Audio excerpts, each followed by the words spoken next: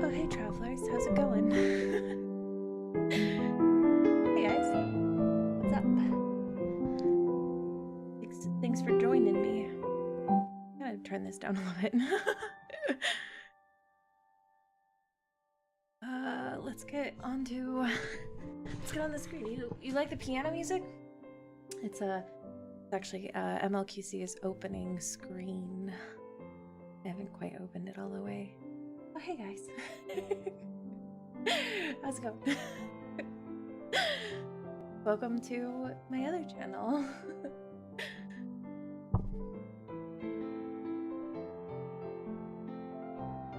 Hope you guys are having a good day.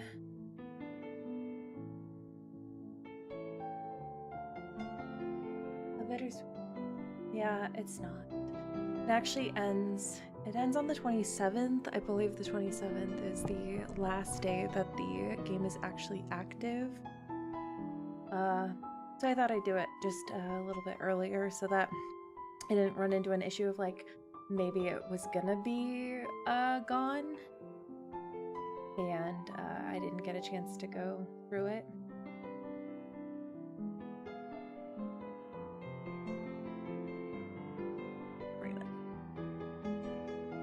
I can see you guys. There you go. I haven't played MLQC myself, but I know it means a lot to a lot of people. I have a lot of people in the predecessor of Lads. Yeah. It has a lot of, I didn't do a whole lot with it, but it does have a lot of Lads-esque stuff in it. You can really tell that, hi lady. It seemed like they were trying to use MLQC as like a, kind of like a rough draft for Lads. You can just really tell with some of the things that that are in MLQC. There is a lot of different things. There are a lot of things that need some work though. It's definitely a product of its time. I'll look for the soundtrack. Yeah, the soundtrack's really good. I'm a huge fan of it. For all its problems that it has, MLQC I was actually pretty drawn to it, so I'm actually kind of sad that I'm not going to be able to finish the game, because it was, I mean, I really liked it actually. Alright, I'm gonna just try. Hi, Moonlight.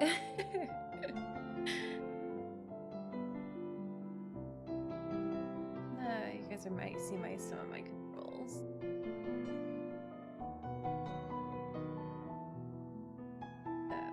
Adjust my camera.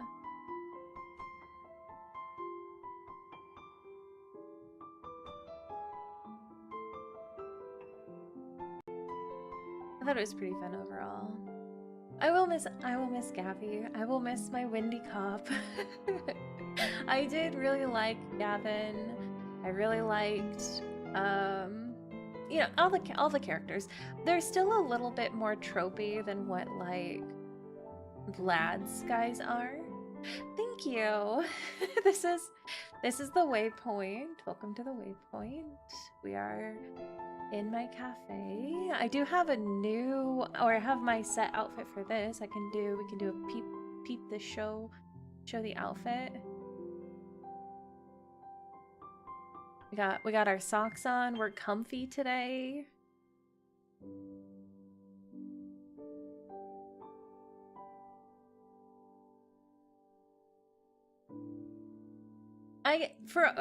What I was saying. Sorry, I totally like blanked on what I was saying.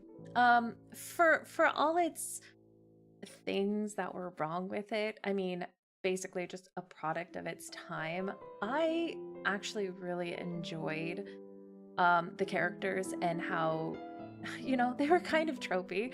The one I can namely say as far as like trope goes is like Victor and Kiro. I mean, those two are definitely way more like tropey than the lads boys for sure.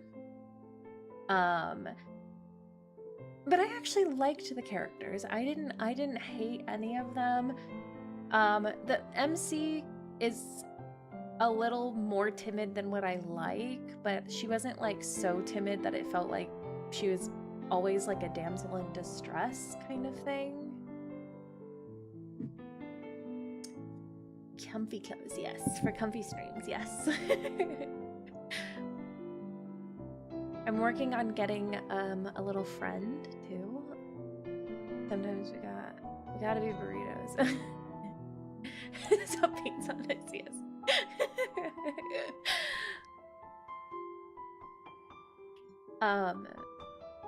But I enjoyed it. Comfy is the best. So today we're gonna take some time.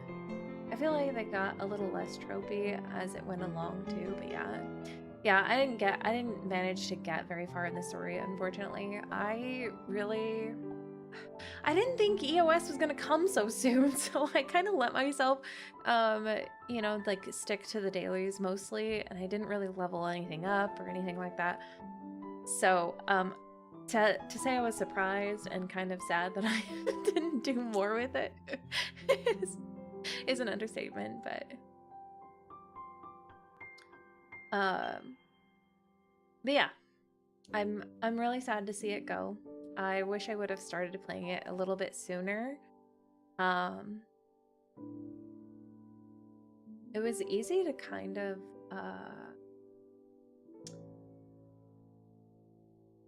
it was easy to pass on a lot of things, surprisingly. I don't know if it was just because I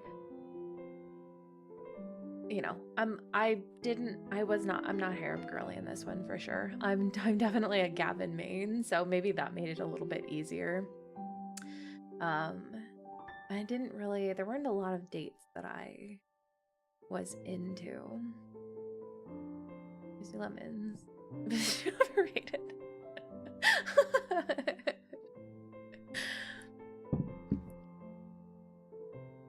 They were doing some timeline stuff from my understanding, so we did have some timeline things in there, but we'll see. We won't spend too much time talking because I do only have until 4:30 at the latest. I didn't get that far either. I'm so depressed to see it go. Gonna miss my husband's Victor and Gavin. I know! It's amazing how many people are Gavin mains.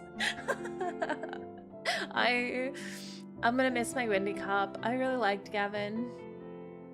Yeah, it felt the same with the banners because the ones I really wanted, I never pulled the boys.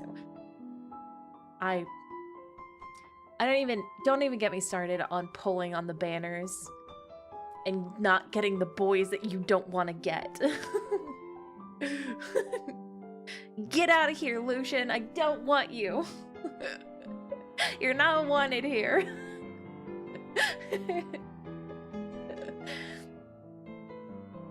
Oh, well, I appreciate you being here.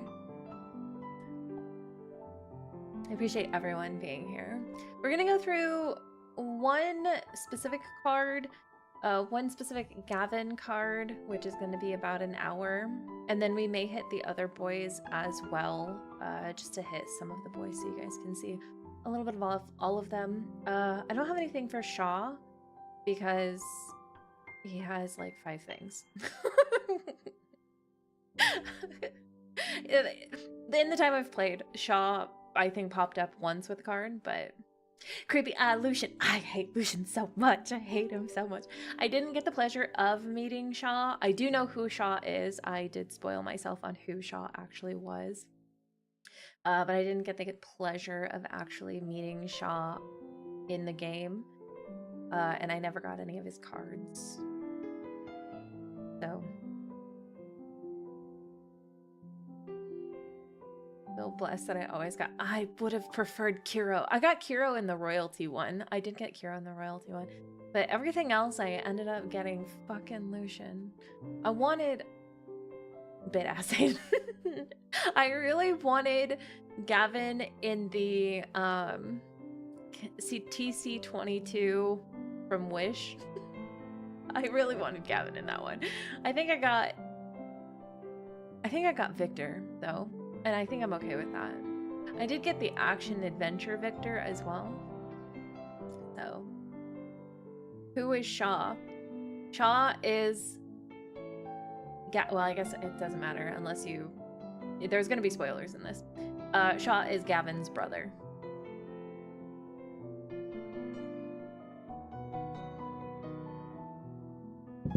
He was the 5th love interest. Yeah, so he was the 5th love interest... oh yeah. He was also the 5th love interest that was introduced and then quickly nixed.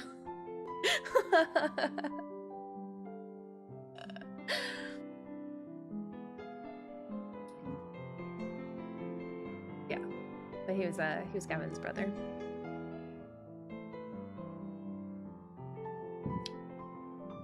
I did get the Victor one from the TC22. Never pulled on anything. Oh. Yeah, I didn't find anything out about Shaw. I accidentally stumbled upon that little spoiler and I was like, oh. But that was before EOS was announced, and now I'm kind of not sad that poor Shaw. I know. Anyway, because of what happened to Shaw is why I have my reservations about the 6th love interest in lads. I never unlocked him, so I just knew he had lightning powers. Yeah, I didn't get him either. That's all I knew too. Eventually it was that he just had lightning powers.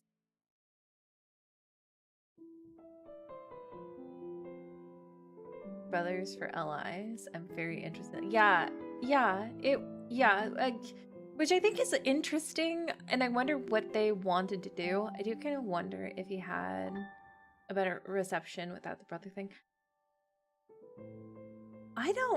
That's actually a good question. I don't know if he would have been received better if he, because most of the main complaints that people had about Shaw was that, or at least what I had found in my research, because I was curious why Shaw was so not well received, was that he was not well received mostly because the CN girlies felt that he came in too late into the game. He came like 3 years after the game had been released. I believe it was 3 years, maybe it was 2. But he had come a few years later, and they felt that he was kind of, you know, because all the others were already so well established, that they felt that he kind of was just coming in like step on the other guys, and so he was just not very well received. He was actually so badly received that they only gave him cards once in a while and then didn't really consider him an ally after that. I don't think they would do that kind of plot for lads with the 6 love interest. I hope not. I don't think, if I believed if I believed in a 6 love interest, I don't believe that they would do that. I don't think they have it set up to be able to do that. There was no build-up. He was just shoehorned in. That might be the part that I'm missing, was that he was just kind of shoehorned in, like he was suddenly introduced and nobody knew that he was coming. So that was also why he probably was really badly received.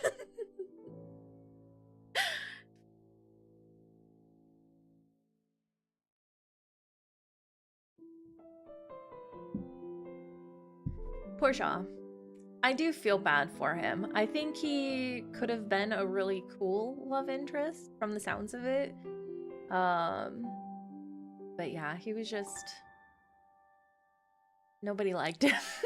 Nobody. There were a few people, when I was looking it up, there were a few people who did really like Shaw. But they just stopped giving him stuff after he was so badly received.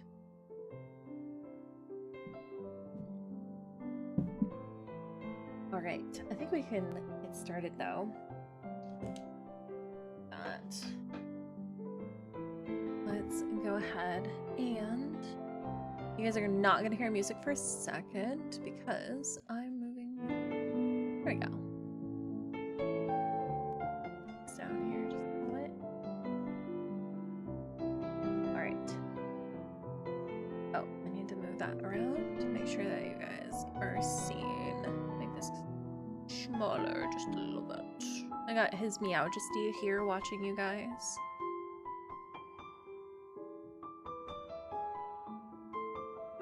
I probably shouldn't have moved it over like that. Oops. Sorry, lady. I didn't mean to. Alright.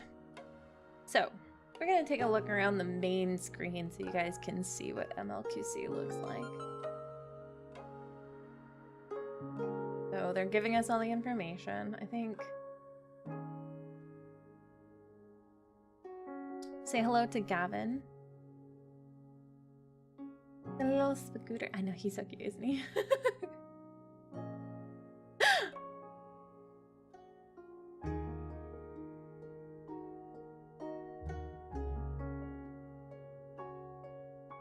Right, and we're borrowing. Lady is letting me borrow her account right now. We may pop over to mine because I've got a little bit of different ones.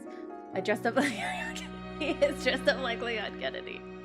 I love it. Do you mind? I'm gonna do your dailies. I hope you don't mind. Not that it really is gonna matter, I think, but... Oh, you got good music on there, too. I'm distracting myself with Caleb Smith and Paige. That's fine. I appreciate everybody being here, I do. Alright. So we have our Windy Cop on the screen, because we love our Windy Cop here. And I'm gonna go ahead. I meant to, okay. I'm gonna do that for you then. All right. if you hear him talk at all on the screen, for those of you who don't play or haven't played MLQC, this is his new voice. There was a debacle with the voice actors. I didn't look into it, so I don't know much about it. I'm sure someone in the chat can let us know what exactly happened. But about halfway through the game, they did have to change voice actors. So some of these will sound different than others. I'm gonna check out the anime. I am definitely gonna watch the anime. If it means that I get to see my Wendy cop, then I will definitely be doing the anime. All right. So we have the friends. We have stamina. Obviously, you can. I don't know why people are still asking you to be friends, because they're not gonna get anywhere. But basically, same thing. Stamina. You got our stamina with us. And then there is mail, which you can claim. Look at all those gems, lady. I love how they're still giving us a lot of stuff. There's an anime on Crunchyroll. Yes. And then you can do phones. Got it. Yeah. She hasn't answered anything about Lucian. These are the text messages. These are the moments. They just changed the moments to dynamic now. I did watch the anime a while ago. It's not bad. Kind of rushed for the first arc, but it was fun. I would still watch it. But these are like the moments posts. And you can, they have the affinity. This is Shaw right here. What are they getting? It looked like gems. It looked like a bunch of gems and shit. Okay, and then the karma are the memories, and they're, well, I shouldn't say they're not memories. They are, I mean, gain achievement. That's it. They're not memories in this. They're considered dates in this one. So these are all the ones that Lady has. These are all the dates that you can go through. I literally haven't. Right there. The JPVAs in the anime are really good. Lucian is more likable. We need a lads anime. We just need a lads TV show in general. I would take a lads TV show. But you can like upgrade the memories and stuff. So this is the part that's kind of dated with the game that I'm not a fan of. I'm gonna take one that's not leveled up all the way. I guess this Lucian one. No, we don't want Lucian. Gross. You nasty. Okay, we'll take this one. So this is the upgrade. So you have to upgrade the card. But you can only bring Victor's forehead. Rewired my brain chemistry because they're always hotter. Free the forehead. But these are all down here at the bottom where it says level up. That's all the, oops, sorry. This is all the stuff that you use to level up the memories, and you can only level them up so much before you have to star them up. And then you star them up to get more levels up. But in order to level them up also, you also have to evolve them, which then gets you different pictures. Which I don't know if it's basically leveling up, starring up, and evolving and ascending them all have to do with the battle portion of this. Well, I say it's a battle. It's like not battling though. I like Lucian so little. I didn't even know I had a shirtless. I hate Lucian so much. But in order to level, or in order to start up things, you have to go and do like normal stuff. It's so much work to level things up, because when you level things up, you have to have a specific amount. And then you're lucky if you even get like one or two of the items. I don't even, yeah, it's so convoluted.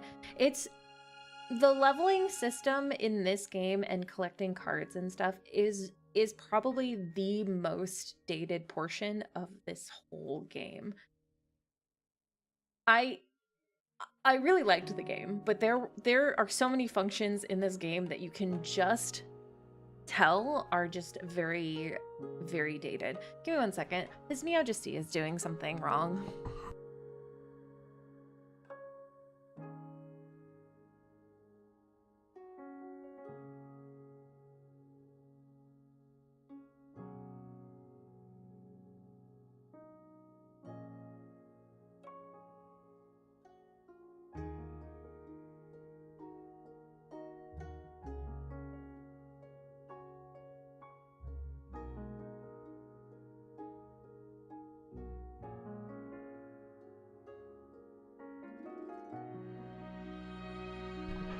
His food bowl was empty, so he was acting up.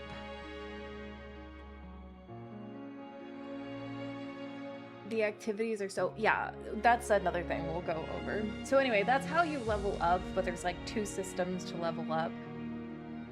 And you have to level up the card. And then there are dates. I'm gonna be honest, I don't even know how these function. You need these purple currencies up here in order to get through the dates. I don't even know how you collect them. I just eventually collected a lot, and I'm not even sure how I did it. Like...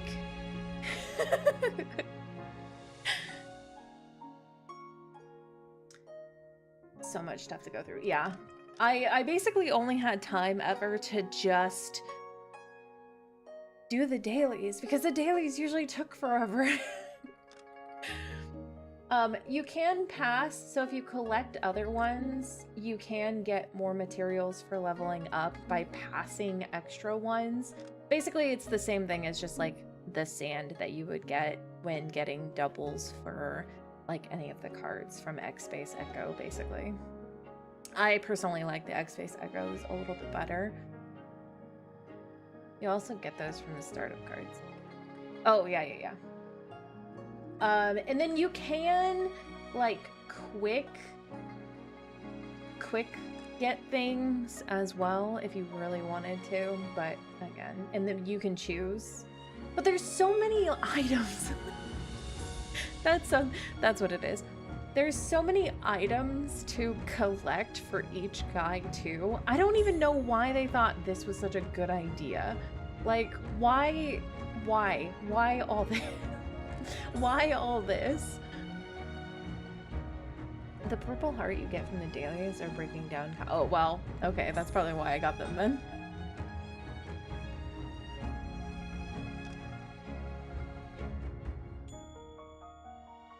But you can choose, this is all of Shaw's stuff. These are all the extra cards. These are like the 3-star cards, kind of. I feel like less than the 3-star cards. This is more common than for older games, though. It's ridiculous. Yeah.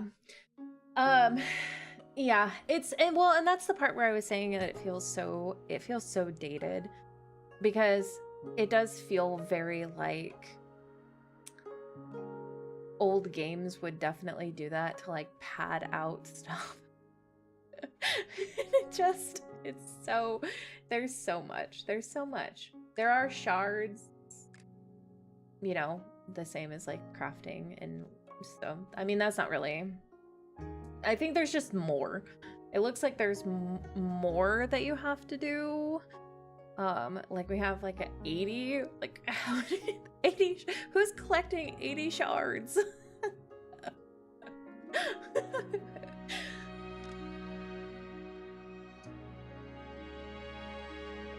And then I go down here.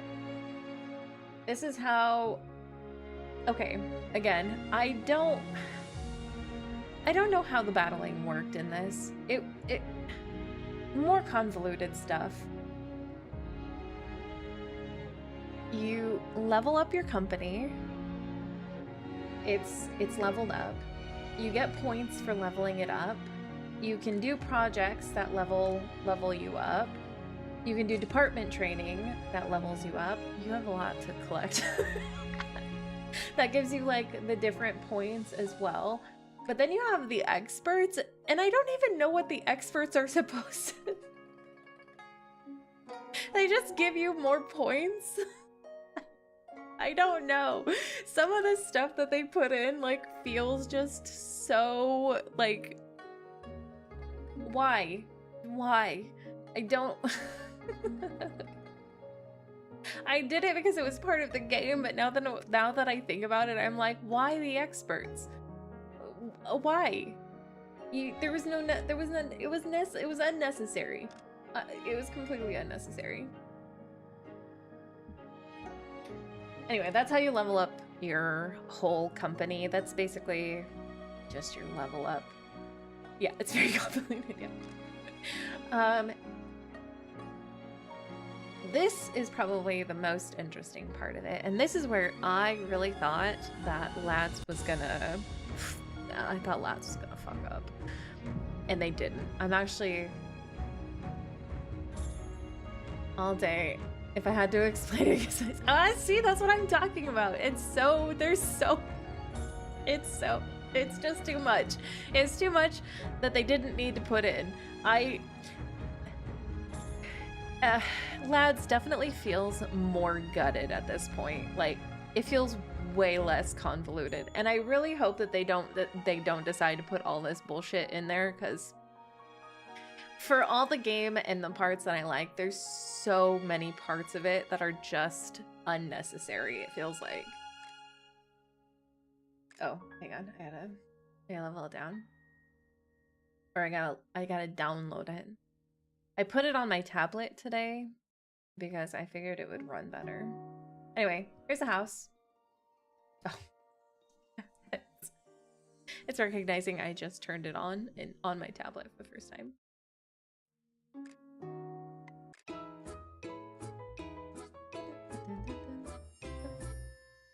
Alright. Oh.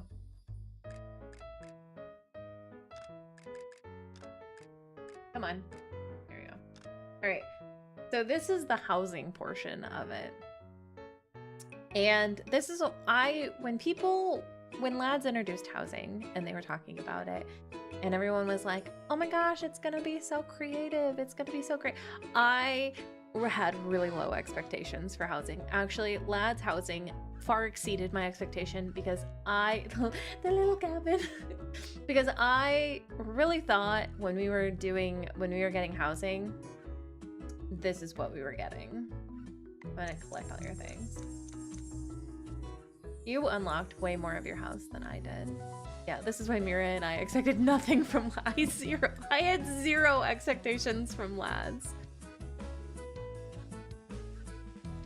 It's like, look, it's a box office and strolling around town, and then a news studio. I didn't even do the stroll ever. I never touched the stroll. It was, please calm down the activities.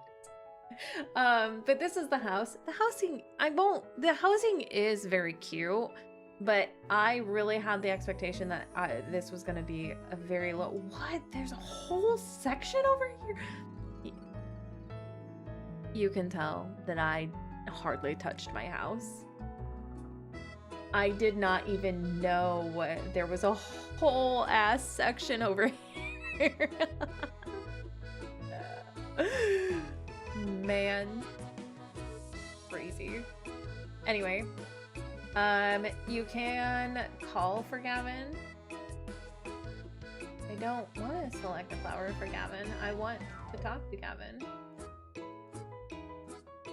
They do give you a to-do list to complete every week or every day. Oh yeah, Gavin has a secret base. And you get 20, so let's see, let me do the math, hang on, I never did the math. 20 per day, 2, 4, 6, 8, 10, 12, 14, 140. So the difference with Lads housing versus this one as far as completing daily stuff / weekly. This is daily. This has been daily. And you get 20 per day, which gets you 140 per week. So it's less, or it's more than lads. Might have to put that in the survey. Give us 140 every week. Come on. Victor was just rage baiting me in the house. He's such a tsundere. I have such a love-hate for Victor because he gets almost too book talky for me, but I do kind of like him. But you do the housing, and then you know, you get your diamonds. You can give him gifts, which I guess is just another interaction to do again. And then you can do housework where you can get rewards and stuff. So the housework I don't quite get the gift interaction portion of it, but it does get you like achievements in the house specifically. So you can get extra achievements in the house. And then you can have like collections and stuff like that, small happenings. So that's the house. Still pretty intricate, but also not really. I'm gonna be honest, studio and date I hardly ever went into. It's just more shit. It's just more. It's all of it is just more. There's the right beside you is secret times. So they do have secret times in here as well. What? Oh, but it's probably just specifically for the guy. Oh, you have bedazzle. You have bedazzle. Ah, you have bedazzle.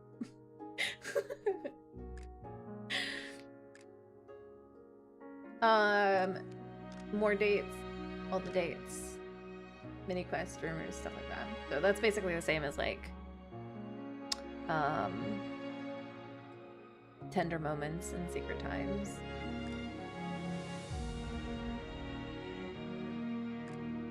Oh, the desk is like his room, his room. Yeah, you can do each of the guys. They did have rankings in this too, which why I don't understand. I never even listened to the secret times. I didn't touch any of them. I don't know why they had rankings. They have several rankings for several different places. I want to see what your Gavin one looks like. Oh, this one looks good. I like the Gavin one. Oh, that's cute. I love this little ginkgo leaf one. That's so cute. But they do have the, you know, I bet you didn't touch. No, you did just a little bit. Oh, you have the 100 days for him. Okay. But those are just the desks. I'm trying to think. Then the daily quests where you can do the dailies. I guess I'm not really doing your dailies, so I'm just kind of going through all of it. You have weekly tasks and daily tasks. That's pretty much the same for lads. Achievements. See, they have coming soon here, and now we see what's happening. It's end of EOS, you guys. I'm not gonna get into it, but I'm just saying there is still a coming soon on this one too, and it's been out for 7 years. I think I threw stuff on all the desks when oh, that's fair. That's fair.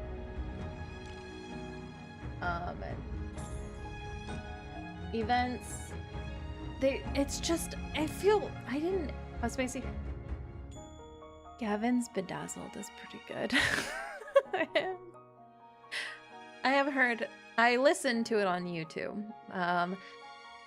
Gavin's Bedazzled, and then Victor's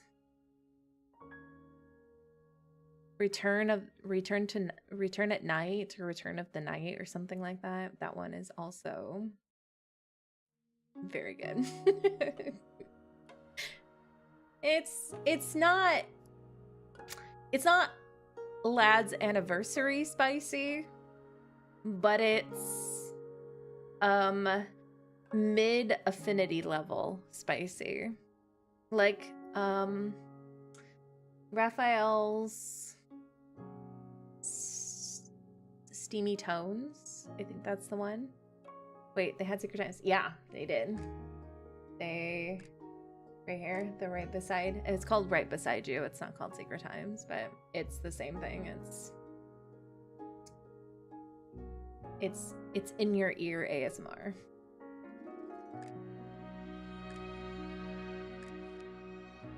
All of the stuff, double drops, sign in, daily sign ins, daily stamina, daily gold.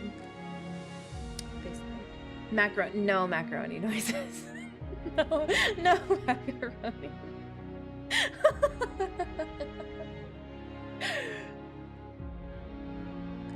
And then they had, I think this is a new event, but they did have, you know, like specific events. Like, I guess I would akin this to like the check-in events, kind of. They do require you, a lot of these events require you to use your gems. That's another thing that's stated, is that you have to use your gems for literally everything. It feels like every fucking event you have to do requires gems. There's no event shops, there's no they're all it's just everything just requires gems, all of them. It's all of it. This one requires gems. Hi. Wait a second. What is this? What is this? Get out of here, Lucian. Have one. I don't need yeah. Anyways. Everything's always, it's a bit chaotic. There's so much. There's so much. And don't even get me started on the wishing. The wishing is terrible. It's awful. There is no pity system. You don't know how many pulls you have left. You just pull and call it a day and hope for the best. There's no guarantee. There's nothing like that. It's just awful. It's terrible. They give you, there's so many different karmas that you can get. There's, the one good thing that they have that I will say is that they do give you a free pull every like 48 hours. So, I mean, at least you get a free pull, right? I guess. No pity system. Nope. No pity system. Who needs a pity system? Not us. I'm actually really glad about the pity system. The one, what was I gonna say? Oh yeah, and when you, well, I can't say it. They're not gonna bring anything out probably. Anyways, this one though is the rerun shuffle side. So they shuffle reruns. They tell you what the rerun is, what the cards are. You do have to use either your Galaxies or your Dream Glow, so it is kind of like the Time Wish Limited. I wish they would take away the Time Wish Limited cards, but I digress. It's not a new system that, you know, MLQC hasn't used as well. But the difference is that they tell you what's coming up. And I really hope that they do implement this system eventually in LADs, because I really do think that it's a great one. It shuffles through once a week, and they tell you, you know, the week, what the time limited rerun is, and what all the cards are. They show you all of the artwork for it. So this is one thing that I do hope that they eventually bring over to Lads when they start rerunning reruns. Or when they start doing reruns more often. Because I think eventually it is going to get to a point where we do have to have them running alongside current banners. But to have them continuously shuffle and tell you what's coming up and what's next and stuff, I actually think that this is a really, really good system. So that's one of the systems that I actually didn't mind that they had.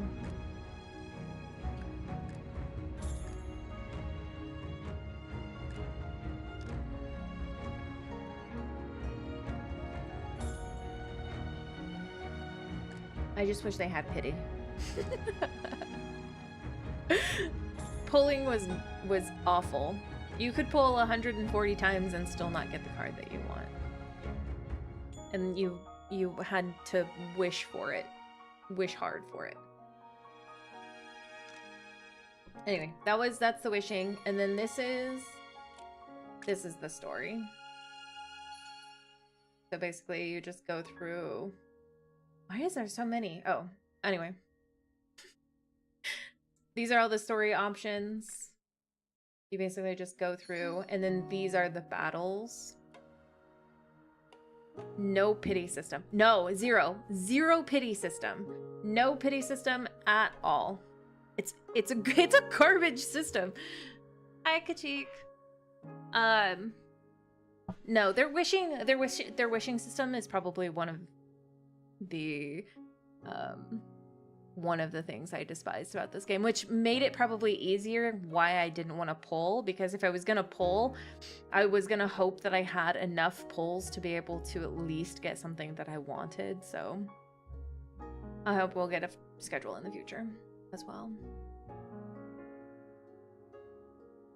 Yeah. I'm going to show you. So I'm going to show you what the battle system looks like. I'll take him to an elite. That seems like a good vision. Okay. So this is, when I say there's a battle system, it's like not really a battle system, but kind of. So it takes your initial company, however high you are, what kind of stats you have, base stats. And then these are where the experts come in, but I don't why? I don't know why. So first you have to choose an expert for whatever reason, which gets you extra stats. And there's your score your score is at the top to confirm. And then you have to choose a second expert, because fuck just one. I say, oh, well, I hope you had a good vacation.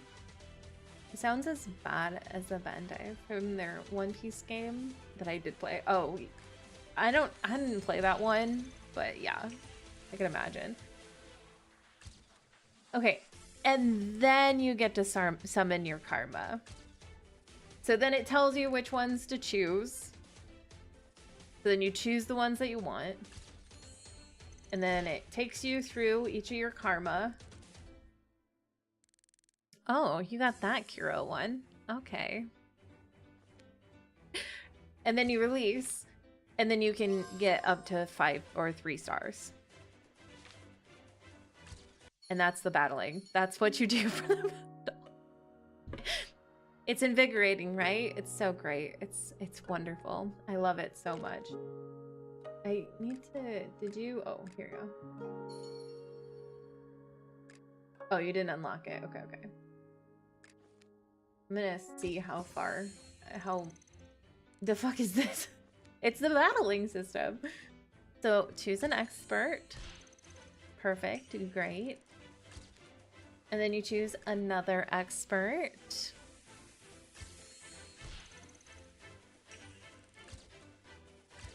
And then you choose your karma. And then it takes you through. And then you get 3 stars. Yay!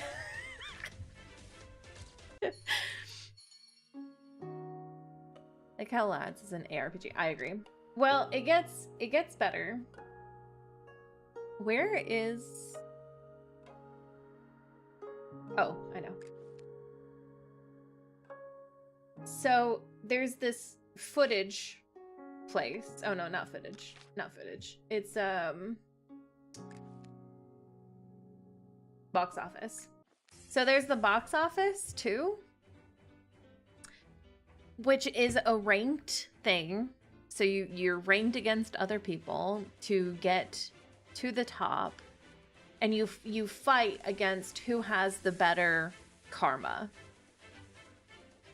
And so when you click on it, it like calculates against this other person who's playing the game. I don't know who it is. And what kind of karma they have. So you also have, which I personally absolutely hate ranked systems. When it involves other people, I absolutely hate it. I think it's stupid and worth. let me tell you how I really feel. You have to have like a lineup, so it really depends on how good. So it really like kind of forces you to have better cards if you're gonna get far in this and like get top, which is basically just showing off the whales.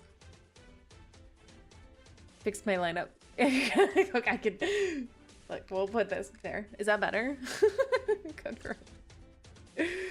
I don't know. Where is it? Oh, here. We can do this. You're guaranteed to fight against that one. There we go. See, you're pretty close. Oh yeah, see, you're doing good. You're doing fine. It's fine.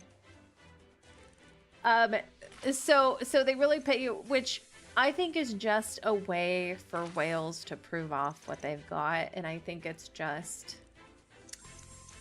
I hate it. It's a popularity contest that I just am not a huge fan on. They also have it for not that. Where's friends? There it is. They have server rankings also. I'd be grumpy if Lads did something like that. Yeah. Yeah, it's a very outdated system for very old Otomes, yeah. They have a ranking system for servers also, which I mostly ignored. 1, because the game is so old, and 2, because if I ever had to see the ranking system on a regular basis, I would have quit playing, I think. Because it sets you up to feel bad. And I don't want to do it. I don't want to deal with it. That's just all it comes down to. The friends list is, just the friends list. It's pretty basic. You get your stuff from it. And then you do have like extra features where you can like change their outfits. I'm not changing him out of the Leon outfit because Lady put that in for us. But you can unlock like voices. These are like tickets. Is it gonna they're time tickets that you can use to unlock older things.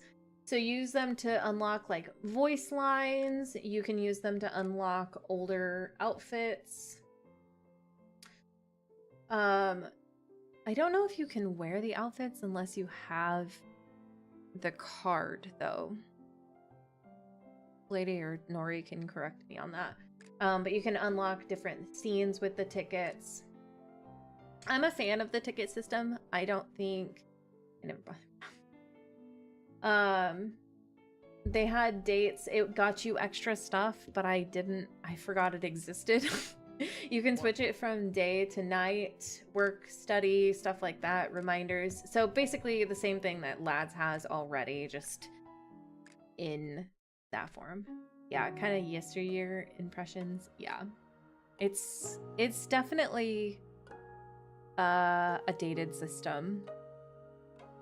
That definitely needed some TLC about halfway through, I think. Some updates to the systems, an overhaul, basically. I don't know how you can do that. But having a complete overhaul of the system, the UI is really crowded. I don't know.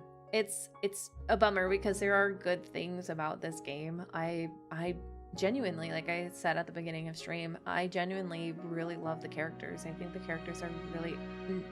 Not you, Lucian. I genuinely really liked the characters. The story was headed in a really, really cool direction from what I saw. I didn't get very far, but I was enjoying the story for the most part. But it's mostly just the systems, I think, that are just pretty outdated.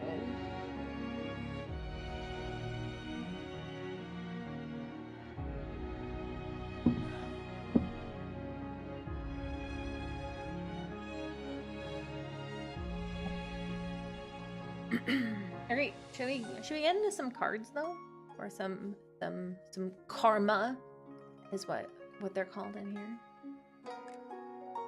Well, we'll do one Gavi one. We'll do this really long Gavi one because Lady did get the thing nearly unlocked all the way, and then we'll go through some of the other guys.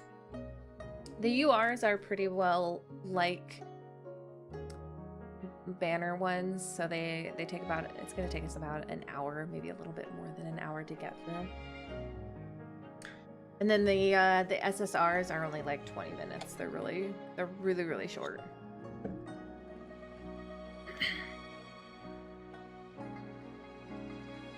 We'll probably pop over to my account too, because I have a few other cards that you guys can see. I think she said you can touch Gavi in this one too. Oh yeah. Oh no. Oh yeah. I really want to touch you too.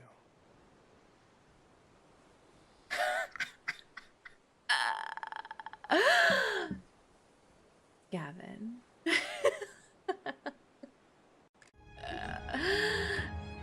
So anyway.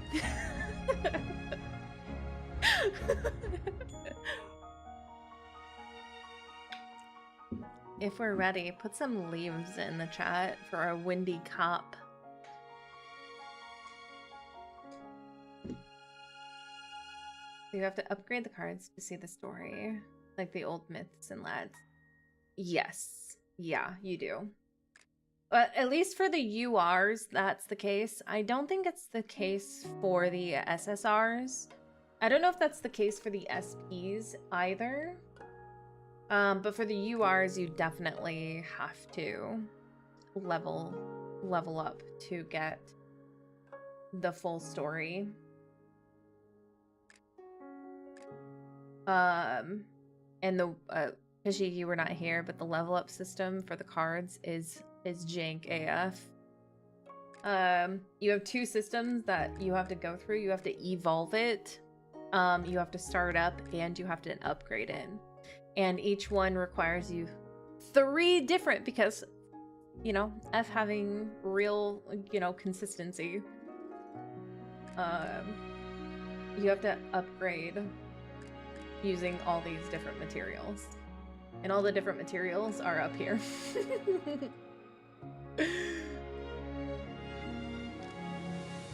Lads is a cakewalk compared to this. It is worse than the myths. Yeah, I think it's worse than the myths, actually. I think I can agree with that statement.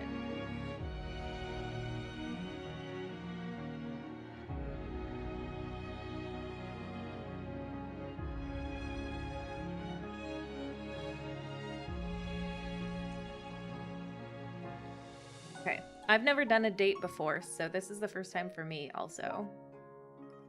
I'm glad this game walked so lads could run. I think that's a great statement, Kachikas.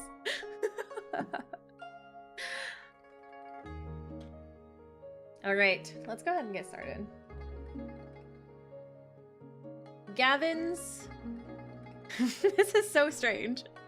I'm so used to doing this with lads. It's so weird doing it with something else. Alright. Gavin's Edge of Desire. I don't know why I'm giggling about it. Oh my gosh.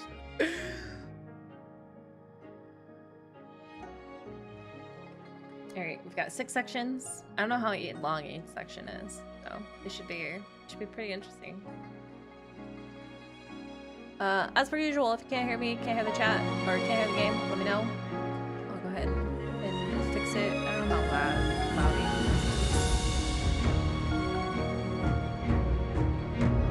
is. Review 1.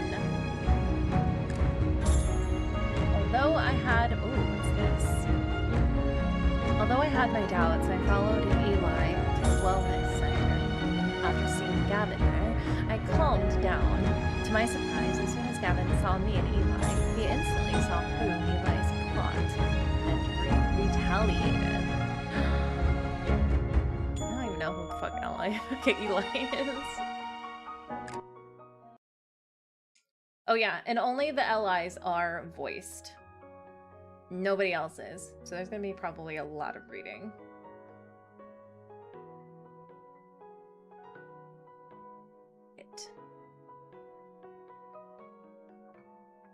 I don't know how many voices I'm gonna be able to do.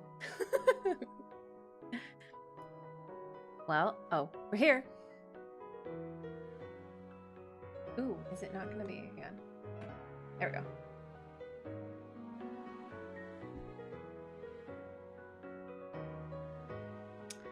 Eli had just parked the car, and I impatiently hopped out.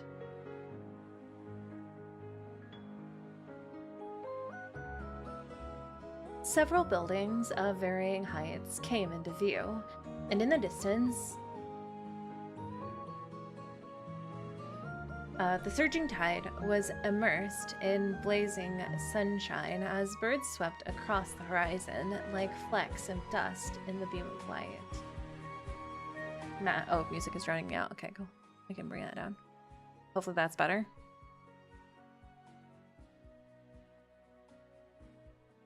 The taste of the sea rushes in... Oh.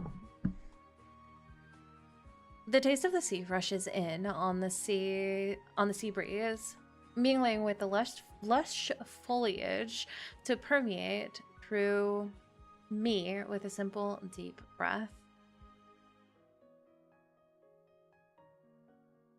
The atmosphere here is amazing. Of course, this wellness center is very in demand. Is it very in demand, Eli?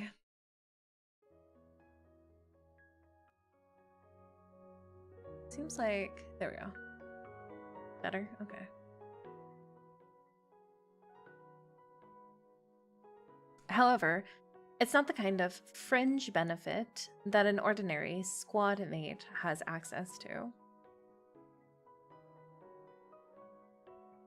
I half frown at the thought of something, but at the same time, he deftly lifts my luggage from the rear trunk. But is Gavin really here? Why would I lie to you? He's got so many things to do after a mission, filing reports, attending meetings. This morning, he made it back to Loveland City, and then he met with the general, right? And the general just happened to be coming here, so they came together. This is basically a wellness center serving us only. It's quite particular, so it's not so easy to just give you a phone call, which is why he had me get you.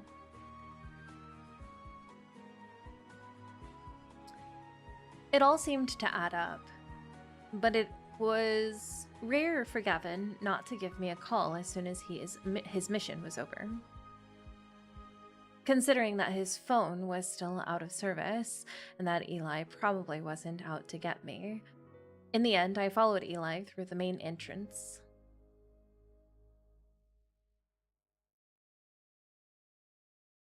Dr. Lemon. Hello, Dr. Lemon. I booked a room this morning before I left. It should be under Gavin's name. With consummate ease, he helped me. Oh, you can't move it down as soon as... Okay. With consummate ease, he helped me complete all the check-in procedures. But after I got my room card, he was in no hurry to let me go to the room. Instead, we headed toward the lobby. Eli, what are you up to? Sounds of an extremely animated discussion grew increasingly distinct as we approached. Before we turned a corner, Eli made a cryptic shush gesture at me. He leaned against the corner of the wall and furtively stuck out a finger, gesturing for me to peep out my head. To listen to the stream for a while as I drive. Okay, be safe. Not far away, there appeared to be a lounge room where many people of various ages were all gathered, chatting about something both excitedly and curiously.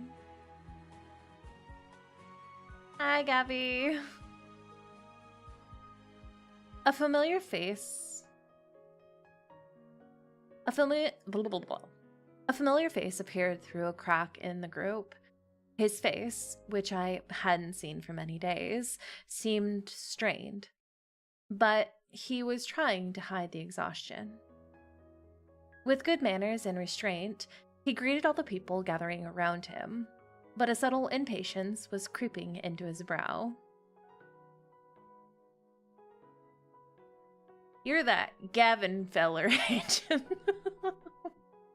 Boy, I'm so glad that the NPCs are boys and lads. Our squad leader told us all about your glorious deeds. How'd you get so good? When you came to our squad before, I was away on assignment and missed you. This time I finally get to see you. Who do we have here? You're Gavin, young fella. Bye. Who made these lines? By golly, that's really something. Do you remember Miller? He always used to mention you. Captain Gavin, is your special ops squad still looking for a medic? I have one that's pretty decent.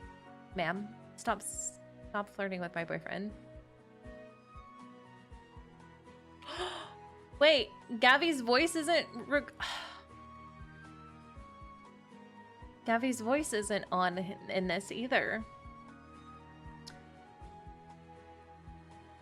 I'm not as great as you all make me out to be. I'm just doing my job, the same as all of you. Probably because all these people all resemble him. Probably because these people all resemble him, he didn't have it in him to give the cold shoulder to this group of comrades who were unfamiliar and yet had served together.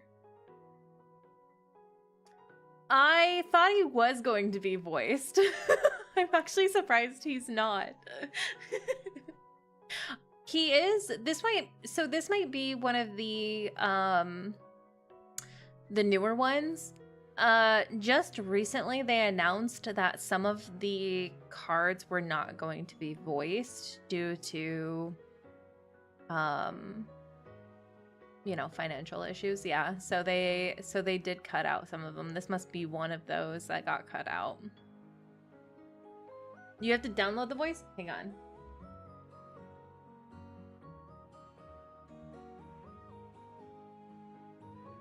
Hang on. Let me see if I can get it.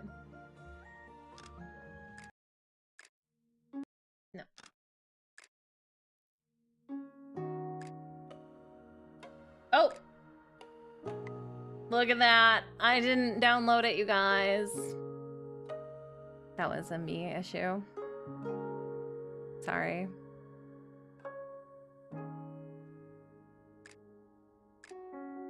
Alright, let's autoplay times, oops.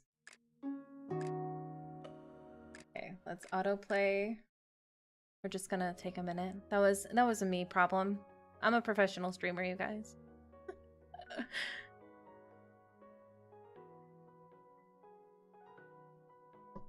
Okay.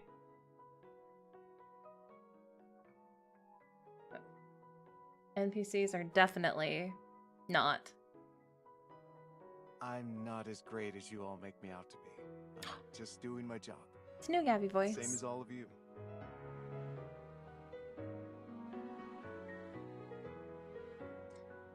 Probably because these people all resemble him. He didn't have it in him to give the cold shoulder to this group of comrades who were unfamiliar and yet had served together. Well, I think I'll, Captain Gavin, are you free next month? Could you come to our bureau to give us a lecture? Or just share your experiences? I really don't have anything to talk about. He's busy. If you want, I'll look into who would be a good candidate to send from headquarters. Kind of reminds me of Xavier. Yeah, kind of. Now, I think I'll... Captain Gavin, can you tell us about that 11-6 case? The detective work you did on that was so clever. You could go look up the case files if you want. It's well documented. Now, Captain Gavin. Ladies, can't you see he is trying to leave? While Eli stifled a laugh, Gavin kept trying to leave and getting held back by their excited voices. His brow furrowed deeper and deeper, and when his patience finally reached its limit, a look of utter exasperation crept on his face. Can you guys please let me give my girlfriend a phone call first? I haven't been in touch with her since I've been back. That's me, you guys. She's probably worried. I'm wrought with grief.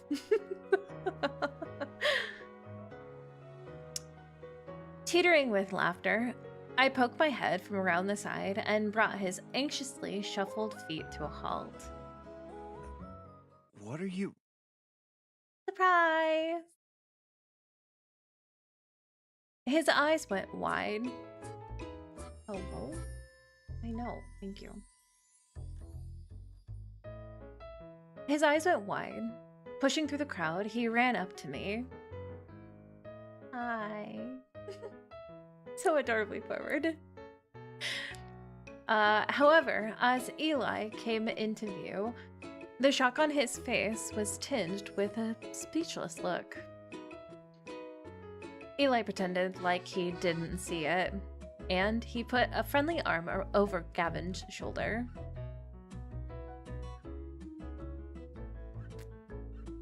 What is it, Best Bud?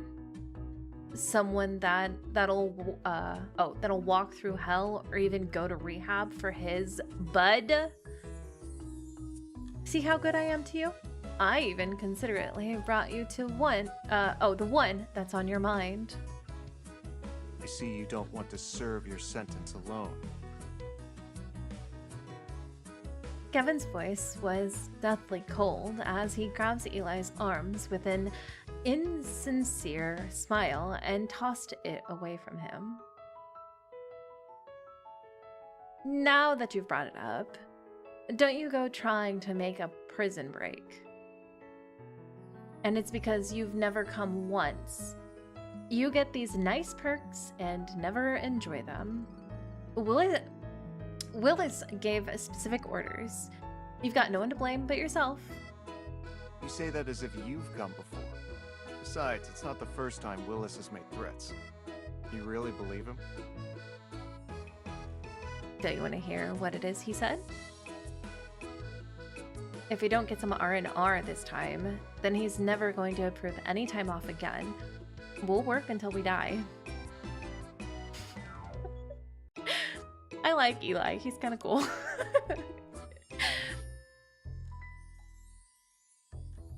As they talk, they got all up in each other's faces. That's weird. I stood off to the side, trying not to laugh, and pretty much understood this whole kerfuffle came to pass. Apparently, one of the officer perks in the STF is the privilege to come to the wellness center for some R&R once a year. But these two probably never used their perk since being eligible for it, which led to the orders from Principal Willis. Eli followed orders to be able to preserve his vacation time in the future, but he didn't want to do it all by himself, so he hoodwinked Gavin. Eli is giving, he's giving like, who am I thinking of? Gideon. That's who it is. He reminds me of Gideon. I couldn't say exactly how he tricked Gavin into coming, but now that he roped me into coming here, I'd say he succeeded. Personally, I'd like to call this a win-win. If we didn't come, how would we ever request time off in the future? Am I right? Hearing this, Gavin suddenly broke into a smile, his eyes squinting. He let go of the hand the hand holding Eli back and put an arm tightly around Eli's neck. Let me remind you, Willis isn't in charge of your vacation time. I am. So enjoy your R&R now, because after this, you'll work till you die. Oh, that was cute! I'm gonna check to make sure that you guys can hear me still. Hold on.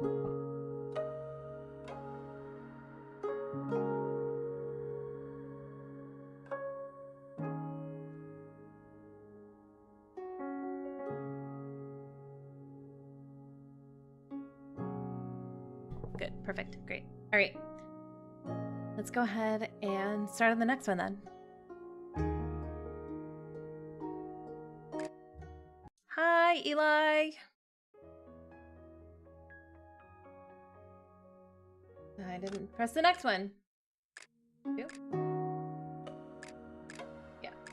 there we go. Next time someone tries to tell you something, ignore them. Better yet, don't even open the door. I really like Gabby's voice.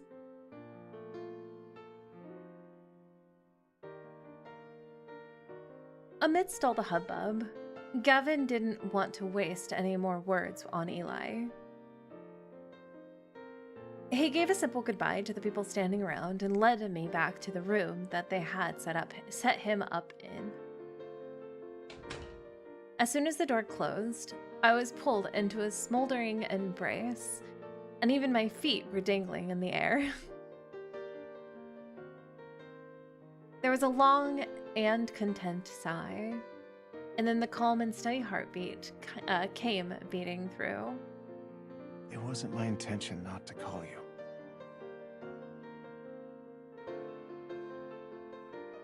When I got done, it was the middle of the night, so I thought I'd go straight home in the morning. His voice was muffled in my shoulder, and I could even make out the unmistakable sound of teeth gnashing. Who knew that the whole group was in cahoots? While I was sleeping on the way back, they dumped me here. And when I woke up and got out of the car, the facility director was already at the entrance waiting to show me around. And then those people all crowded around. Oh, my poor Gabby.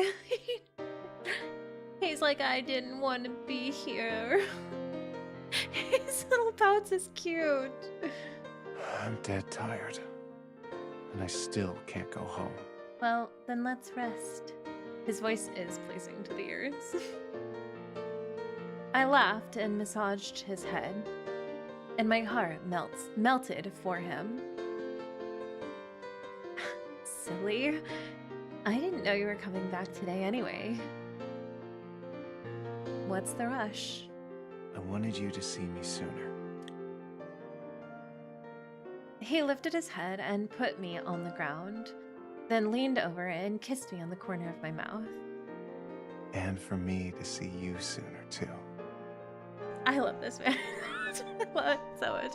He is so precious. His voice was right next to my lips. Reluctant to pull back even a bit.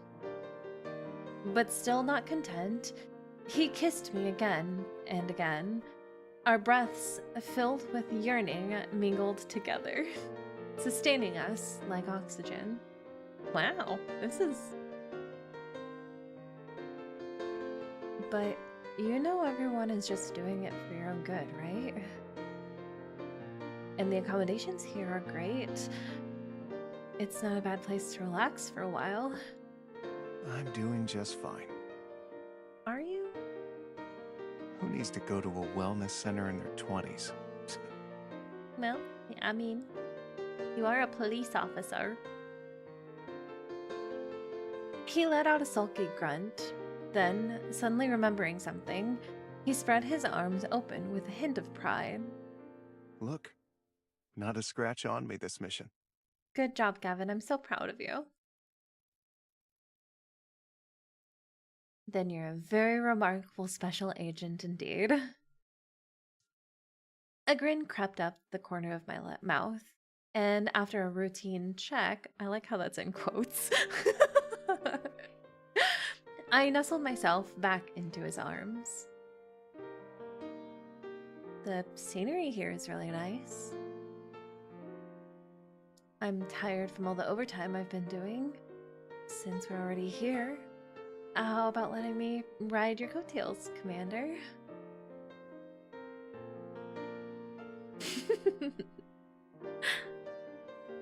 MC. I know that Gavin never believed his work was worthy of any fancy perks. To him, he was just doing his job. But now that we had this opportunity, I selfishly wanted him to enjoy himself a bit. Gavin gave me a deep stare with an all too heavy emotion mixed in it that finally coalesced into a light sigh. Whatever you want. Thanks, Gabby. And what if I hadn't come? But on the phone I told you to stay. Would you have listened then? No, I wouldn't. Rude. Okay, though. His eyebrows perked up, and he flashed a defiant grin as if to say, that goes without saying. Before you'd even get a chance to call, I would have already made my prison break and been back home with you. Okay. Okay, smart guy. I chuckled and pinched his nose, then surveyed the room. Probably out of consideration for accommodating guests from various regions and various ages, the furnishings had a fresh, simple look that gave off a peaceful vibe. The deep blue sea stretched out beyond the window, where a stunning flower box added a touch of color. A twin bed huddled next to the wall, and decorative white flowers at the nightstand swayed in the breeze. I looked at the room key in my hand. It just so happened to be the room right across from Gavin's. Remembering that he probably still needs rest, I pick up my suitcase. You go ahead and get some sleep. I'll go put away my... Before I can finish, the next second I was pulled forward and fell into an expanse of softness. The skinny twin bed...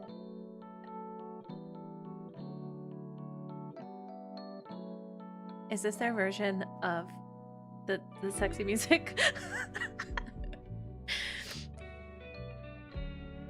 The skinny... I don't know why I'm giggling so much. The skinny twin bed forced us to press right up against each other. I lay on my side with his arms tight around me and my back against the wall. Hello? I'm tired. Sleep with me for a bit.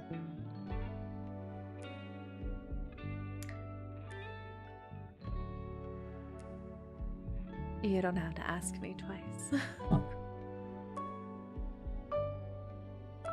Steamy breaths, mixed with the humid air, hit my neck and making me squirm from the tingling sensation, which got me squeezed even tighter. With our skin pressed against each other, the sultry air only grew hotter. The sweltering heat seeped through my thin blouse, even warming my back against the cold wall. Sir, yes, sir.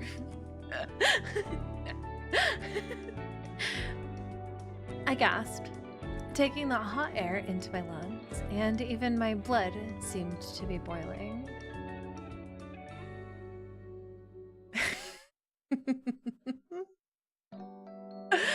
Look, even MC knows the drill. She knows. Doesn't scream break the bed, but cutesy music can work. You won't be able to sleep well like this. I'll be able to sleep even better.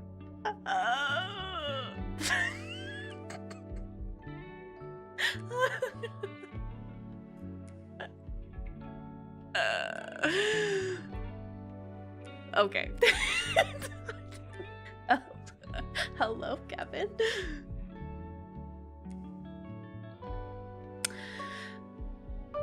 Okay, I can focus.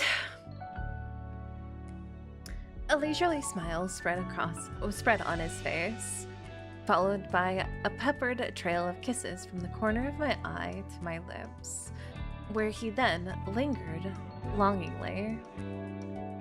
With you at my side, I'll dream sweet, sweet dreams.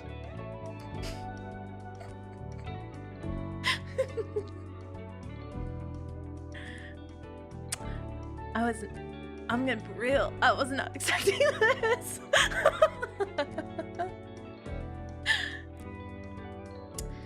Even as he kissed me, I couldn't help but crack a grin. Considering that I actually wanted him to get good sleep, I decided I'd wait till he fell asleep and then sneak out. I mean, I know a way for you to sleep. But the kissing of our entangled lips only got deeper with each tender advance. And each time it did, I only wanted to go deeper still. A scorching palm pressed against the back of my head and the wall. I had nowhere to retreat and could only welcome him trespassing with reckless abandon. The tide surged in my ears, and my shirt was damp with sweat, and my shirt, now damp with sweat, made the friction between us even more tantalizing. I was practically melting in the heat of his arms, or perhaps trying to melt him into a part of me. Didn't you say you were getting sleepy? You're going to sneak out after I fall asleep. What? I would never.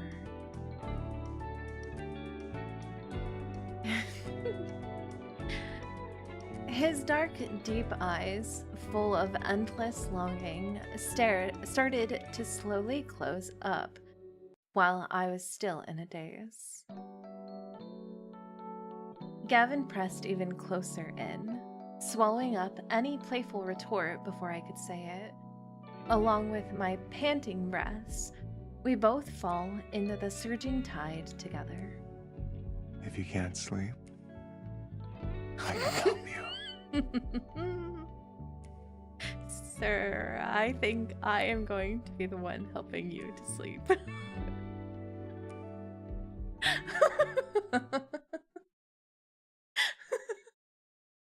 Sir, your tone, please. I can't take it.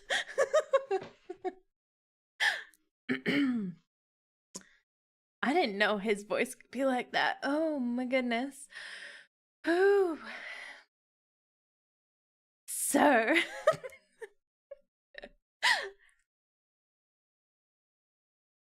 Gavin, is the cafeteria here as good as the one at STF?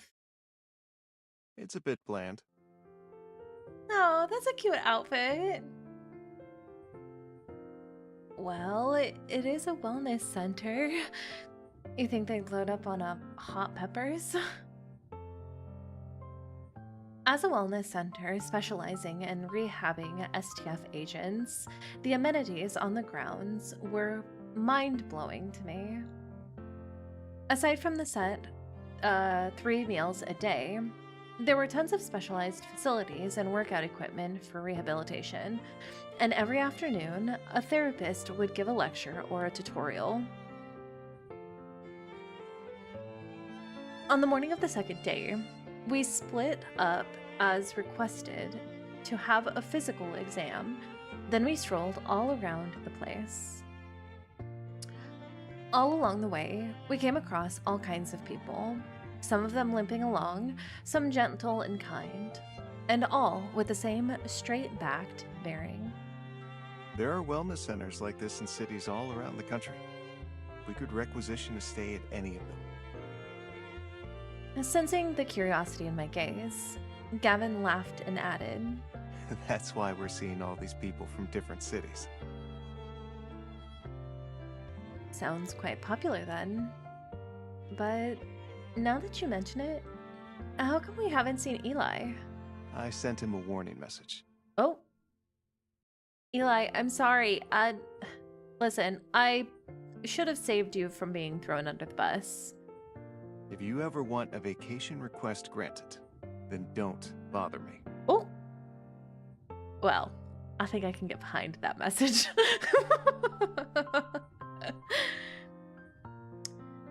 The summer day, all wrapped up in a leisurely sea breeze, slipped through our entwined fingers, dazzling like a jewel. I may or may not be back there. No worries. Night, Kajik. We dipped our toes into the breaking waves as the dazzling points of light danced and leaped across the water, meandering out to the horizon in an expanse of gold. I felt my whole being getting immersed in it, and I also felt light enough to drift away on the sea breeze. Holding hands, I felt time eddy and linger around us as we kissed in little alcoves. What if the sunset? Listen. MC, I can get behind sneaking away into these little alcoves. The time passed as quiet and gentle as the tranquil sea, and I was thrilled to see the fatigue lift from Gavin's body. As long as he could get some good relaxation, it didn't matter where we were.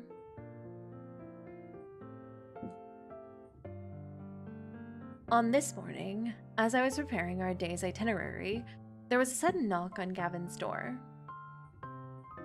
Captain Gavin, sorry to disturb you. Director Mencken would appreciate it if you could go to her office. He is not going to any female's office without me. His gaze passed over me for a moment, and then he went on. if you're here with family, then please do come together. Yes, that's right. I'm coming with him.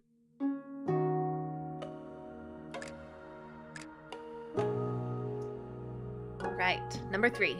These go by quickly. I didn't realize how quick these go.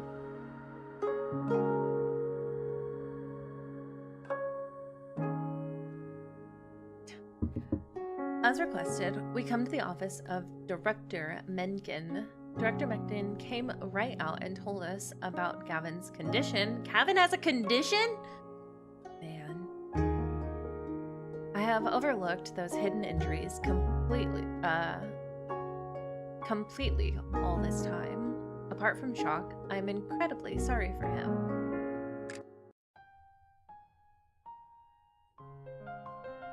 When we arrive,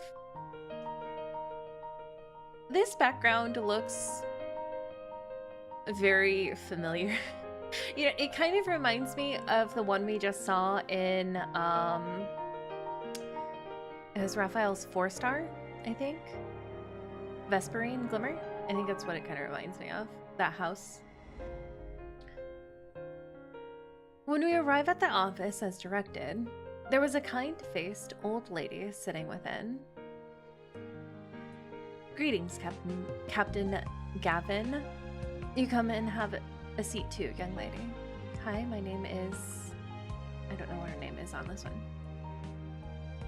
She waved a hand at us with smiling eyes, and her cordial grin allayed our vague anxiety. After giving us a leisure look over, her gaze fell to the sheet of paper on her desk. I called you both here today to have a little chat. Captain Gavin, how in tune with your body would you say you are? I would say that he is pretty in tune with both our bodies. I'm just saying.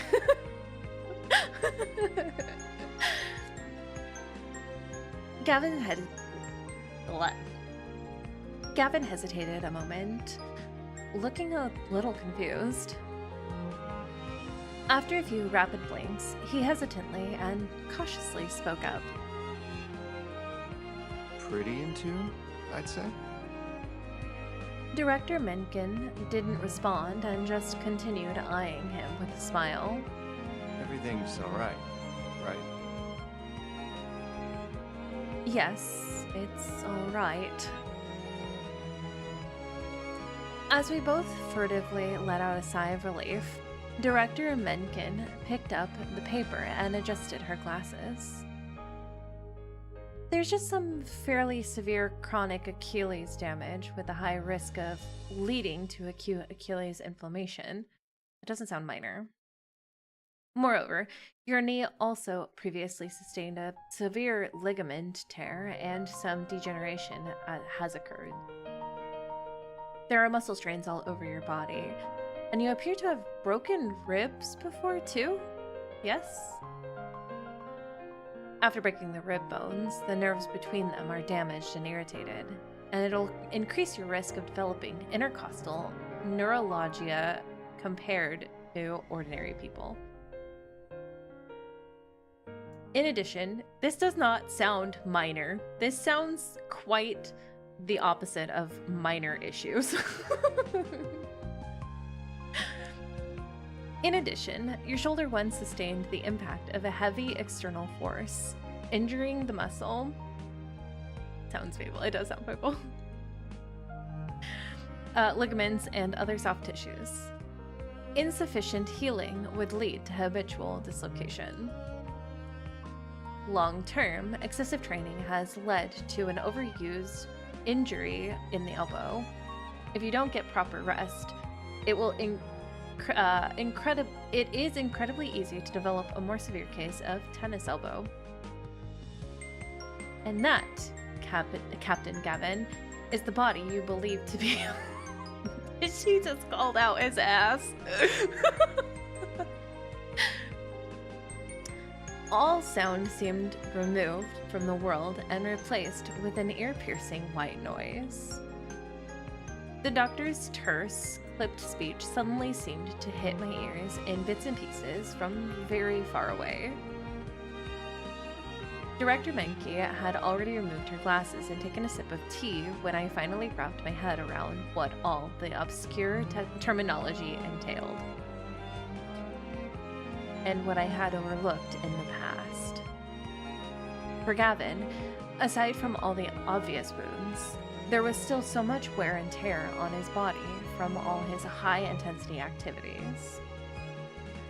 They hid in the shadows, eating away at him from the inside. The next thing I knew, I had broken out in a cold sweat. I stiffly turned my head and saw Gavin looking as stunned as me. Is there some kind of mistake? I thought my body was normal. I'm careful too, and I haven't been injured. Wounds aren't the only ones your body tells you it's injured. A smile still hung on Director Menke's face, but the warmth was gone from her eyes.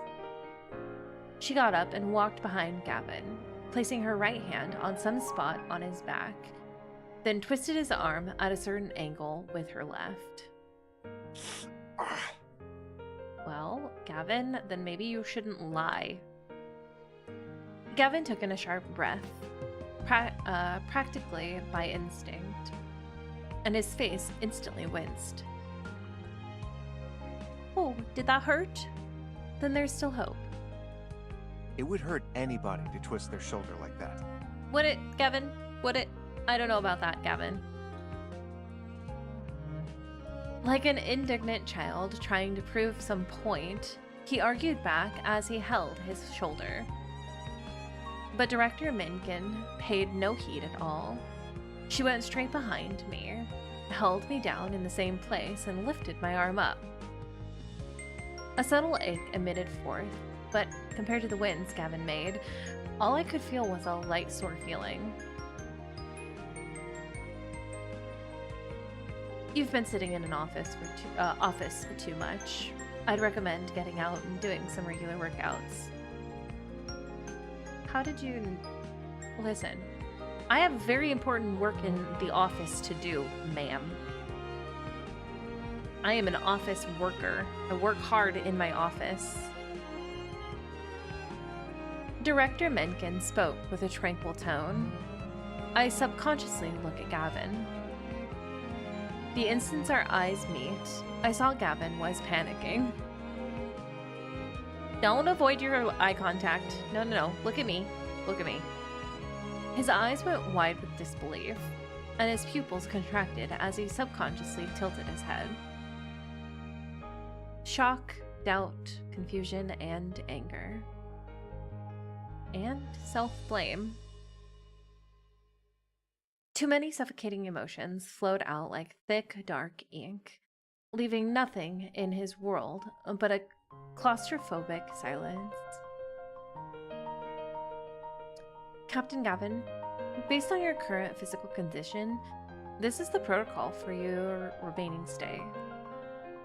The specific times of the therapy and rehabilitation exercises are all written here.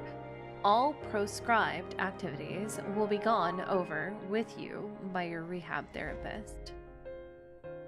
And allow me to stress this again. I urge you not to use your evil for the remaining time. Your abilities put great strain on your body. Of course, this protocol is not mandatory. You are also free to proceed how you see fit. No, he's not, because I won't allow him to. Director Menken passed over a folder, and it was then that I finally felt the disappointment and concern underneath the kind facade. I bet she had seen too many people like Gavin. They had protected so many others, but in the end, they couldn't protect themselves. Gavin perched in the chair next to me, his hand hanging a little. Meanwhile, I look at the thick stack of files and fell silent in a flood of shock and sadness. After staring for a long time, I looked up at Director Menken.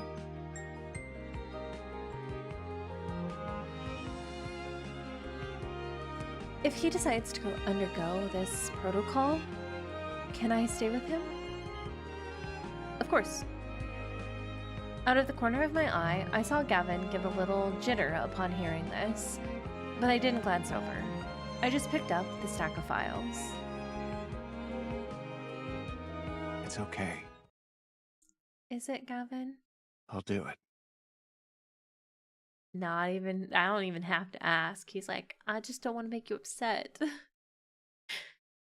When we left the office, he clutched at his head in exasperation and annoyance, then timidly took hold of my hand. He knit his brow and worked his mouth open and closed, but the words hanging on his lips never came out. In the end, all that he could muster was one sparing sentence. I'll do it. Oh, Gabby. Seeing him like this, my heart felt like it was being squeezed. He had done his best to keep his promise and not let himself get injured. But unfortunately, as far as he was concerned, no visible wounds meant all was well. To the point that even I had forgotten about it. But now the person in pain was him, and the person racked with guilt was also him. I felt a current heat welling up in my throat. The rims of my eyes burned and my nose tingled. I took in a sharp breath, trying to hold back the pain inside.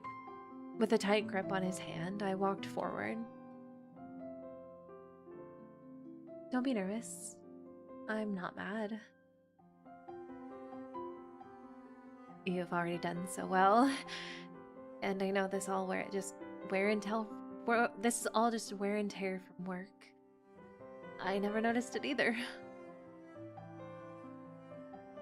Now you just need to listen to the doctors. All right. Oh. Okay. You need to follow your schedule. No skipping class. All right.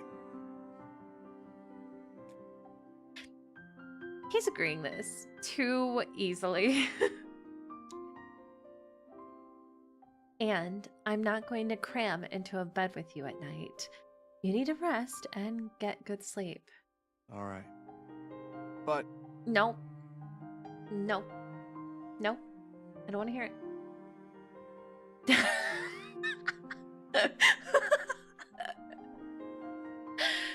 Suddenly realizing what he was agreeing to, his determined gaze met mine. Nope, I'm not looking at you. I'm closing my eyes. Ma'am. Nope. I think there's room to negotiate that a bit. There is not, and I am not looking at you. No negotiating. It doesn't affect me that much. Yes, it does. No way. Not even a little... 1 day? Nope. 3 days? Nope. 3 days will be fine, right? No. No. Not even 1 day. Our moods finally turn a corner as we end our cheerful haggling session, which was carried off into the distance on the sea breeze along with my unspoken prayers. I prayed that the wind could take away all his pain and give him his freedom back. Happy to negotiate a little bit.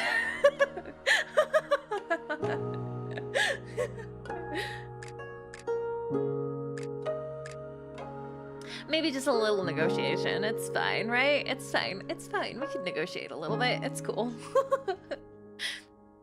Gavin went along with the arrangements and underwent therapy and rehabilitation exercises.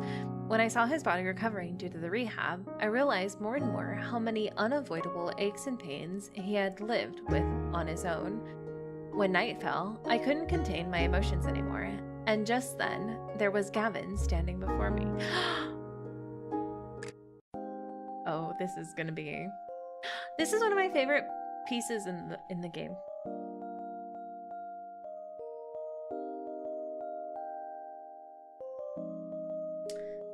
From then on, every minute of the day, Gavin followed his protocol and did his therapy and rehab exercise regimen.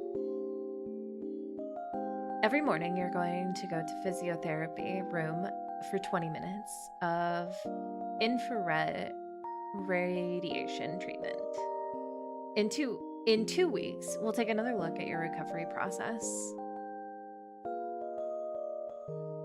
You've already acclimated your body and brain to this level of pain, but it's really your body's way of alerting you.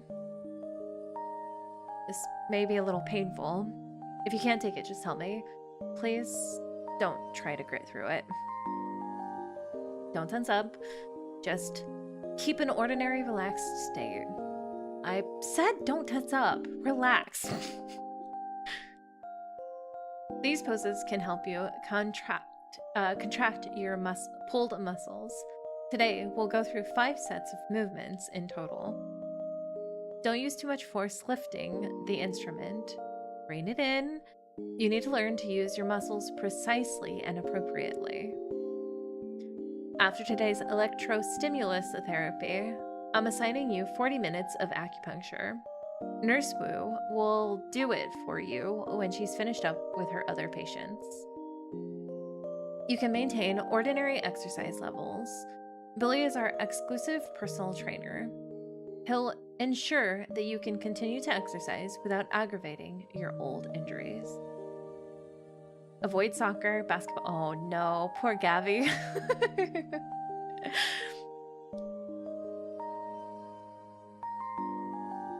Avoid soccer, basketball, and other high-strain sports like that.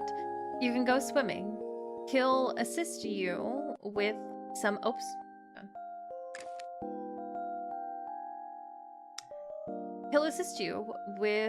underwater training. The floating will reduce the stress on your joints.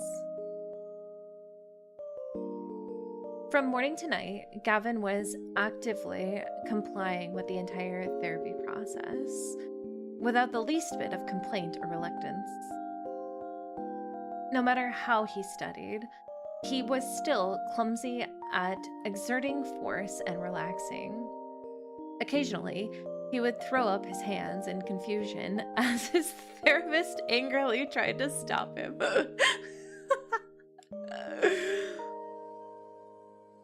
But he kept on walking, steadily and steadfastly, down the road of self-awareness. Meanwhile, I'd go up to the doctors in their downtime and ask them for massage tips and stretching methods. When Gavin was in the therapy, I attended all kinds of informative lectures and filled in a lot of the relevant theories. After learning more deeply about it all, I realized more and more just how much scar tissue builds up his body was dealing with. Sometimes I was even busier than Gavin, but I was doing all I could. The days were chock full of things to do, and I strove to not give myself time to worry about Gavin's injuries. I forced myself to focus on what was more important.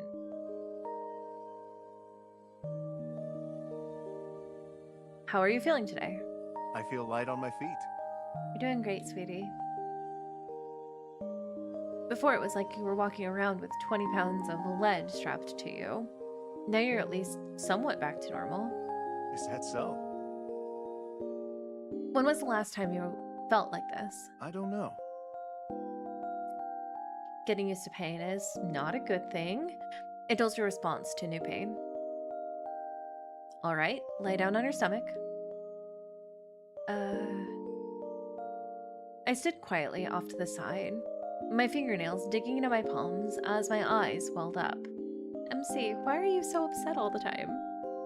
Seeing Gavin looking so relaxed and waving at me, I naturally smiled back, and then I turned and left the therapy room. In my class later, I just couldn't take it in. My mind was full of nothing but images of Gavin waving his arms in astonishment and tentatively hopping in place.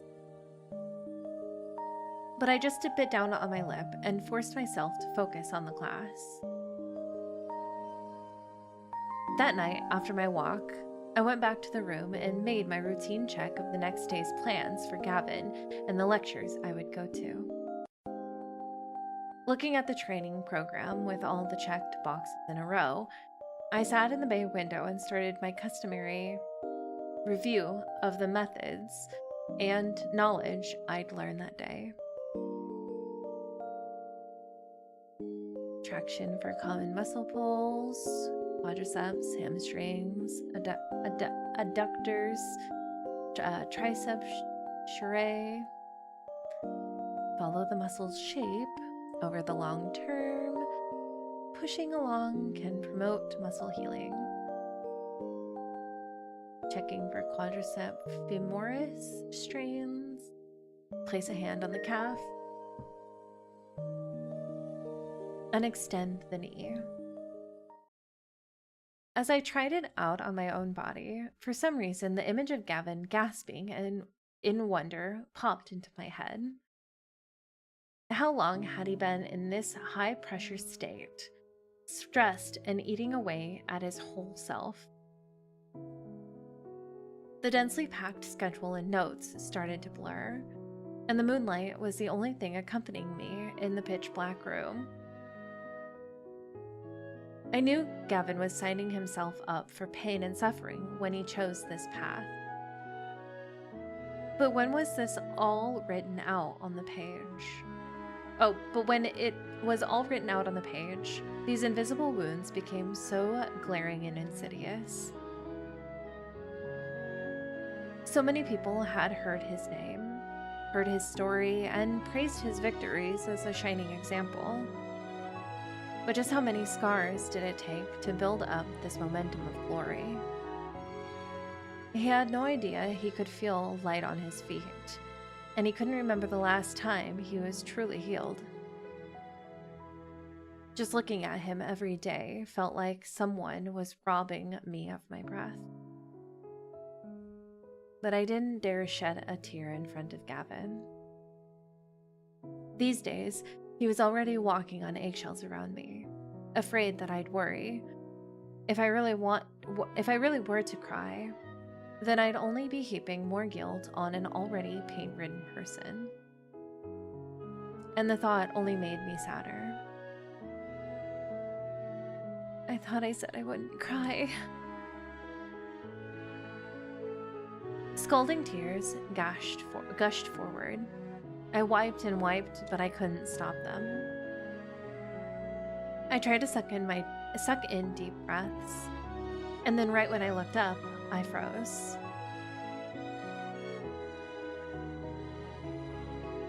Draped in gentle moonlight, Gavin was hovering outside the window, also rooted to the spot. Time seemed to come to a standstill.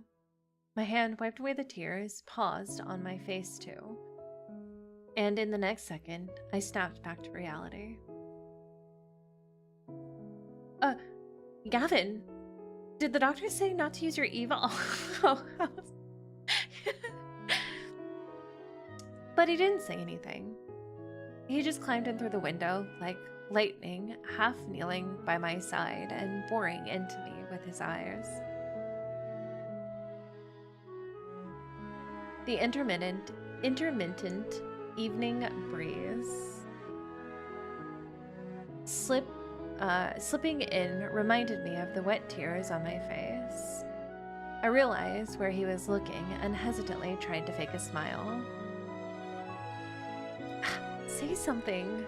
Why are you secretly using your evil? I caught you, didn't I? You were crying. No, I wasn't. Crying? Me? I was just reading an article and got sleepy. I yawned, that's all. You were crying. No, I wasn't.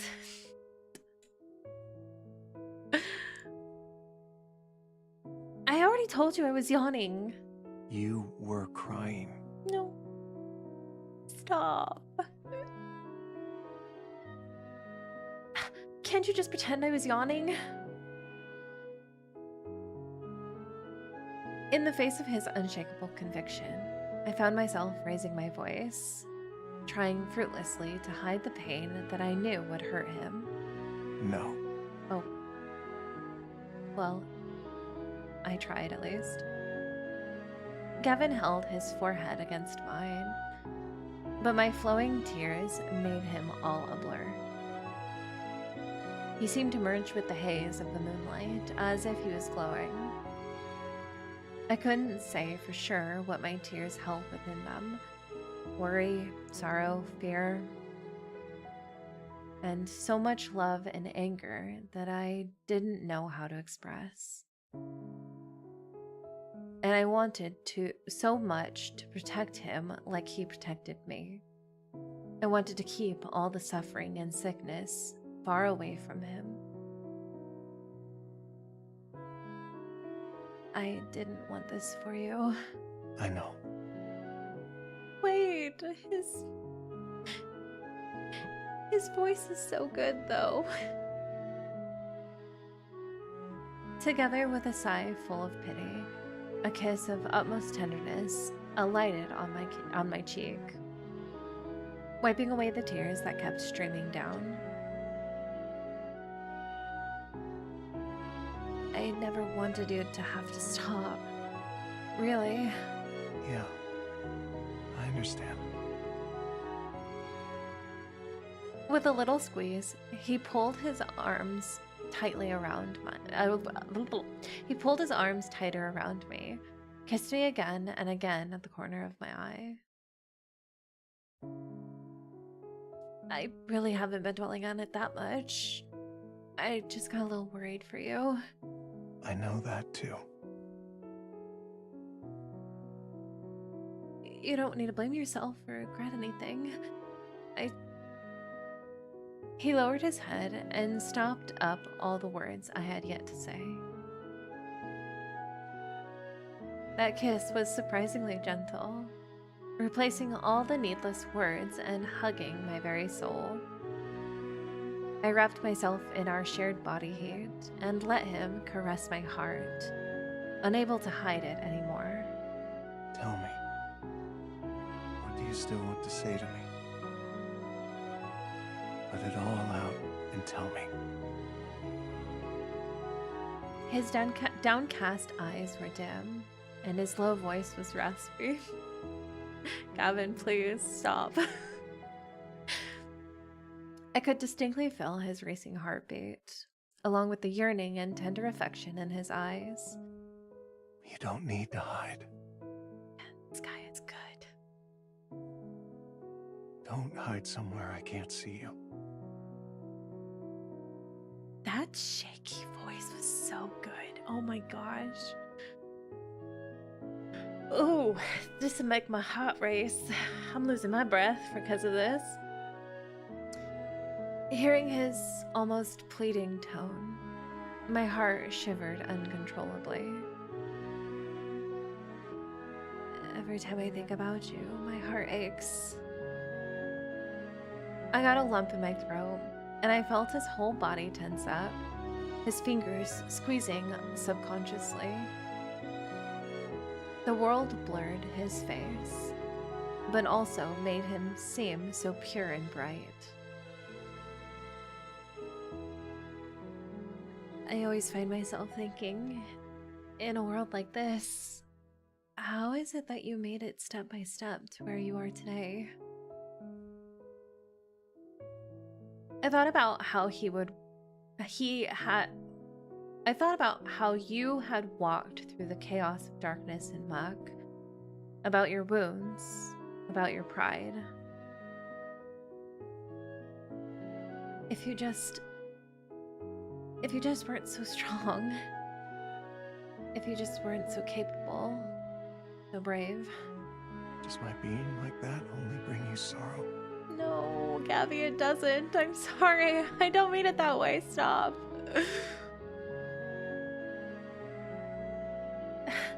If only it was sorrow.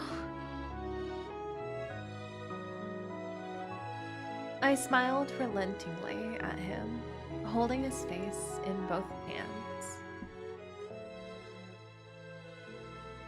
Just thinking about you is enough to make my heart jump. Who knew that I loved you this much all along? I suddenly realized that.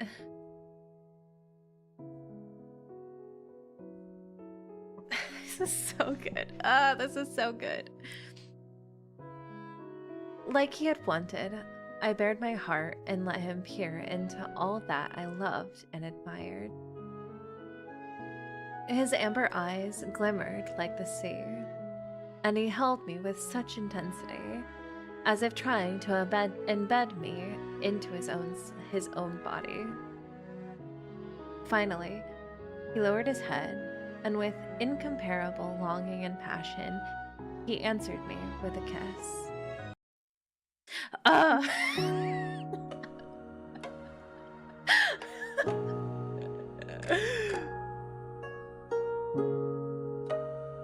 think we're on 5. I think we're on 5. That was so good. That was, wow. That was incredible. I got so sucked into it. I am really glad that that Lads doesn't cut these into that they're just one long card rather than cutting them up into smaller pieces. Because the breaks, it's so strange having breaks in like a smaller card because I'm so used to like myths being broken up like that, you know?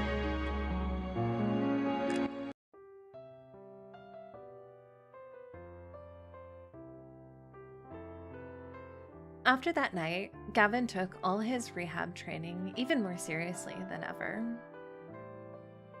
Many times when I couldn't find him, it was because he was seeking out his therapist and learning more practical procedures. He would even sit next to me with his head propped on his hand, listening intently with me to lectures.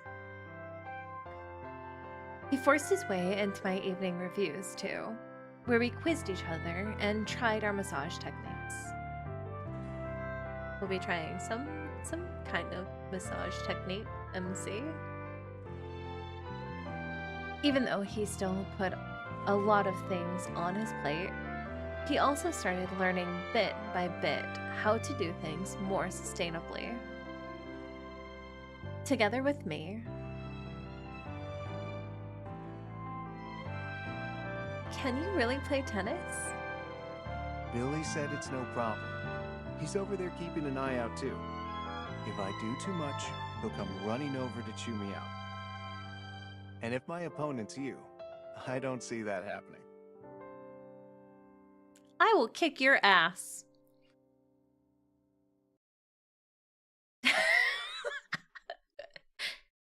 Oh, why does that sound like a backhanded compliment?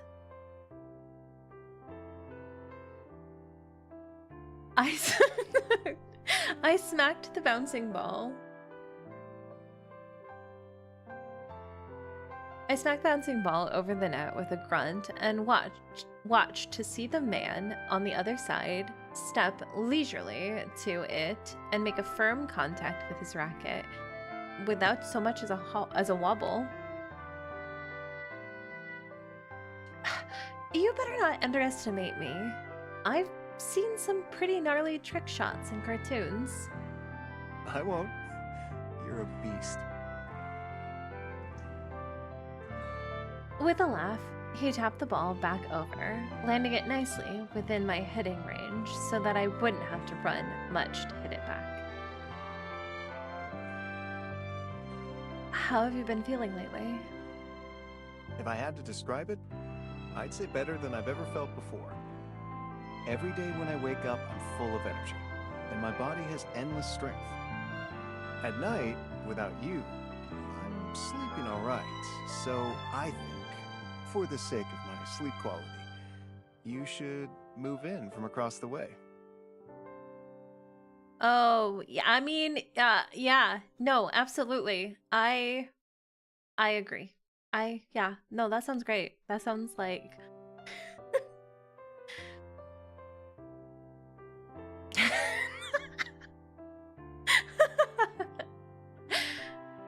Don't make up excuses for your own personal gain. This is a reasonable request. I happen to agree with him, MC. If only things failed, he brushed himself off and tried again. Officer Gavin has never had the word quit in his dictionary. But there's also this new, reassuring feeling. Tell me more. He raised his head and deftly caught the tennis ball in his hand as he held his racket to his chin and mulled something over. I don't quite know how to put it. No worries. Take your time. Perhaps you'll have some special philosophical insight. I look at the time and step forward with a laugh. Let's go. We have to put the stuff back in the equipment room, and then Billy has to get you stretched out. We'll take a little break and then eat lunch. You appear to be free this afternoon. Want to go to a lecture with me? Or are you going with Dr. Lemon? I'm not doing either. What? His lips perked up in an enigmatic smile, and the wind played with his bangs. Do not use your evil, revealing his sparkling eyes. How about you skip class with me? Okay.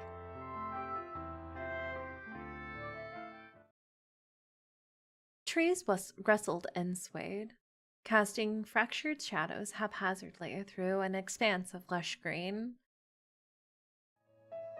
Not far away, the gently rolling sea was similarly adrift with light that refracted off retinas in dazzling glow.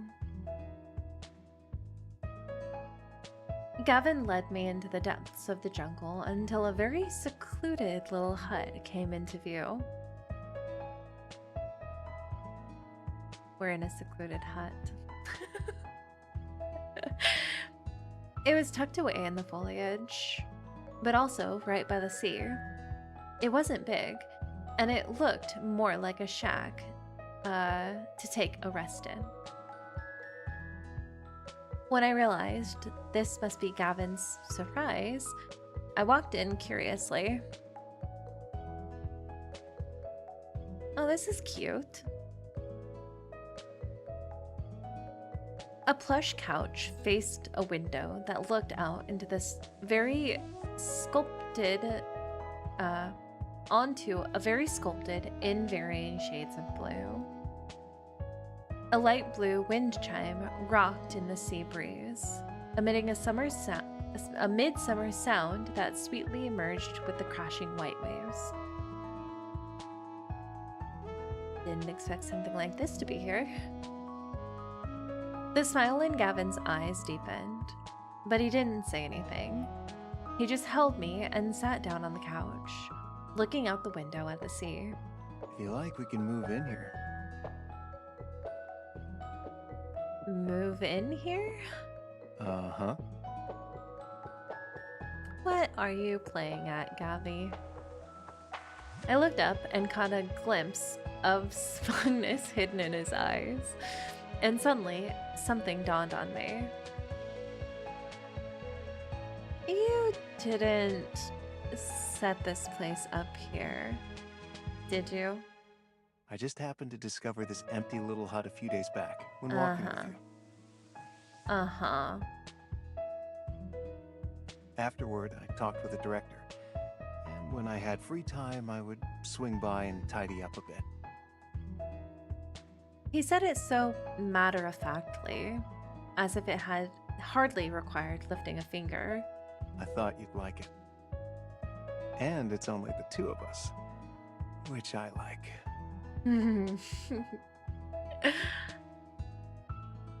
I like it too. He cracked a happy grin and leaned his head affectionately towards me.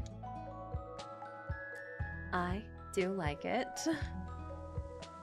I knew Gavin was still concerned about my feelings, so I didn't say anything, but took the pleasant surprise to heart. But you still have to do your regular therapy and rehab training, and you have to attend lectures with me. On top of that, you've got to make the rounds with Dr. Lemon to study with her. Kudos to you for making the time to set this up, though. You didn't sneak out in the middle of the night and skip on sleeping, did you? I wouldn't dare, ma'am. Mm-hmm. But if I want to do something for you, I'll always find the time. Okay.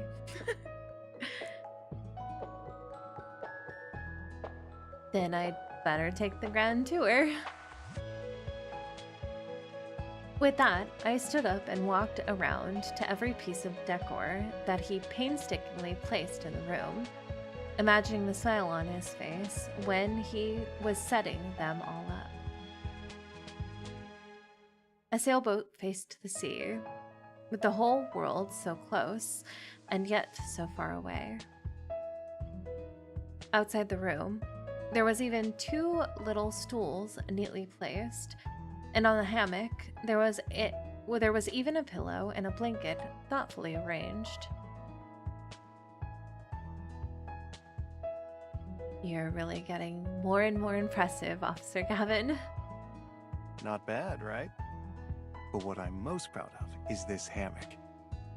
I wonder why. Listen, all I'm gonna say is that we could try it out together.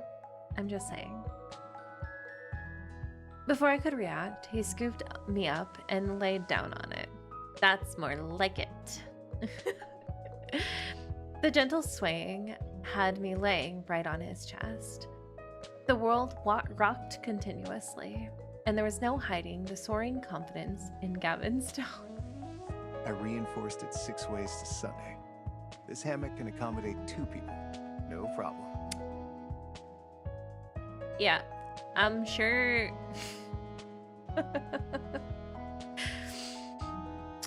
Thank you for reinforcing it, Captain Gavin. I really appreciate you doing that for us. It's super sturdy. It won't collapse, even if you try. I'm very open to trying right now. We can enjoy ourselves here all afternoon today. We're gonna try the hammock. Seeing that ain't I great expression on his face, I chortle and poke at him. But don't you think it's a little narrow for 2 people? I do. But I like it even more for that.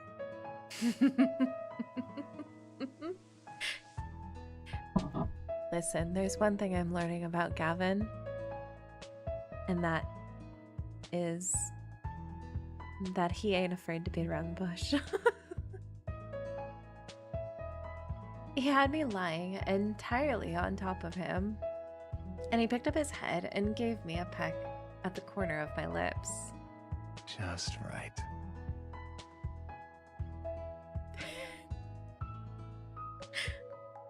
I appreciate Gavin so very much right now. My gaze followed my fingertip as it swept over his cheek and caressed a small playful strand of hair on his forehead. The sunshine was peppering him with kisses too, making his brooding eyes gleam even brighter. Wait a second. I suddenly thought of something and sat up with a bounce. They're certainly choosing some words here. I feel like this is even more... No, that's a lie, because we just did Silas's, and his is way... The gentle sway made me a little unsteady, but I quickly regained my balance. Then I took 2 bottles of summertime essentials from my sunproof jacket pocket. Oh, it's sunscreen. Got it. If we're gonna be here all afternoon, then we have to put on sunscreen. Gavin crinkled his brow in slight concentration, giving off a vibe of refusal with his whole being. I'm under a shady tree right now. There's no need. There's ultraviolet rays in the shade too. It's very preventative. It gets through anything. Oh, penetrative. It gets through everything. It doesn't matter where you stand. Lately, you've been taking good care of yourself, inside and out. You can't slack on your skin either. It's not that bad. Sunscreen is an extremely important practice. It protects the skin against aging and prevents sunburn. Come on, Gavi. He noticeably shrunk back for an instant, and his erstwhile cheerful countenance twisted up. After some intense back and forth debating, he finally put his hands up dejectedly. Fine, I'll put it on myself. And rob me of the glory of putting it on you. I think not, sir.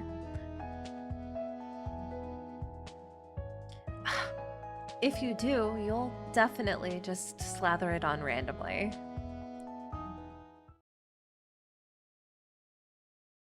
Lie down for me.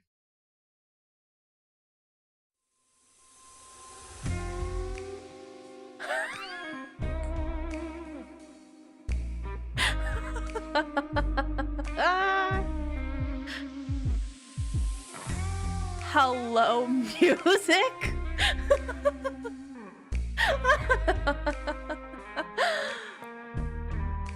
To prevent him from squirming, I straddle myself right on top of him. The body underneath mine shook for a moment.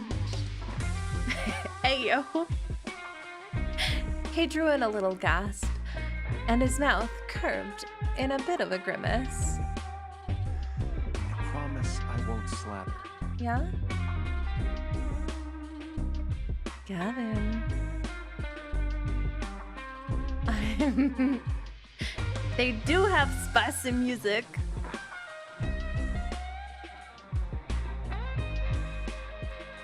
I spoke calmly as I looked down from my vantage point, and he finally pursed his lips in a silent and obedient flat line.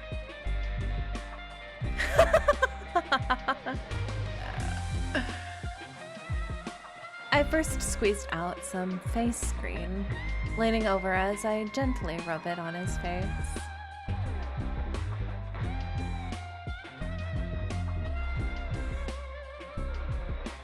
I could distinctly feel his taut skin underneath my fingertips. He was apparently holding his breath, and his eyes were noticeably withdrawn. He's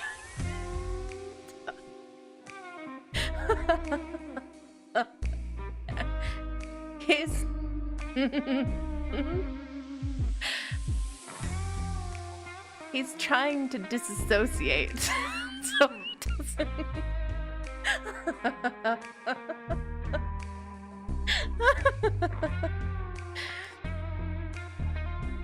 Don't be nervous. Relax.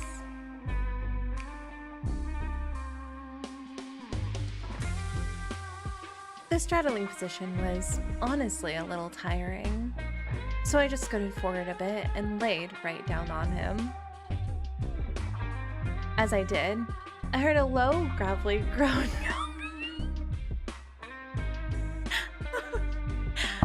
Oops. and just stared broodingly at me with a furrowed brow. The heat of the summer day transferred through those eyes and warmed the air, and the pulse in his neck suddenly sped up. After the music is crazy. The music is crazy work. After rubbing it on his neck, I propped my hand on his shoulder into a half-seated position.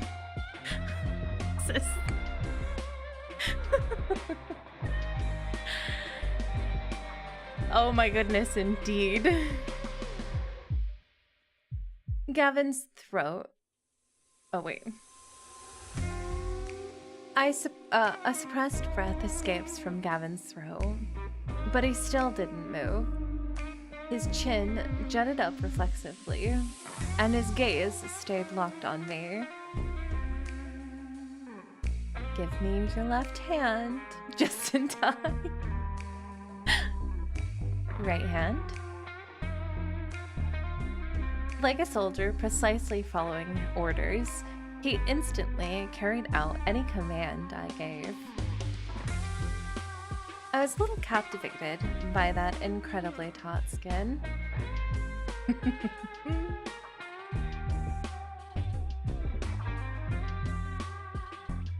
the Lions review, because it goes really fast. Okay, so it's like, okay. I could feel a fine sheen of sweat permeating out of his body, heat rising from my touch. My heart was racing. Under his deepening gaze, I couldn't help but want to see more.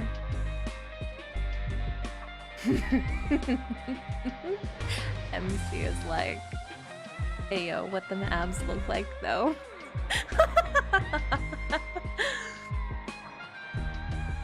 I need to do the torso too. I did my best to control my trembling fingers as I lift up his shirt. The swaying shade of the trees gives a revealing glimpse of the lines of his exposed muscles, adding a glow that was hardly hard to describe. I slowly repositioned myself, propping up a hand on his reflexing abs. The aroma of the sunscreen hit my nose, and the humidity came from his Oh, I can't! I lost it. An increasingly noticing red blush crept up his ears into his cheek. He shot a hand up and held it to his forehead. But his Adam apple slid up and down, along with an involuntary clutch of his fingers, had already given him away. I slowly leaned over. My slippery fingers found their way through his shirt.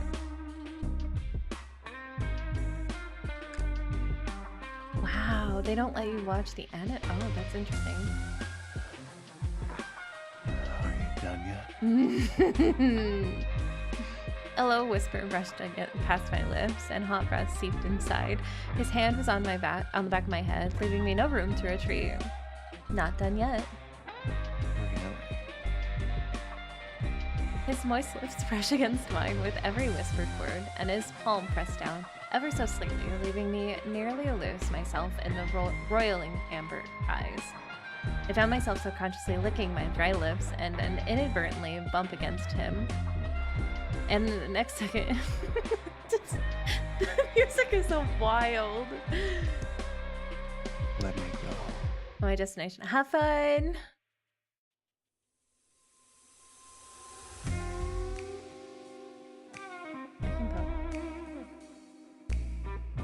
I'm uncomfortable. Are you uncomfortable? I can fix that. A lingering... Put on the gas signs. And for Victor's card, I would suggest that one where he's behind the flower trellis. I'm on my best behavior Okay. already. It's my turn now.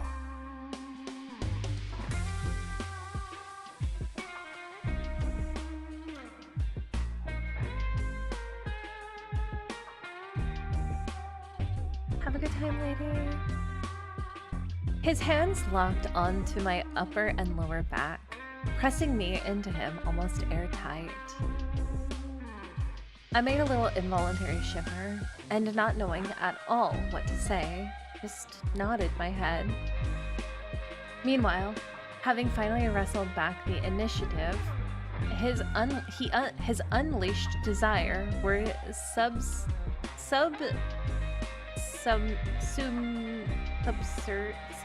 oh my gosh, I've never seen that word. In our entwined breaths. All of my instinctual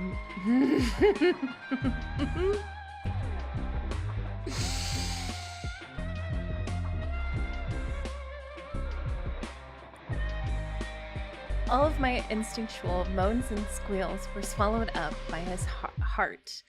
But he was like an insatiable ocean, dragging me ceaselessly into more raging occurrence.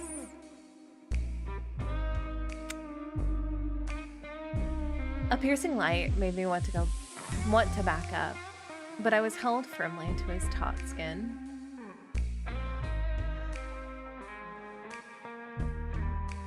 You started it.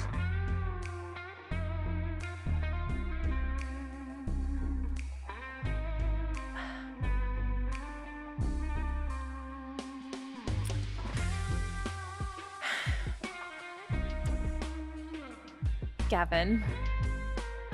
Gavin, please. He pulled away my shyness and shivering and entwined himself burlesquely again. Oh.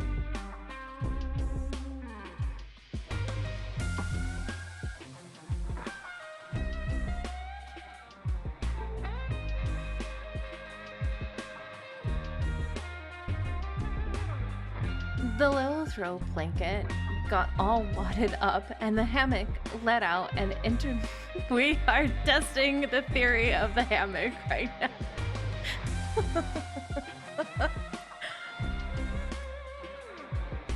The afternoon stretched on and on.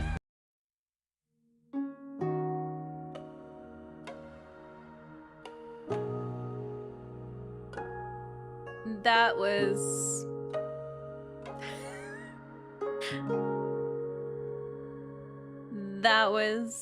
certainly something.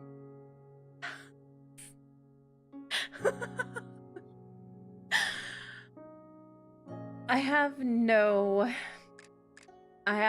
words, honestly.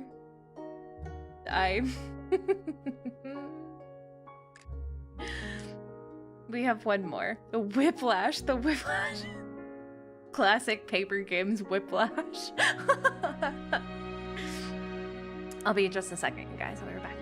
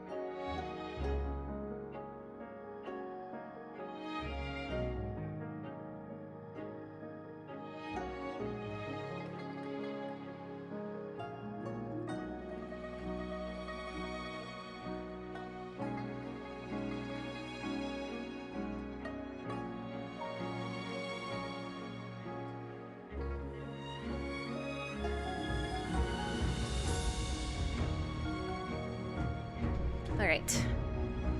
We're on the last one.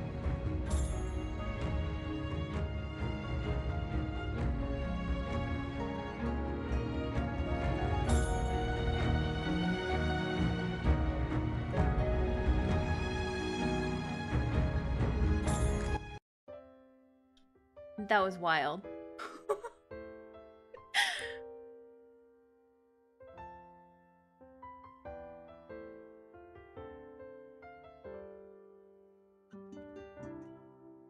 But in the blink of an eye, over half a month had passed. During this brief stretch of rehab training, Gavin's condition improved through science and proper technique. Seeing him more invigorated filled my heart with delight. Where's Billy? After another of our thrice weekly tennis sessions, I followed Gavin into the equipment room, but didn't see the therapist who would usually wait there. Maybe he had to go take care of something. But I can do my physical therapy on my own now anyway. Can you, though? Really? Then I'll monitor you. I lean against the mirrored wall, playing the part of examiner with gusto. Meanwhile, Gavin gave a confident shrug, unfurled a yoga mat, and started his stretching routine. He was practically flawless, exerting just the right amount of force as he executed the set of movements with precision and beauty. I couldn't help but smile. I knew how much patience he used taking in therapist's myriad instructions and lessons. Even when he was drowsy, he didn't dare doze off. I knew how much soreness and discomfort he would wordlessly put up with every time he did therapy. I also knew that in the future, he would still put wear and tear on his body and not always have time to do these exercises. But right here and right now, nothing could be clearer to me. No matter if I was watching over him or not, when he did have downtime, he would fastidiously keep up those practices. When he completed the final back stretch, I just had to give him a round of applause. Gavin, you're amazing. Hearing me say that, Gavin let out a little sigh. He squatted down and sat in front of me, then took my hand and stared earnestly at me. He must have been having one of his Gavin thinks. I just smiled and stayed still and let him have a good long stare. After some time, he let out a chuckle. I think I know now what that new reassuring feeling is. Oh yeah? What's that? I did a bit of a double take, but after some thought, I remembered our conversation on the tennis court all those days ago. I couldn't help but laugh a little. You had to hand it to him. Only he could turn a question over in his mind for this long. What is it? It's living. I feel like I'm really living now. The light from the window covered his back, gilding him with a dazzling layer of gold, as if his very being was on fire with flourishing life force. I used to think that as long as I didn't get hurt, as long as I could come back to you, then that meant I was living my life with you. But now, I think I found a more correct and better way. I want to walk a longer road with you. I want to always be like this. For you to see me really alive. Oh, Gabby. His fingertips gently run over my face, and all the brilliance of the world seemed to glow in those pools of amber. This feeling makes me think, if I can keep going like this with you, when I get to the end of my life, I'll feel like it was all worthwhile. For you, and for myself. I'll always hope to live like this, without regret. Is it strange to think like that?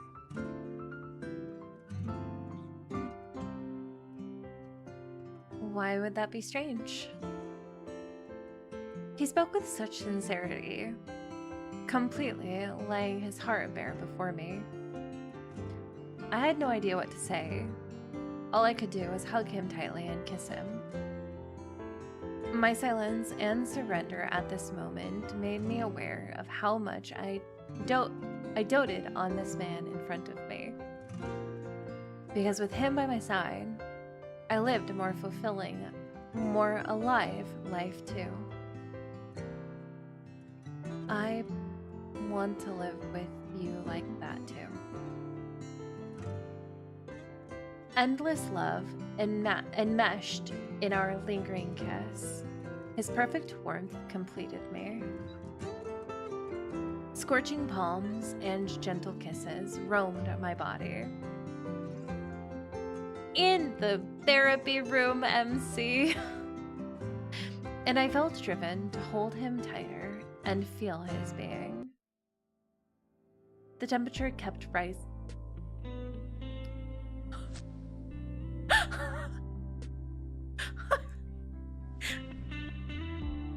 So, question for my lads, girlies. Is the whiplash worse in this than it is in lads?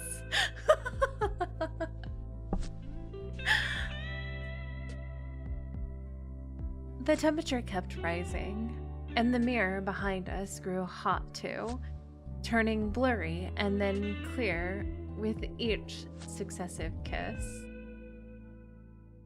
I was drowning in his body heat, his image filling my mind. Oh no! Oh no! Oh no!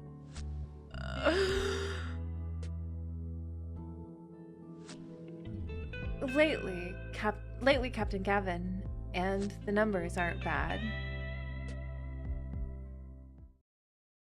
The faint sound of voices outside caught my ear out of the blue, instantly jolting me awake like a shock of electricity. Gavin, someone's coming. Panic displaced the affectionate, cozy mood, and a subconscious shake from me elicited a muffled groan from Gavin.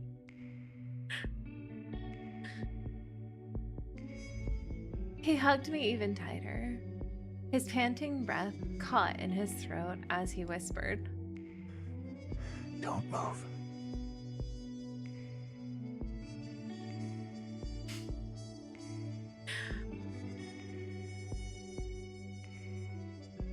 Okay.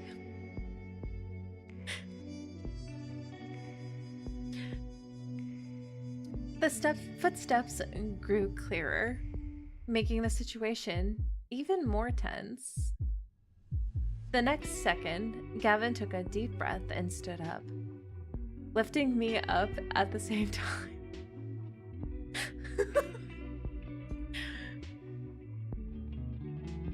With an audible cry of surprise from me, the door opened. Huh? I thought I heard something in here just now.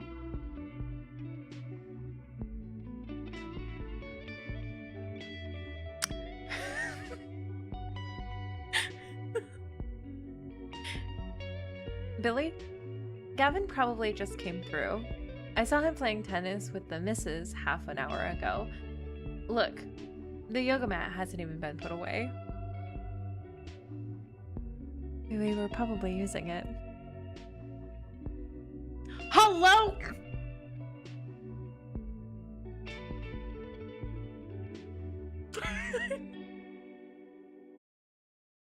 I'm not.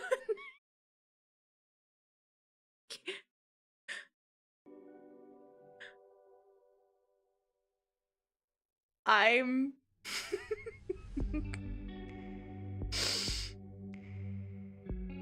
not even paying attention to what's being said. I took a big gasp and bit him without realizing what I was doing. The arm around me then squeezed as the person crouching at my chest let out a heavy sigh. And as he popped a bit down, I seemed...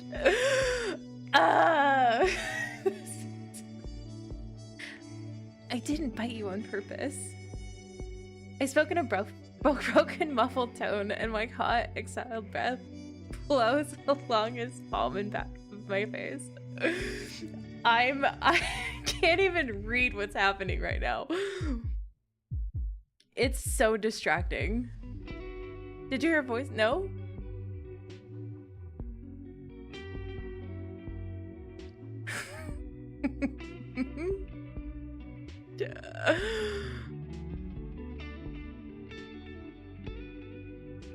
Swaying hair rubbed against my neck, making me lean into his. Beads of sweat perspiring from my forehead trickled down my brow, blurring my vision for a moment and making me raise my head. My upright, jutted out chest was shuddering. Sultry breath. I can't even read this. The wording in this is so... It's really diabolical angles, yes. I suddenly lose my balance. I'm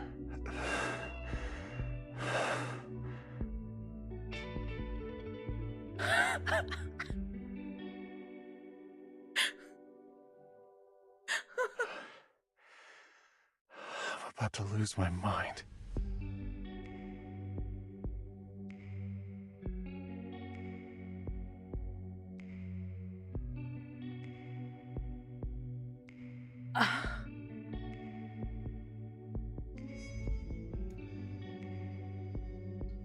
Gavin, I think I already beat you to it.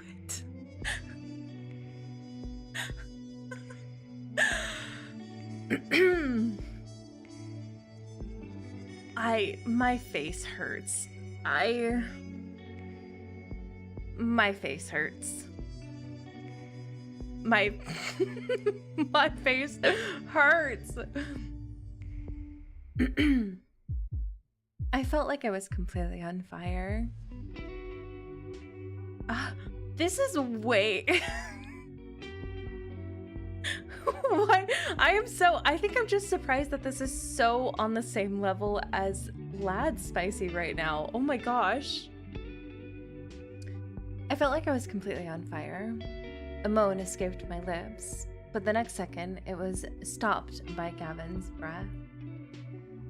A warm red blush crept up the corner of Gavin's eyes. His right arm slid behind my head and his body straightened up, enclosing the whole of me in a burning heat. The world kept shaking, sending out dizzying ripples. After who knows how much time had passed, things finally got quiet outside. Gavin waited another moment, then he gently pushed open the door. After a cautious check, he carried me away.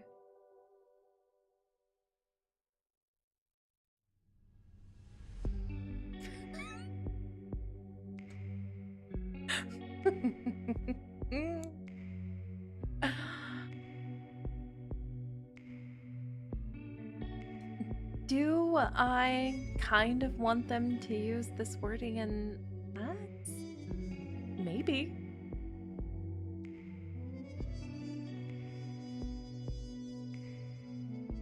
I went limp in his arms. totally devoid of strength. The sharp click of a lock sounded. I hazily opened my eyes to see that Gavin had laid me down. I feel like I can't think straight. He was propped up over me, brushing back his sweat-dampened hair with one arm to reveal the whole of his charming face. The only image in his profound eyes was me. No one's going to disturb us.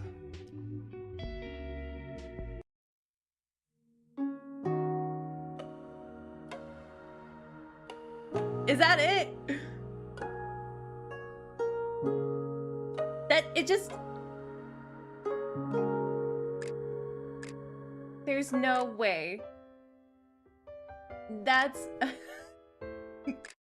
That's crazy work. That is diabolical. I just... The ending of that is crazy work.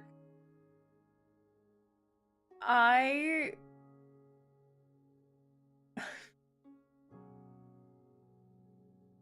do they keep stopping at the...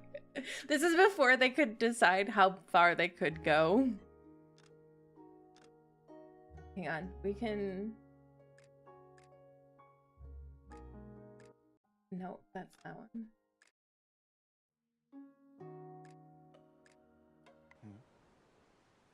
Who's talking about this? I really want to touch you too. That is a wild work. It just ends like that too. That's...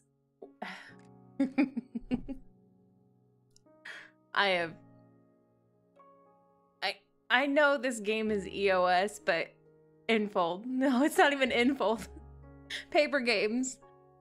Paper games. I know I'm a little late. I know I'm about 7 years too late, but I have some complaints about how you're ending these. And I need you to fix it immediately. Just...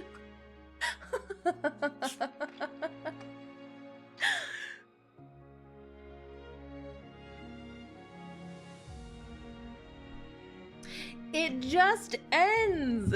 It's left to our imagination. Wild work. It's crazy stuff.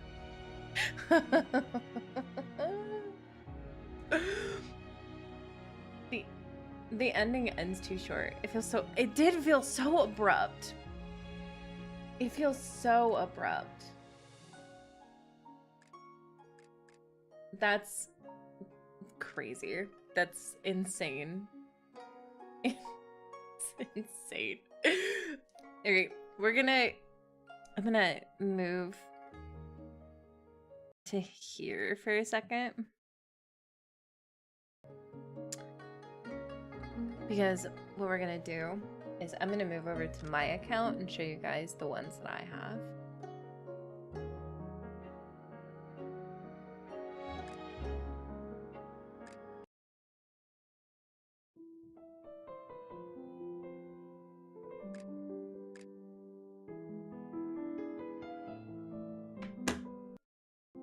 Lady had one that was completed. A lot of mine are not like even close to being completed, so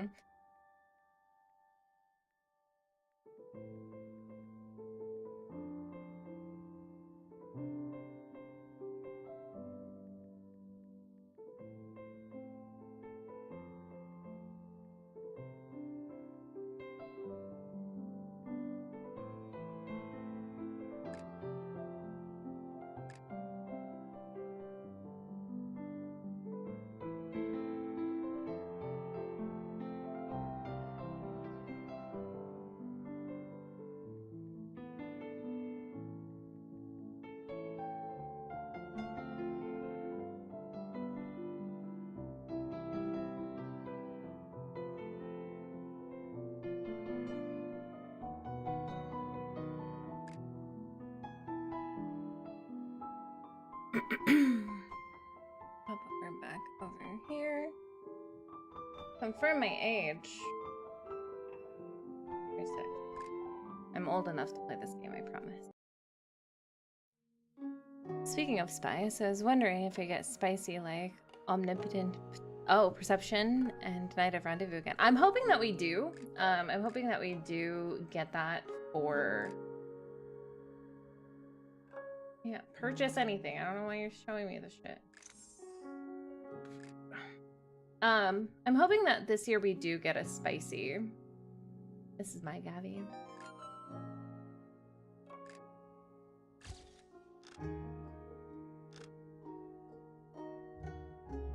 Okay, here's my karmas. Yeah. So this is the one that I have.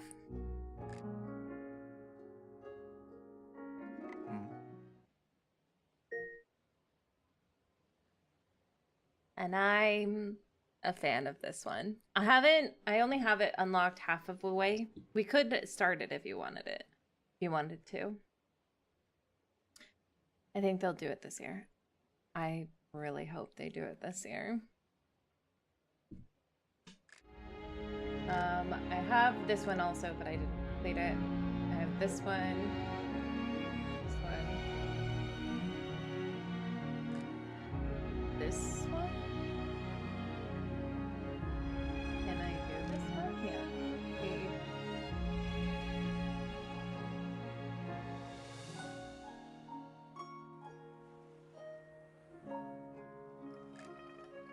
I think. Oh no, that one is not finished yet either. I can evolve. I think I'm close.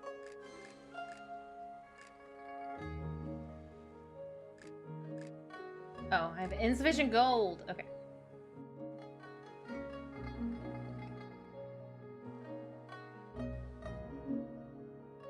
Anyway, these are the ones that I have. And I do have this one, which was the one that I wanted, and now I can't even go through it because I don't. It's not. I'm hoping they unlock them, honestly.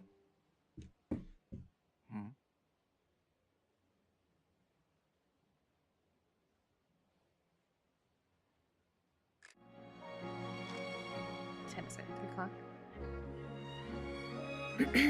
All right, we have a few. We have like an hour or so left before we need to stop. Did you guys want to see any of the other guys? We could do Victor or Kiro. We can do probably one of the SRs. I think we could get away with doing one of these.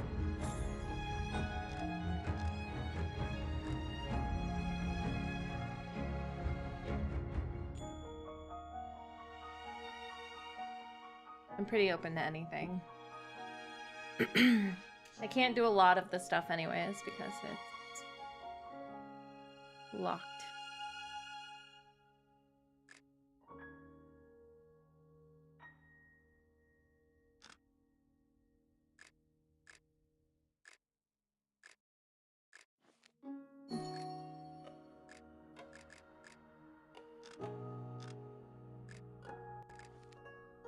Will I be able to evolve this one? Maybe. Dang it.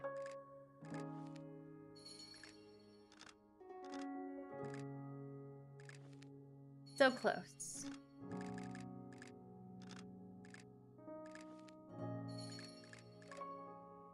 Any will do since I don't play. Okay. We can find a. Find a Victor one.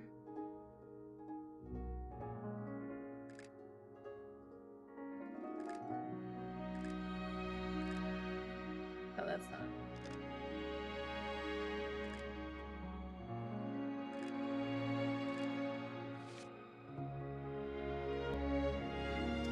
Where's the one that I had?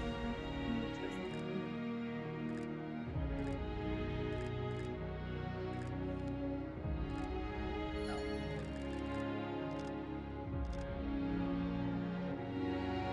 Let's see how far we can go as far as dates go. We can try a Victor card. Okay, yeah.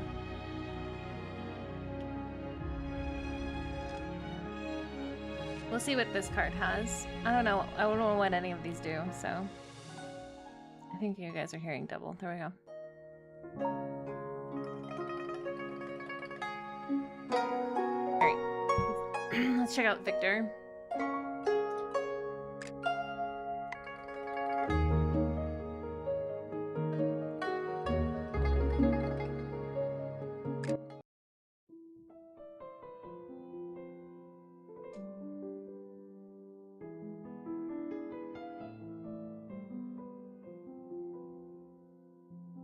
Is this one called?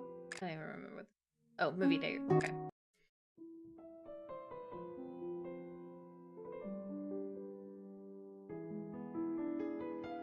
Finally, it's my day off. Thank goodness. It's sunny today. Where should I go?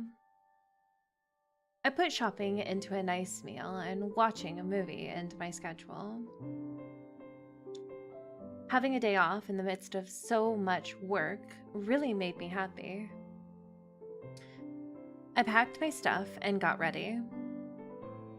Ring ring. No way, my phone is ringing again?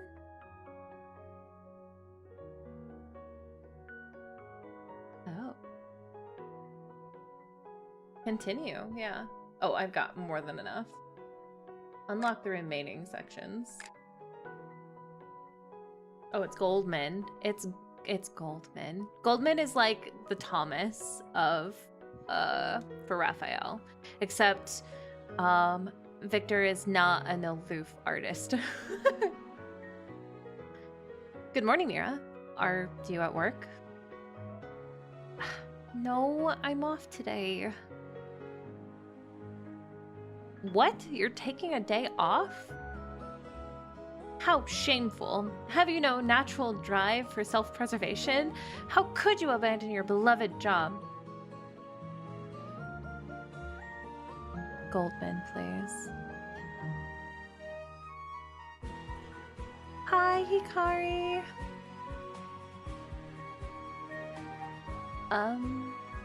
It's just one day off.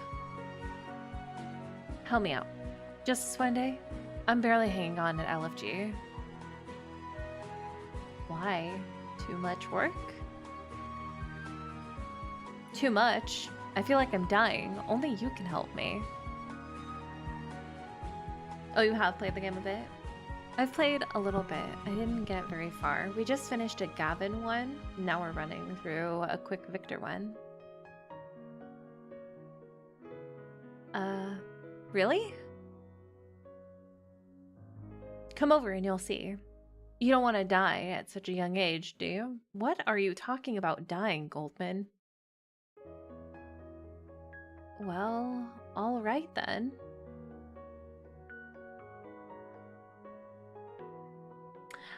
Gavin, yeah, he's the less aggressive Caleb. I can see that. The girlies here said he reminded them of Xavier. I put down my phone and sigh. Why can't I have one nice day off? I should go to LFG and check on Goldman. Maybe I'll have some time in the afternoon. I sighed and crossed shopping off my schedule. The work Goldman talked about was just organizing some files. You are truly amazing. I've finished the work. Can I leave now? Of course, of course. Enjoy your day off. Looking at the cloudless sky outside, my mood became better. A perfect day still awaits me.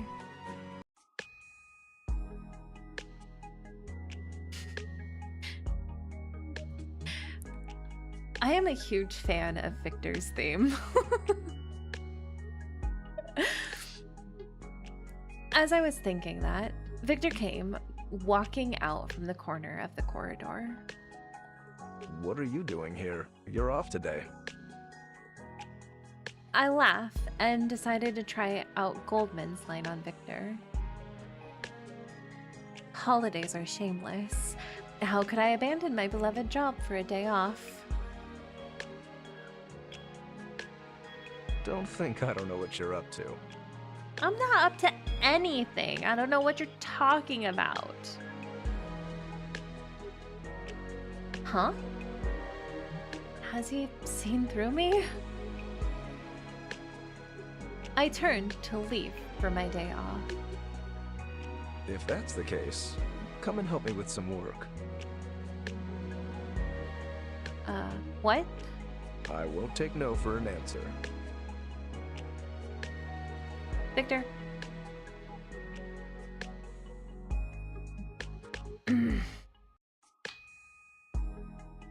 Victor had me working all afternoon. Book a ticket for me. Book your ticket yourself. Buy some lunch downstairs and bring it up here on the double. I'm not hungry. Buy a Big Little Times from the bookstore at the corner. Go get it yourself.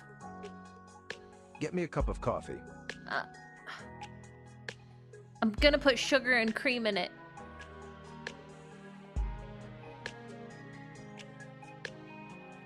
Beginning to feel anxious as time passes. Ah!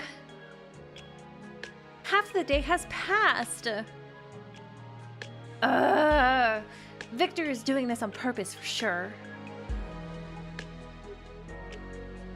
I'm hitting myself in frustration while making coffee for Victor in the break room.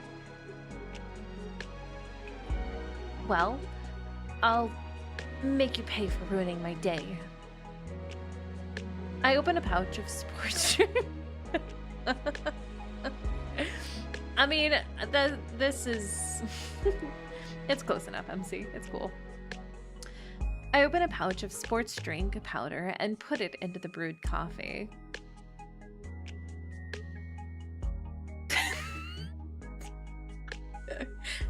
Oh, what's this? Soda powder. In it goes.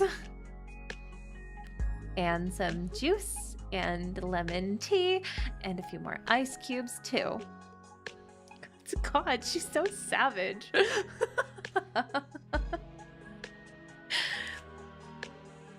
I started... Wait, I kind of like this MC. I stirred the forbidden mixture in the cup and enter Victor's office smiling. Your coffee. What did you put in it? You'll never ask me to make coffee for you ever again. Bossy fella. Just ordinary coffee beans imported from Brazil. I glance at Victor. He frowned at the cup of coffee. Did he suspect something? Victor brought the cup to his lips, hesitantly took a small sip, and nodded. Well, it tastes good. Ah! Tastes good? I'm shocked by his answer. Has he lost his tongue? Sure. This must be your first attempt. You'll get better with time. He's pulling a Silas on us. I was shocked, speechless. I could only surmise that Victor had lost his sense of taste. Oh, yes. Bring me the newspaper on the bookcase. Go get it yourself! I got back to being bossed around by him.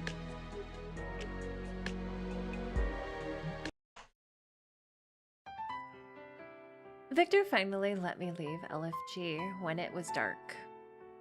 I sighed, looking at the now sunless sky. My day off was ruined. Victor is always rude and distant, related with her too.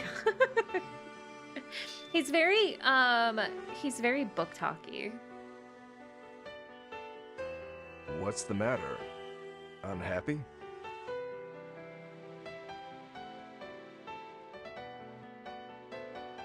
No, Victor. I'm fine. Thanks.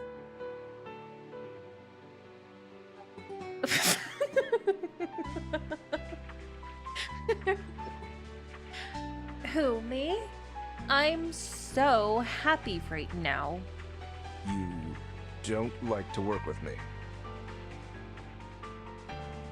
Yes. At least not today. I was supposed to have a nice day off. But I got called in by Goldman in the morning and worked for you the whole afternoon. Maybe a life of toil is my destiny. I see how it is. Do you? I thought you were here voluntarily. I was not. Never mind. Oh. Okay, bye. Where do you want to go now? Home. I took out the schedule. Only watching a movie was still on it. Going to watch a movie. A new comedy is out. Comedy? I don't watch comedies. Well, I didn't invite you. How about a drama? I didn't invite you. You wanna go with me? Yes, I ruined half of your day off. I don't want you to come with me, Victor.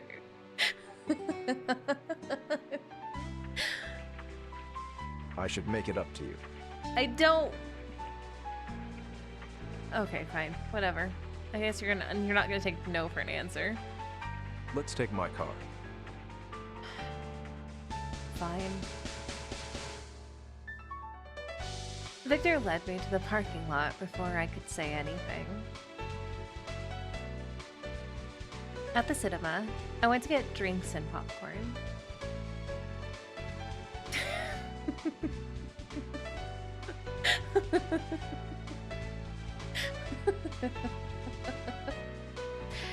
Could you add some sugar to that second drink?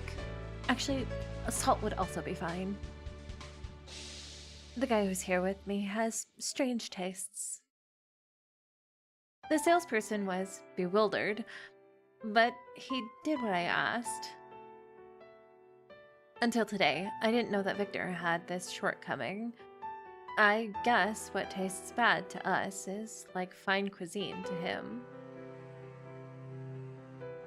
Kind of a pity, being unable to enjoy proper food. Here's a drink and some popcorn. Try it. I give him his drink. He took a drink and almost spit it out. What is this? Oh no! Is it salty? Like my attitude? Soda? What happened to it? I don't know, Victor. I haven't the foggiest idea. Huh?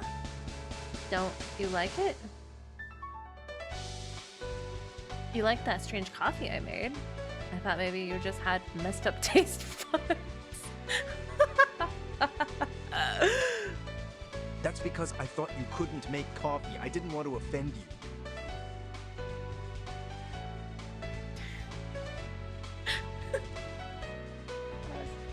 No. Okay, Victor. You knew it tasted weird? And you did it on purpose? No. Huh? I was a bit happy knowing that Victor drank it because he didn't want to hurt my feelings. I thought you were just giving me a hard time on purpose. Do you think I'm that terrible? I mean, I wasn't gonna say it out loud, but better not to argue. No, I know you're just not good at expressing yourself. The movie was starting, so I went to the cinema with him. Oh my gosh, how freaking adorable. I have to make a note. On the drink, it says Nikki. I think Shining Nikki and Love Nikki were already out at this time, too.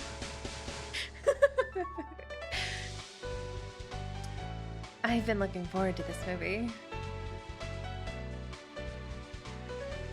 The film started, and a particularly funny scene had the audience in stitches. I told you it's good. I turned to him and happened to look into his eyes. There was a gentle look on his face that I'd never seen.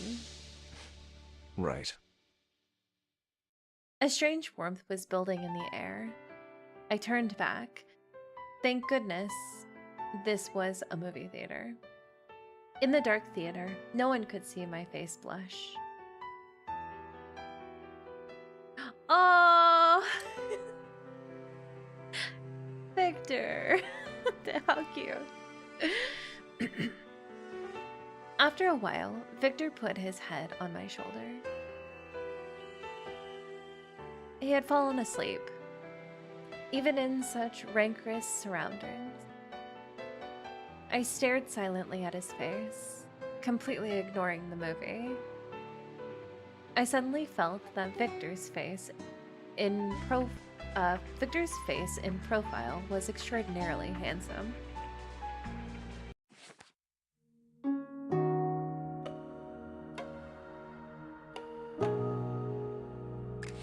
Oh, that's cute.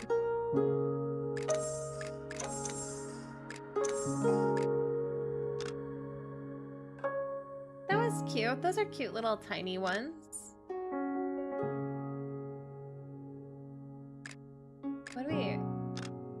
Yeah, I want to save by... Wait, on that one. Do a bunch of short ones. I just want to see... We're just gonna play around with this. I don't know. I just read that one. No, a bunch of ones.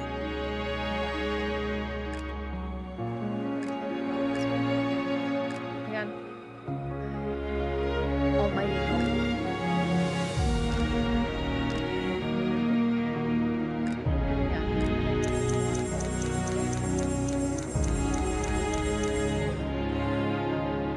Oh, yeah, it's a date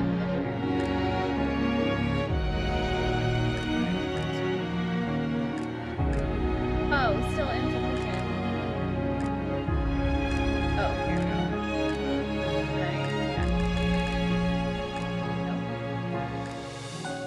No. Oh, no, I'm not. They won't let me. You guys won't let me purchase it.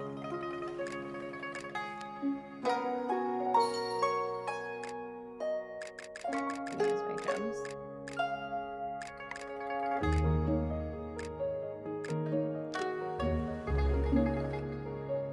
Oh, I do want to see this one. We're gonna take a look at this one. This is one that I've been wanting to see. I was not expecting that one to be so spicy. The other one.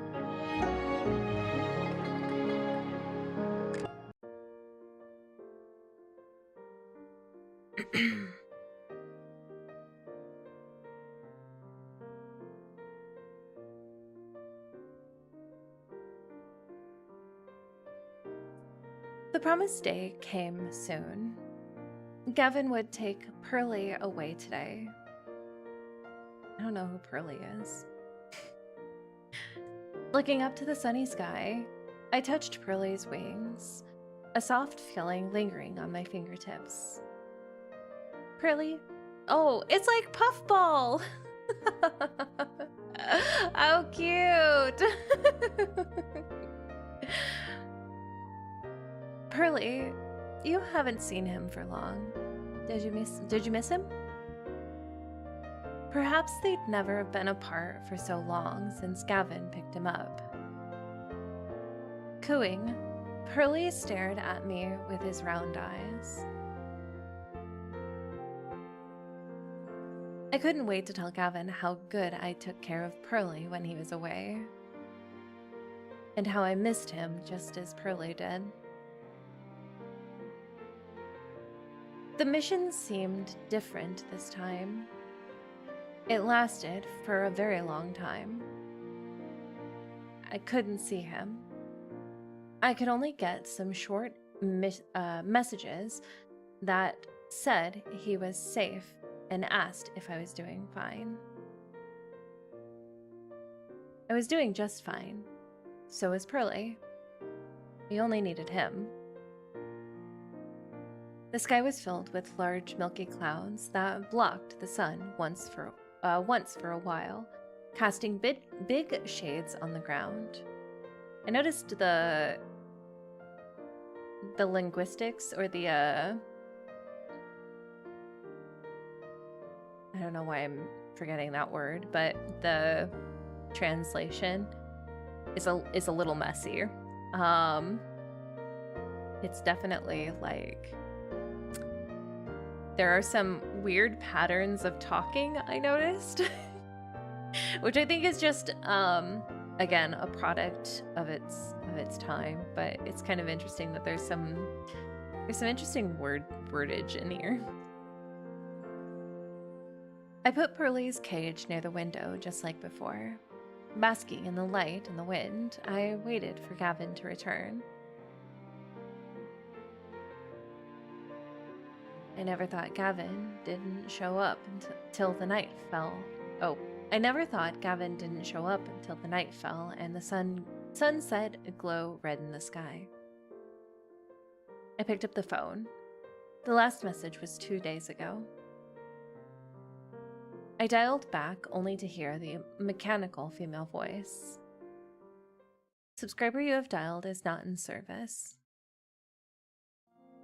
I couldn't contact him anyway. As the sunshine disappeared, my expectations slightly turned to worries about his safety and disappointment at him not showing up. Pearlie, could something have happened to him? When I finished, the night wind blew over my face. The cool feeling startled me a bit. I raised my eyes and saw nothing near the window. Even the doorbell, supposed to ring, was so quiet. Gavin is a man of his word. He said he'd be back today. He will be, right? But I'm still worried.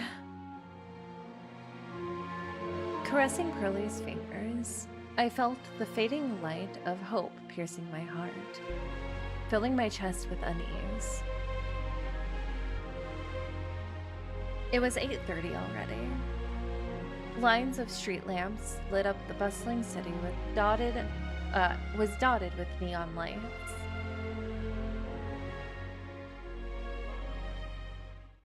Why didn't he pick up the phone? Did he forget the promise? I'm back. Welcome back, Gabby. Hi! A familiar voice flew into my ears. A tall figure stood before me, blocking the neon lights in sight. It seized my mind with obsession.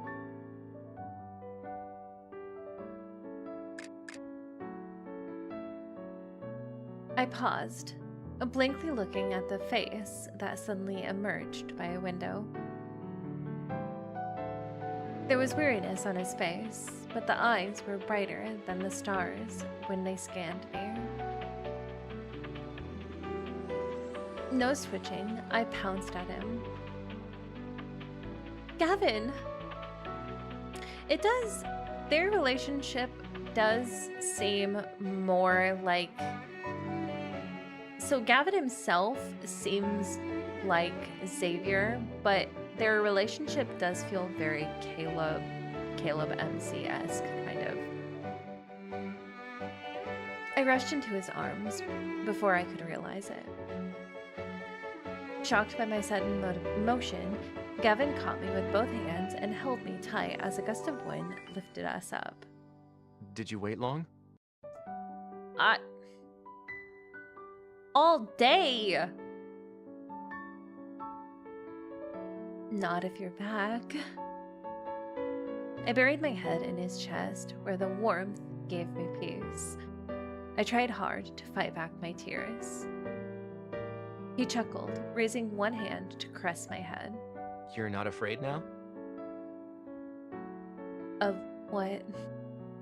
We're outside the window, in the air. Oh, it's original Gabby voice. It's the first Gabby voice. Not at all. I'm not afraid while you're here.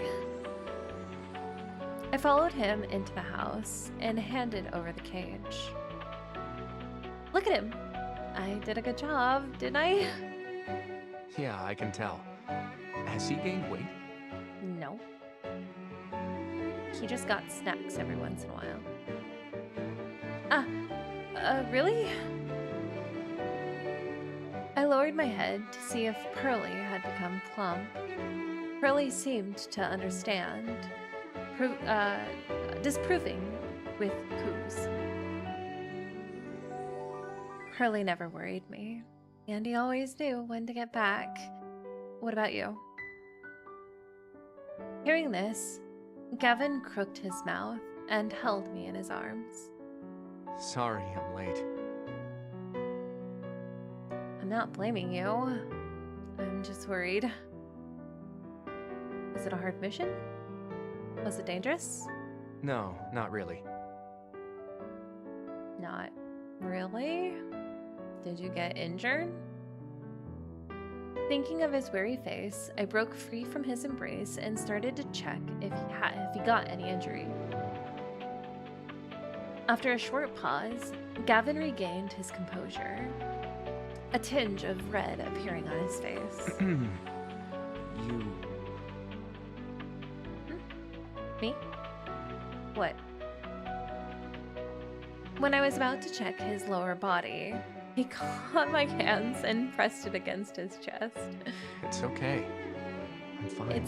It's not, Gavin, really. I insist that I check every inch of body.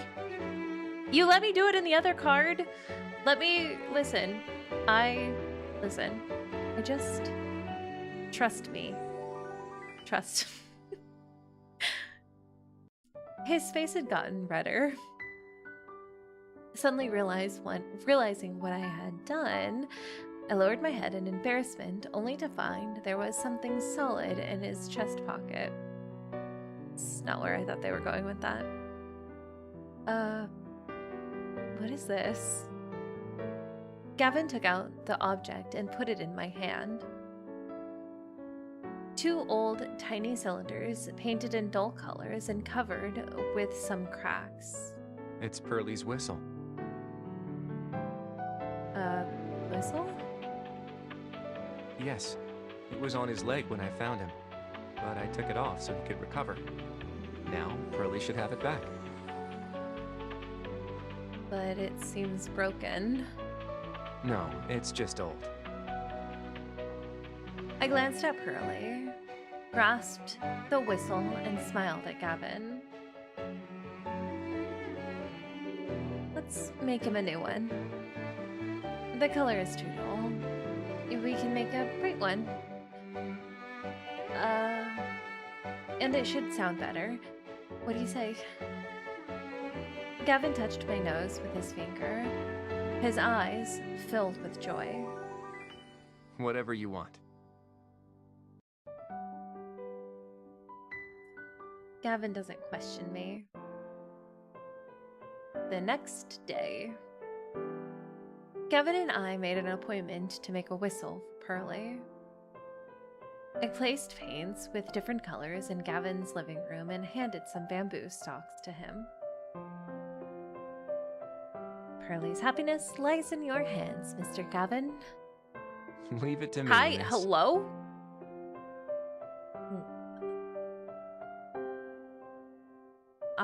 Hello, outfit?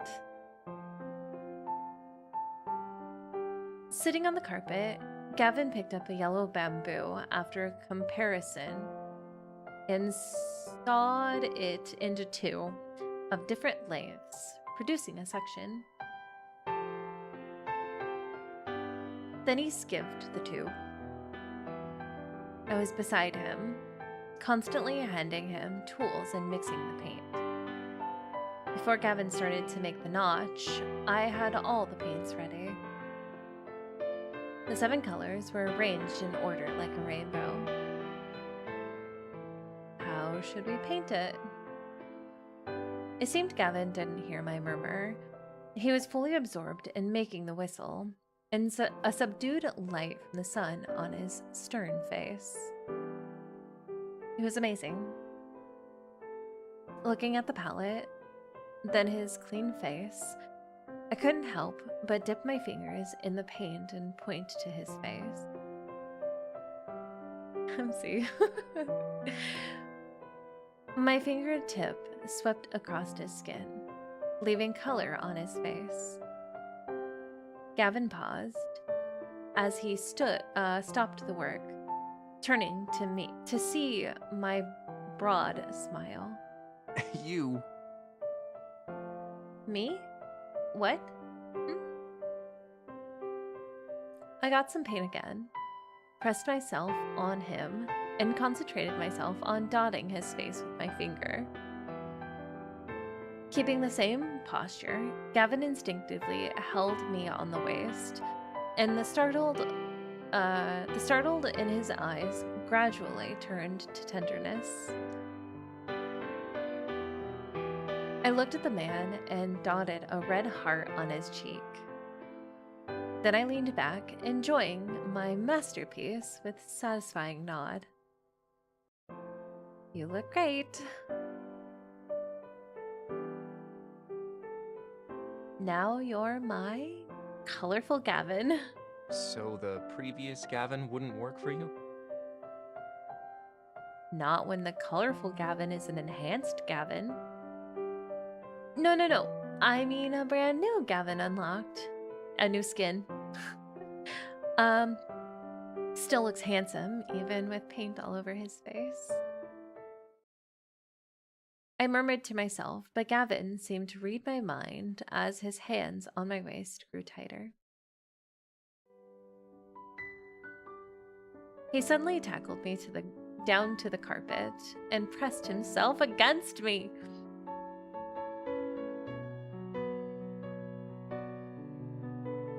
This man is Xavier levels of this. What are you doing? Nothing. X to doubt. Calm as he sounded, he pinned me with one hand and dipped the paint with the other. You... What? His breath touched my skin, warm and intoxicating. The fingertips stained with paint touched my nose. Lightly calloused, his finger was soft. The curve of the corner of his mouth suggested unspeakable delight. Done. Now you're my colorful girl.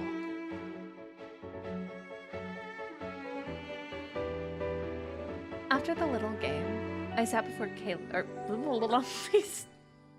After the little game, I sat before Gavin quietly, adding the final touch to the whistle. Speaking of it, did you carry Pearlie's whistle all the time? No, I just took it for the mission. Why? So I wouldn't have to go home when the mission was over.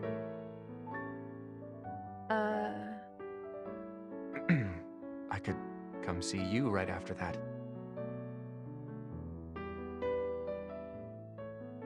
Hearing it, I paused and watched him still work. He didn't seem to be affected, still painting the whistle carefully. to see me right after a mission. I couldn't help but think of the wait by the window yesterday. Despite the fatigue and weariness after his mission, he still tried hard to show his best to me. Perhaps sensing my emotions, Gavin raised his head and looked at me. What's wrong? Nothing. I was just wondering, could you not pop up the window next time? It's more convenient. I still hope you could walk in safely from the door. Okay. Thanks, Gabby. You promise? Gavin nodded and smiled at me before he could proceed with his work. The whistle was dyed with many colors, fresh and radiating. I dipped a bit of cyan and painted on the whistle, touching Gavin's fingertips inadvertently. Both of us paused. I raised my head only to find he did the same. His burning eyes seemed to light my fire. The wording in this is it's so silly sometimes. Gavin, I thought it was over. I guess it's okay if you get it through. I thought it's over. Oh, I thought it over. I guess it's okay if you get through the window. As long as you're safe. As long as you stay with me, I'll be safe. Then it's a promise. I'll write Gavin on my window. My name? Right. Then it'll be the door only for you. You're welcome to my house. No permit required. Gavin chuckled and flicked me on the forehead. Does it mean I get your place? I mean, does it? Yes. Oh. He glanced at the paint on the ground and then at his window, put down the whistle, and got some paint with his hand. What are you going to do? He didn't answer, but stood. I think that's supposed to be stood. But stood up and flew to the outside. Oh. This is so weird. Okay, wait. But stoop up and flew to the outside of the window.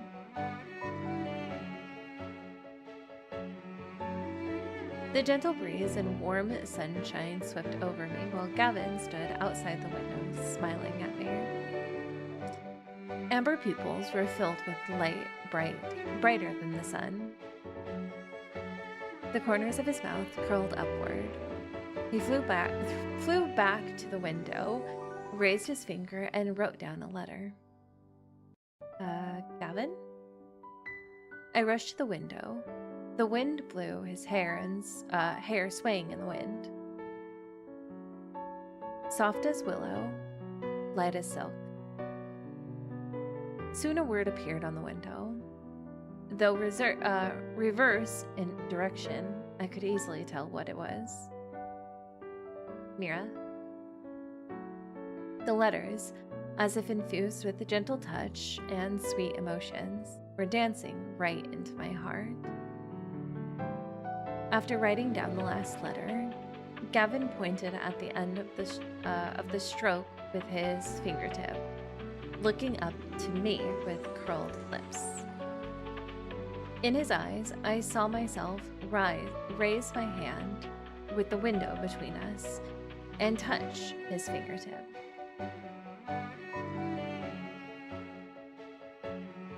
This is very cute. I could clearly feel the warmth from the touching spot, coursing through my fingertip and spreading all over my body. I get your place. Now I give one back to you. From now on, this place is yours. Oh,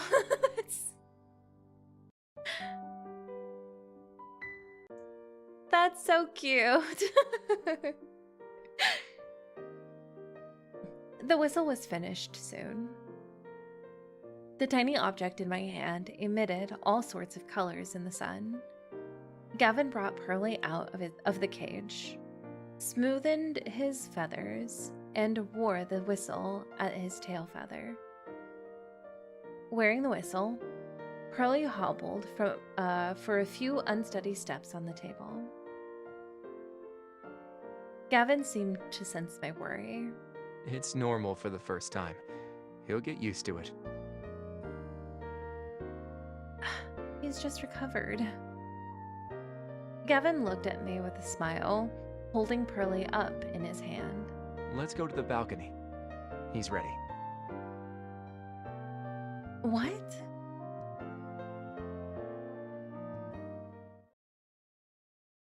I didn't know what he meant by ready until we reached the roof. Pearlie broke free from his palm, fluttering and soaring to the sky.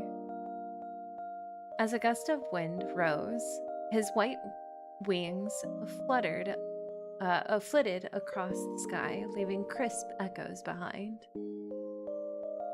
The whistling sound lingered across the sky. Is that the whistle? Yeah. Seems we did a good job. Pearlie looks so happy. He's happy to be reunited with the sky. Huh? I look at Gavin with confusion. His gaze shifted from Pearlie to me. He stretched out his hand and rubbed my head. I mean, freedom. Freedom? Pearlie flew back and forth along with the sound of the whistle, as if he was reborn. I felt warm with the sunshine on my face. Watching the sparkling city below and hearing the crisp sound, I thought I understood the freedom Gavin spoke of. I start to long for such freedom as well. What? Pearlie must have been longing for this. Ever since, or even after he was recovered, he couldn't fly this high. And I heard the whistle is the symbol of a lead pigeon. Pearlie is really something. He has more responsibilities as well. Responsibilities? For such a small life? All living creatures have their own responsibilities. So do we. Gavin held my hand. The warmth infused into my body, soothing all my complicated emotions. But leave your responsibilities to me. That would be very irresponsible of me, Gavin. I clutch his hand and allow the wind to engulf me, blowing away all my troubles. I shut my eyes. Be it burden or whatever, the freedom I want is just like now, embracing the sunshine and wind. Silent, Gavin stared at me with blazing eyes, as if to see through me. I turned my head and kept my eyes locked with his. We exchanged no words. The wonderful silence permeated the air. The whistle's crisp sound by the ear led us to a trance. A gentle breeze crossed his face. Suddenly, I felt there was a universe to explore in the light-colored pupils. At that moment, Pearlie had finished his tour and landed on the railing before us, dark eyes scrutinizing us. His tail drooped when he moved, as if it was from the pressure of the whistle. I remembered over the past weeks, he came back with gifts held in his mouth every time. Sometimes he put them in my hand, or on the paper I was writing on. Perhaps he didn't want to be a lead pigeon. He just wanted to be Pearly. I pet him and had a look at Gavin. Gavin, how about we take off the whistle? Why? I just think, no matter how fancy it is, it's something imposing on Pearly. Maybe to fly freely is the most precious thing to him. Gavin dazed a bit before the corner of his mouth turned up. Okay. Gavin took off the whistle and put it in my palm. A souvenir. Okay. He raised his hand. A gust of wind lifted the fluttering Pearly up in the air. Pearly chirped and flew higher. His wings blocked the sun as if there was a shining light at his wingtips. Taking a parabola, Pearly faded away from our sights. Where's he? Will he come back? It doesn't matter anymore. Yes, it does. Yeah. I just took care of him. We named him. We didn't even name the dove. Why? Gavin held my hand again. The wind and sunshine are enough, right? What? The freedom you talked about. A gust of wind surrounded us no sooner than he finished, flying my skirt in the corner of his garments. It seemed I went back to that late autumn, the same sunny sky and dusk gilded with gold. The familiar wind seemed to appear outside the window of the classroom along with falling leaves, causing ripples in my heart. I clutched his hand and smiled at him, our fingers crossed. Yes, as long as the wind is around. And you've brought me the warmest and brightest sunshine. In the gentle breeze, he held my waist and raised me up in the air. The sunlight danced upon the tips of his eyebrows. It was a sight no shiny gem could be matched for. Why the look?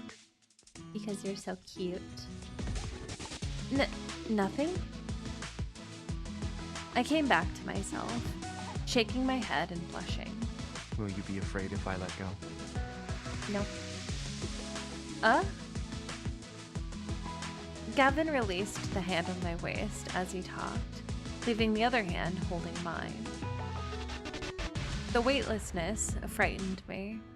I held his neck with both hands in a hurry, pressing myself against his chest. He did that on purpose so that we could hold him. Seeing my panic, he chuckled. Afraid?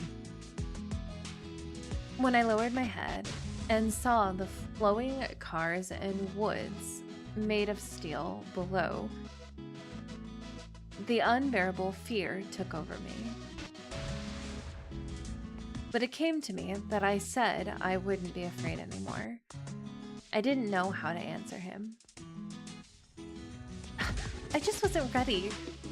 Really? Really? That's what I said, Gavin. A snicker came from the curled corner of Gavin's mouth and seized my mind. Oh.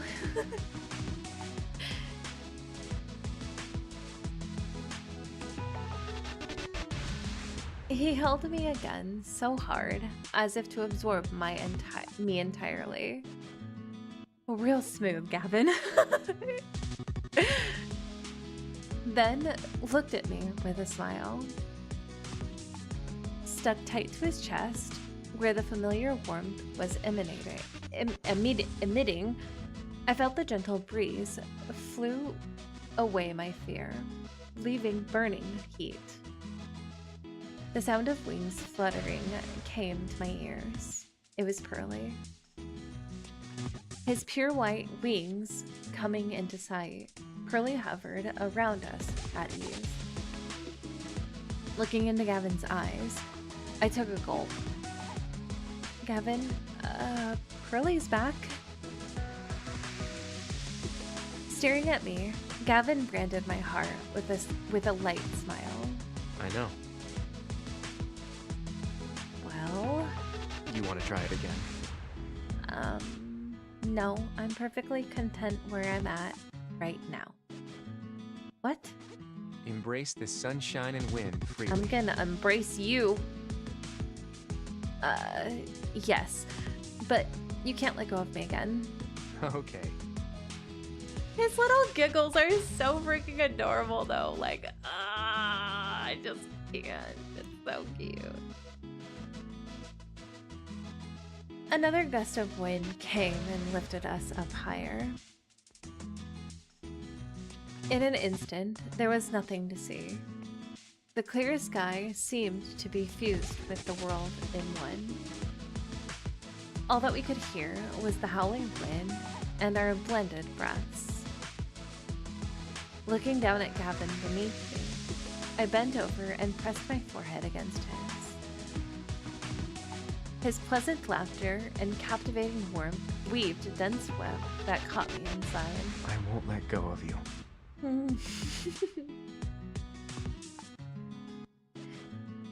Okay.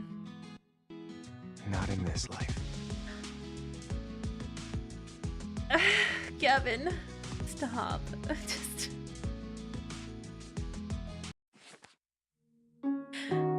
That was... Stop, Gavin.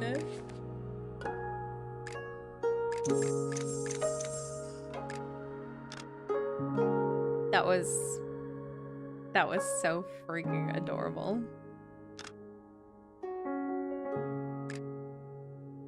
That was so cute.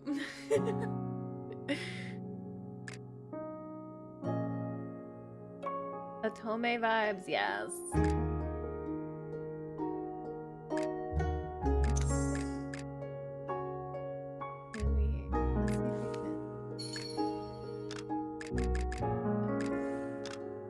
Oh, we did a date with Gabby. That was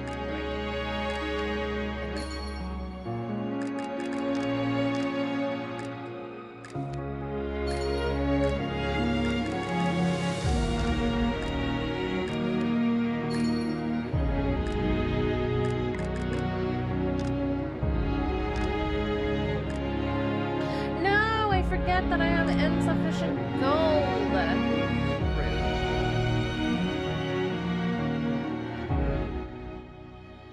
Alright, we're gonna start this one because I just want to see. Oh, we have to evolve it for that one. Okay, we're only gonna make it to like number 2 for this one. Oh wait, we might, we probably won't get enough gold.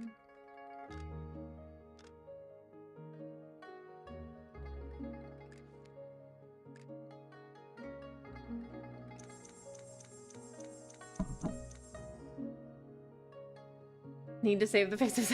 I'll save them for you.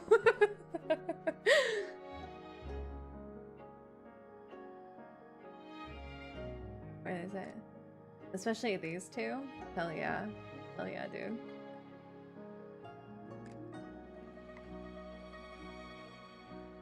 Dang. Wait, hang on. Can I... Oh, wait! Can I... Let's see, where's this one at? Oh, that one I can't. Okay, wait. I don't think I can. I don't have enough. Okay, wait. Which one was I? It was this one.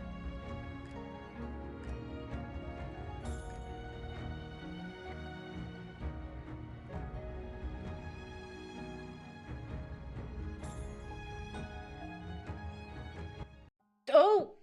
I started it. I don't know what I started. I don't know what we're starting. Listen, we're gonna, whatever this is, we're gonna go through it right now. This is a surprise for all of us.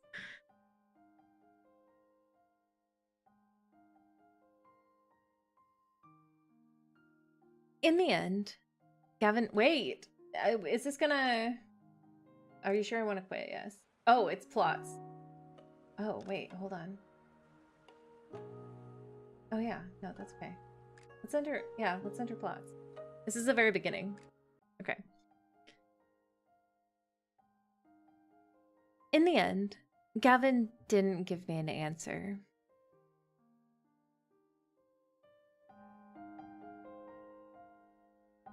A silence more roaring than the sea breeze filled his being, and the only sound left in the world was crashing waves. The next day, Gavin seemed like nothing had happened. He brought me to the set. Thank you, Silas, for letting me know that takeout is here. The boys are jealous. They're like, what you doing over there, sweetheart? The next day, Gavin seemed like nothing had happened. He brought me to the set and then left. I lowered my eyes, watching him for a long time as he walked away. The summer day seemed to get a little more silent. From the bits and pieces I'd heard, from those hardened and unruly eyes, and from his cold and aloof face, I knew those 2 years must not have been good.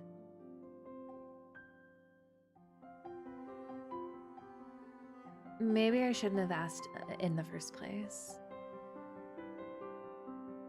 Regret mixed with sadness, but I did my best to lift up my spirits and wrap up the shoot.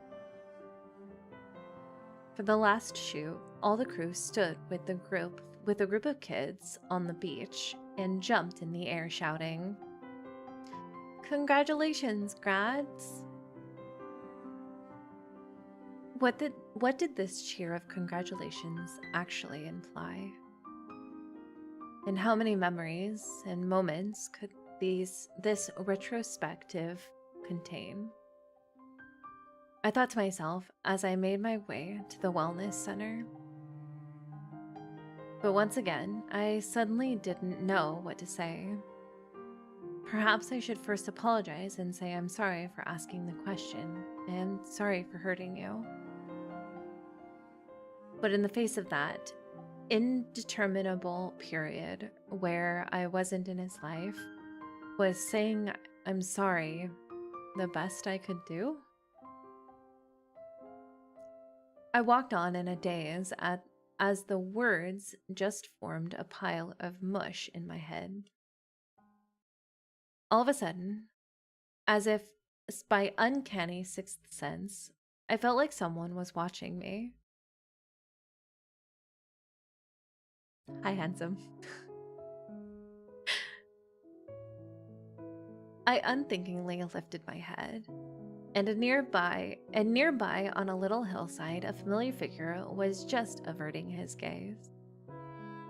His head turned away just so, as if there was a shared timing and range of motion between my movements and his.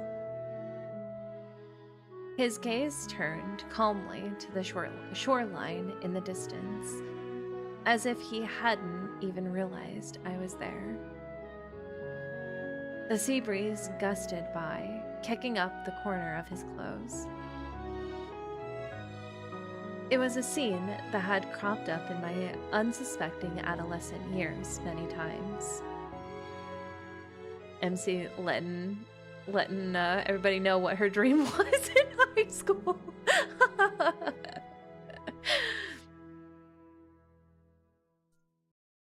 I had near misses with this face in profile countless times in little wind-blown moments and other unassuming times. He had just been looking at me. He'd seen me, and then he'd pretended like he hadn't. I was almost certain of it. As I thought this, my nose suddenly started to tingle, and I even felt a twinge of anger. Almost simultaneously, I thought of something else. Just then, he turned his gaze with an extremely fake casualness, and his eyes widened in a very frigid manner, as if he was particularly shocked. Are you finished? Are you talking to me, finally? I thought you were mad at me.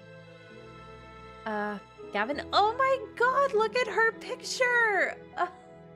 Look at how cute!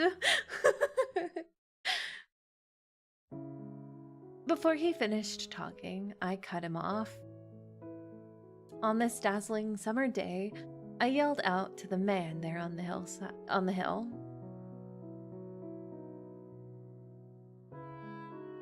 This summer, let's go back to being high school students, and you can have another shot at courting me. No, that's kinda cute though. He seemed instantly stunned. Oh, my background, I lost it.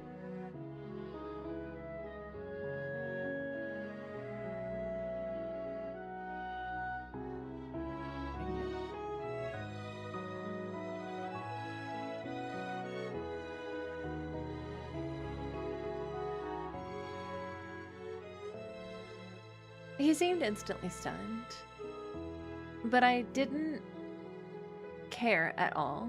I just turned and walked back the way I'd come. There it is.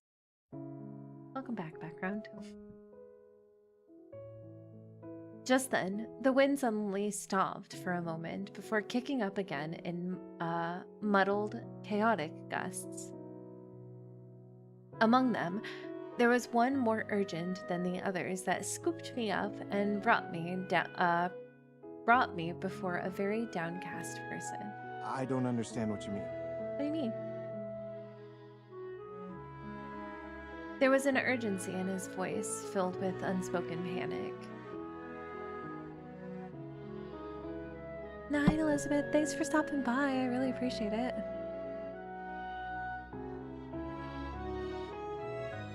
I mean exactly what I said. Don't sit around sneaking glances at me. Go after me, big guy.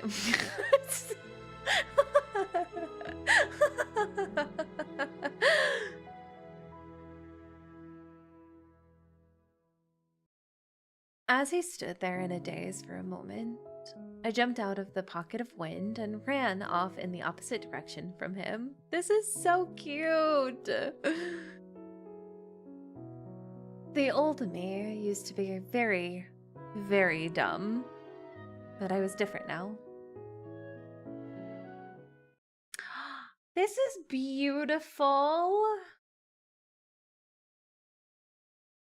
Look at this background. But perhaps this impulsive move was a little over the top, all the way until the wrap party that evening. Not only hadn't I seen a glimpse of Gavin, I hadn't even gotten a text from him. I guess maybe I really did push it too hard. I listlessly munched on seafood kebabs and sat there with my head in the clouds as everyone talked around me. Suddenly, there was a loud sound, and a burst of sparkling fireworks blossomed above the tranquil sky. The grand salvos lit up the sky, turning into shifting sands across the summer night sky, blazing stars, and glowing fish drifting on the sea. The dazzling beauty lit up everyone's eyes. They oohed and awed and took out their phones to capture the glorious moment. The producers really thought of everything. Ah, now my summer is complete. This wasn't our doing. Maybe it's just someone's anniversary? We just got lucky. I froze for a moment as I remember, as a random thought popped into my head. And particularly the next second, I was breaking out into a run. Following the trajectory of the fireworks and traversing over half the beachfront, I finally saw the man setting off fireworks. This is so cute.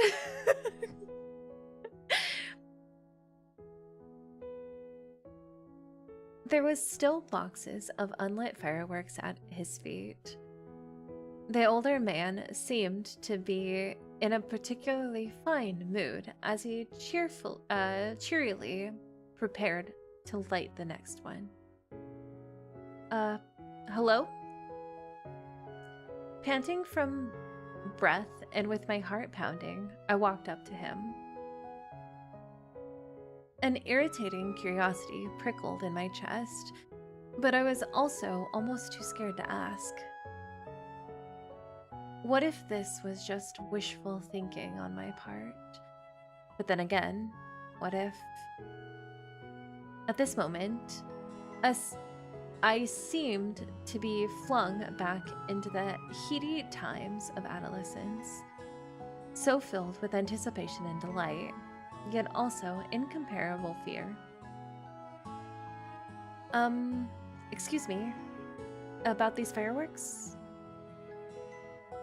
I could feel my voice shaking a little. Sorry, miss. These fireworks have all been bought up. If you want to buy some, you'll have to go to the hotel to buy them. They've been bought up? By a handsome young fella. He said he's setting them off for a special someone. I asked why he didn't want to set them off himself, but he didn't answer, so I'm just dutifully doing as I'm told.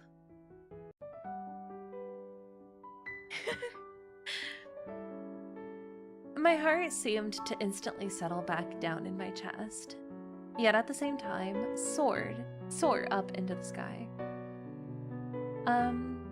Where's this person by chance?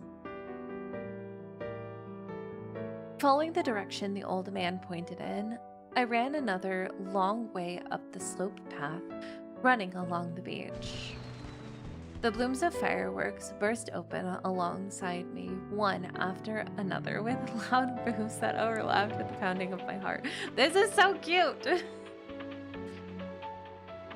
Finally, at the top of the hill, I saw that fool standing under the fireworks in the distance. Their dazzling sparkle flew upon him, and his amber eyes were as brilliant as ever in the alternating glow and gloom of the night. Apparently, not expecting me to come, Gavin was noticeably taken aback. His whole bearing was a little stiff, and he rubbed the back of his neck in a silence perforated only by firework blasts. Do you like it? I told you to go after me, not sneak around doing stuff like this. With a strange joy of a mix of joy and angst, I couldn't help but raise my voice at him standing several meters away. Upon getting yelled at like this, his handsome brow instantly scrunched up, and a dumbfounded awkwardness spread across his face. Then what should I do? You say things I don't understand. You tell me to be a high school student again and go after you. This is exactly what I would do. This is so good. Ah! His eyes were filled with confused anxiety and distress. Oh, that's... Stop, MC, you're making him feel so bad. Making the tone of his voice rise a little.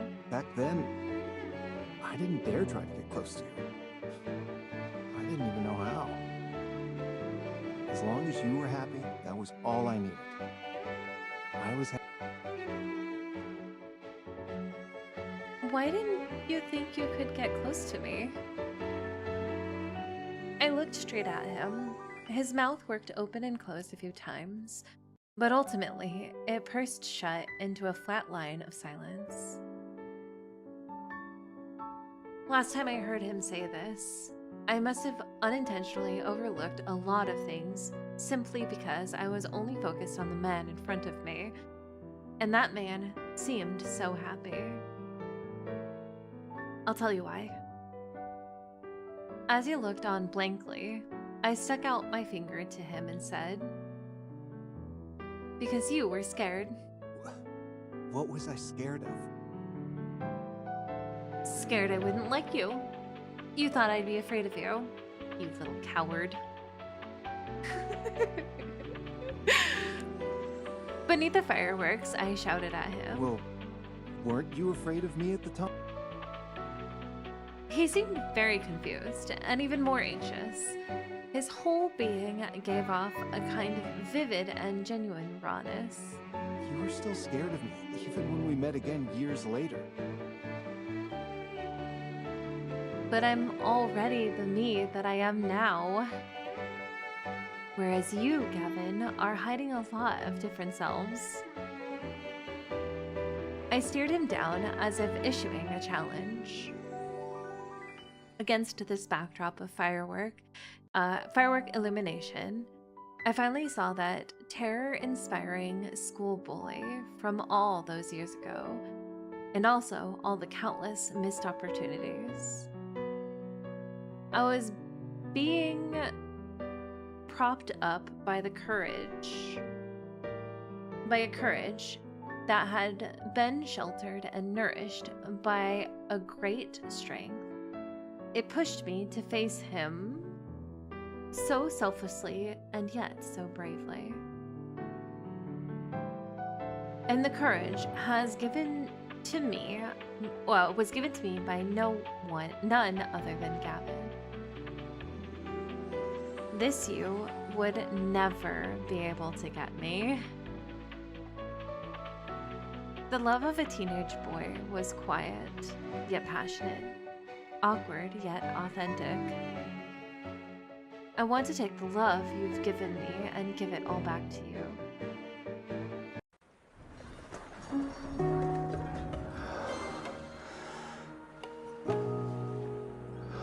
Oh.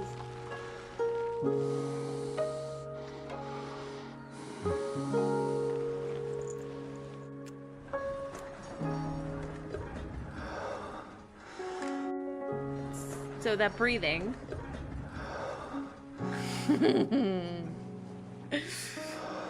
I think that breathing might be on Zane levels of breathing, or close to it at least.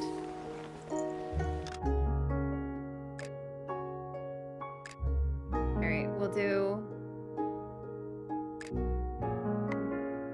the breathing. It's Zane levels of breath. We'll do a Victor one. Goodness. I know. Should we do this Victor one or should we do this other Victor one? Where's the other Victor one?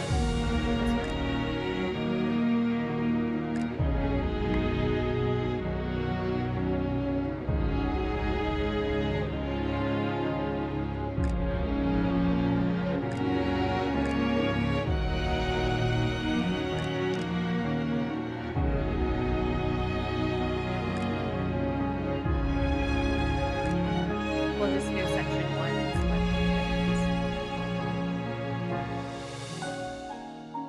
We'll do one more and then I'll probably pop out because I gotta get ready to stream on the other channel. Oh hey, you're still going. I am. Well, we're gonna do one more, I think. One more quick one. It's not gonna be a full story. We're just kind of going through all of them. Just kind of different sections to see. We're gonna do this Victor one. To see what happened.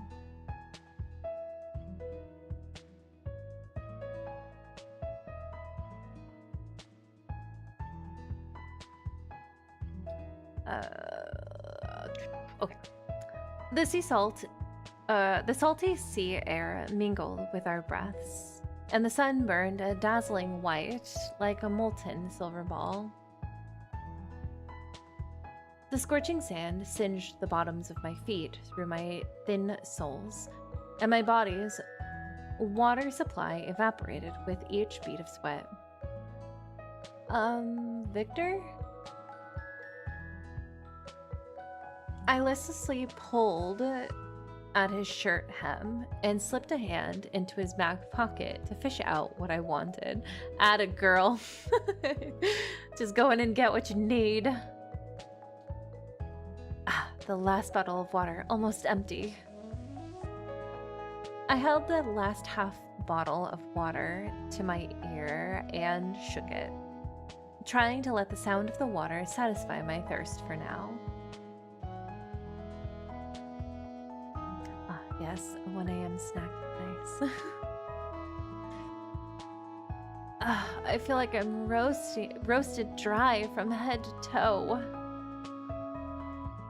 Victor shifted his angle and stood in front of me, his shadow blocking the intense sun from me just so. If you're tired, let's take a break. I shook my head and looked at the beach and waves stretching off into the distance. Then I look at our private yacht run aground on the shore, still unable to believe it. Who would have guessed at the start of the trip that we'd end up like this? Victor's latest new projects were all coming steadily along, and I also had a rare chunk of time off. And so, we boarded Victor's private yacht and set sail, planning to enjoy a nice, leisurely voyage at sea. But then the GPS suddenly malfunctioned while we were out at sea, and we used up all our fuel before we could find the way back to shore. We drifted with the currents for hours until we finally made landfall on this anonymous island that didn't even have a signal, with our resources nearly depleted.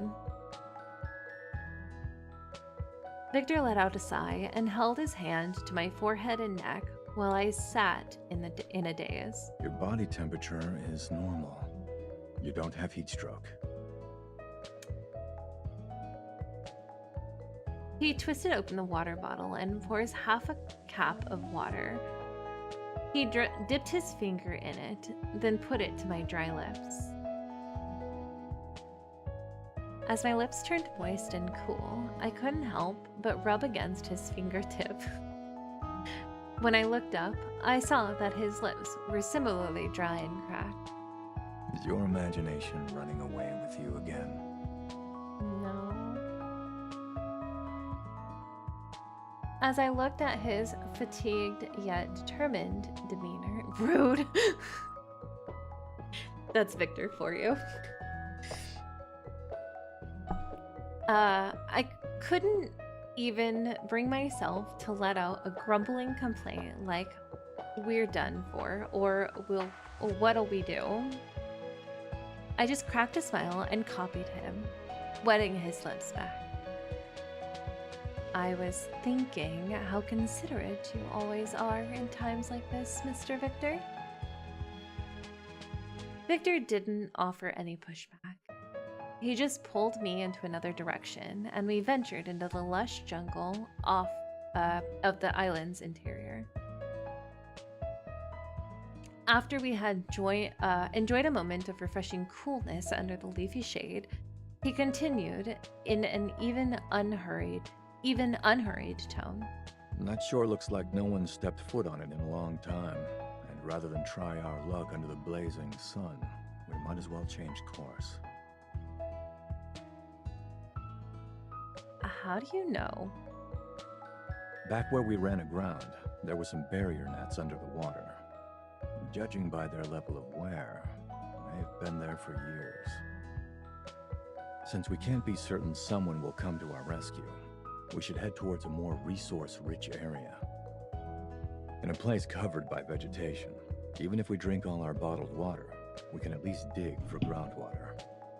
Okay, you're very smart, Victor. Thanks for that. We've got enough emergency rations for half a month. That'll be plenty of time for the insurance company to find us. I was...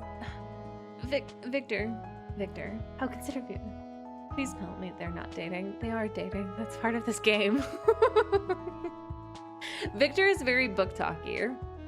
He's very, Christian Grey. That's kind of what I equivalent him to.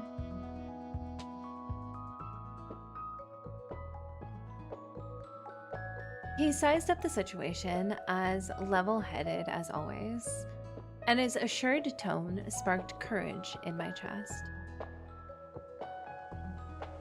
What, the insurance company? No, listen, I don't know why Victor's like, oh, it's gonna take us like 5 months to be found. He's literally in charge of an entire company. People are gonna know that he's missing. I'm pretty sure they're gonna be scouring for him. No, these are called dates. These are dates. I assumed they were all during a dating period.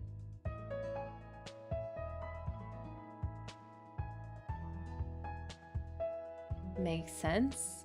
I guess the sun really was getting to me just now. I thought for sure we'd end up a headline in next week's news. Something like, LFG CEO and girlfriend lost at sea. Presumed dead on deserted island. Oh, there we go. It answered the question for us. Victor shot me an eye-rolling yet bemused glance. If you've got the energy to crack jokes, I assume that means you're all rested up.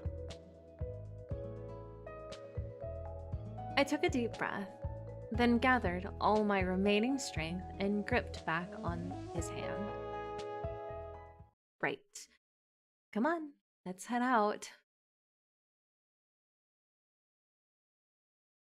As we ventured deeper into the jungle, the terrain grew steeper. After about 15 minutes, we reached the top of the small hill. And I was stopped dead in my tracks. My eyes got going wide. Victor, look! A smattering of little homes lined a hard-topped road at the bottom of the hill. The island's vegetation encircled them like pearls enveloping a green velvet. MC is too good for him. Yeah. Yeah, I like to think that Gavin is canon love interest in this game. I don't like to assign canon love interest, but wisps of smoke rise from the chimney of the building, and in the front and backyards, washed clothes are hanging.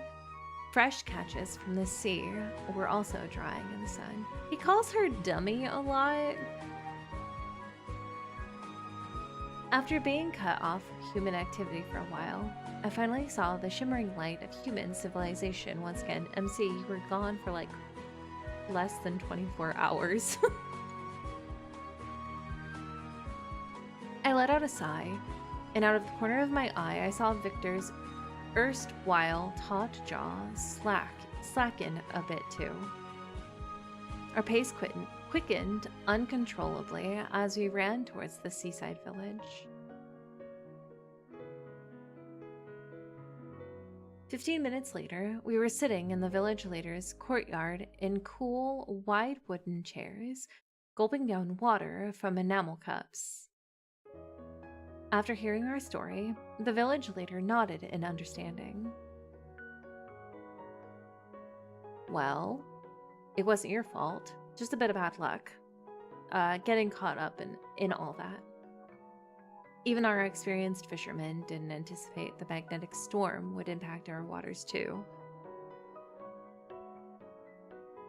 Through our conversation, we learned this island was called White Pearl Island, and the islanders harvested pearls for a living. Just as Victor had surmised, the western shore where we landed has been used as a fishery about a dozen years had been used as a fishery about a dozen years ago. Later, the islanders shifted into a pearl business and abandoned the fishery, moving to the Pearl Bay on the east side. When the village leader left for a moment, he crossed his arms and leaned against the doorframe, as composed as if he was standing in his office. Victor, please. Got any ideas?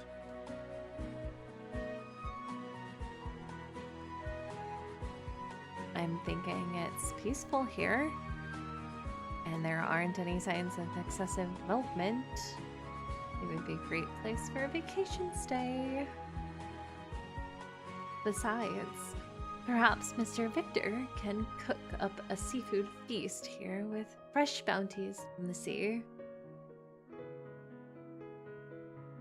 Victor cracked a grin and pinched my cheek. All you think about is eating. Food is my love language.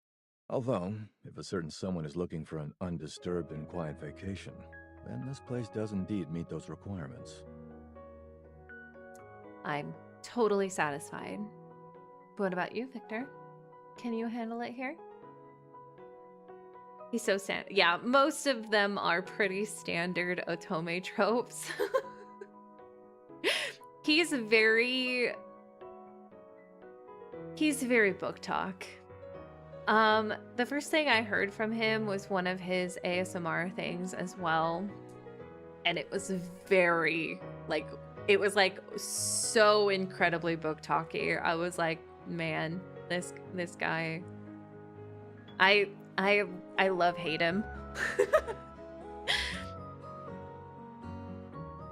I looked at him with upturned eyebrows. Victor stooped over, picking up a few strands of my sweat-drenched, knotted hair and smiled. How could I pass up the opportunity to vacation on an island paradise? Yeah, okay. Under the setting sun, Victor and I stood at the entrance of a dilapidated health clinic. The golden red rays hit the crude outer wall and rust-marked stairs, making plain the obsolescence and neglect awaiting within. I put my arm in Victor's and looked at him with blinking eyes.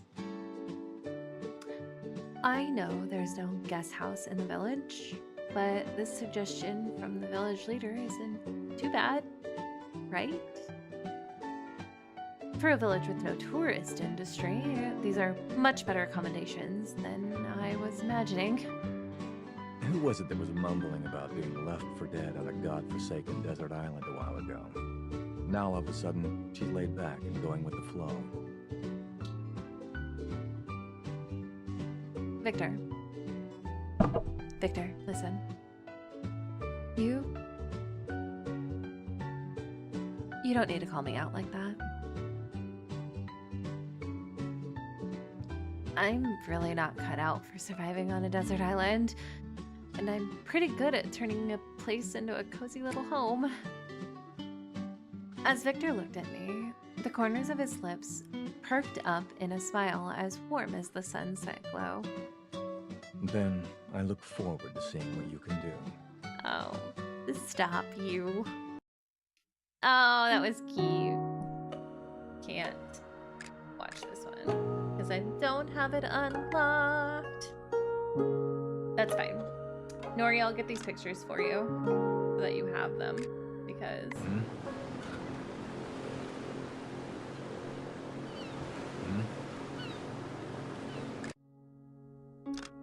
Let me see what he does on this one. Don't worry. It's not as bad as a certain someone thinks. Are you sure? Because I could.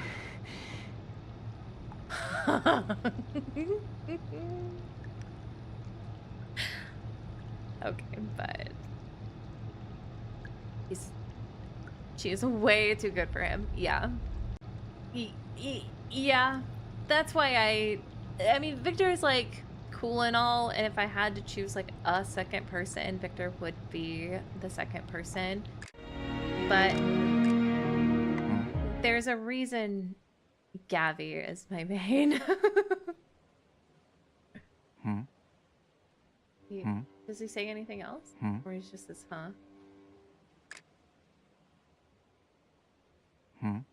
Yep.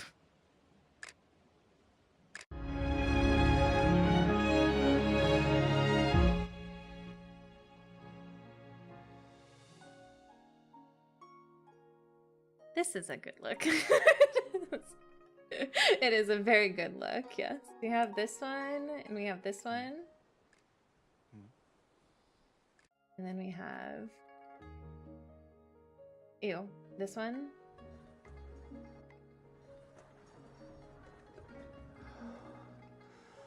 Listen, I'm just, you know... Oh, we have sweet little Kiro. That outfit is just like the ones in Lads. I know, Listen, there was one thing I really wanted them, I was hoping that they would do, and that was that they would do some sort of collab with MLQC and Lads. Because I really think that would have been cute to do like a collab between the two of them. And I don't know if that's still a thing that they could do, but if they'd have done it before they EOS'd, they could have had people come over to MLQC in EN if they'd have done a collab with them. Like, could you imagine one of each of the guys, or maybe they swap or something? Like the Lads boys end up over in MLQC somehow, and the MLQC boys end up in Lads. I don't know how they do that, but that would be like super adorable, I think.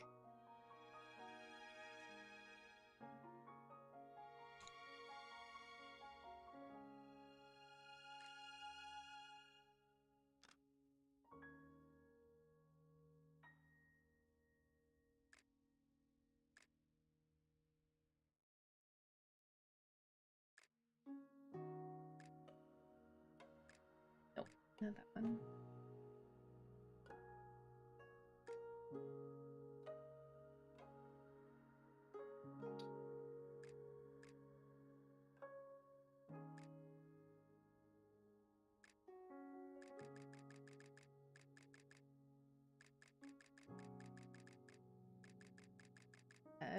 Leave it.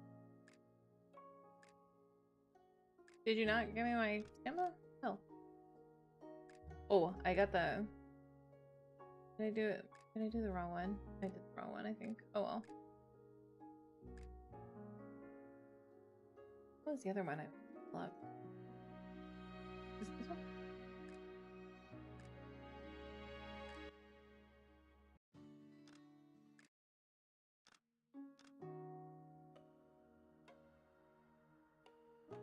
That bloody pic. Was that Gavin? This one? This one's Victor.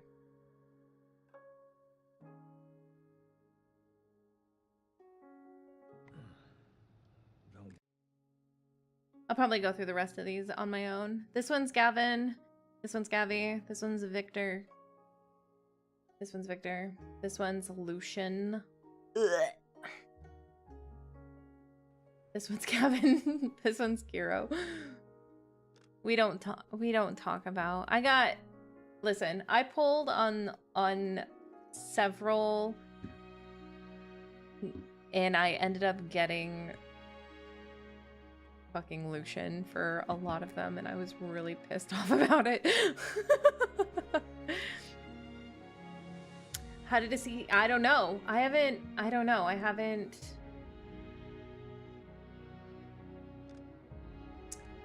I didn't play this one.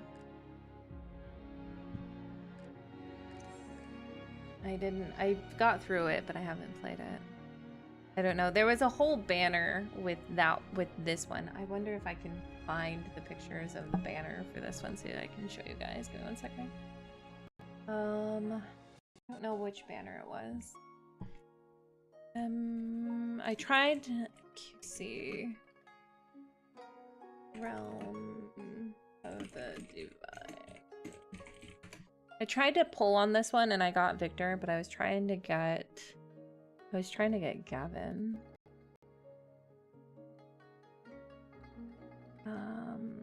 But I don't remember which banner it's from. If I can find.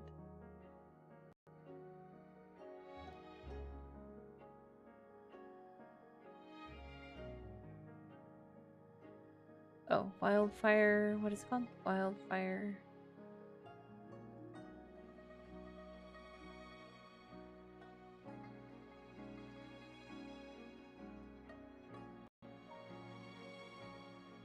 Wildfire of the Forsaken. Oh, wait. Here.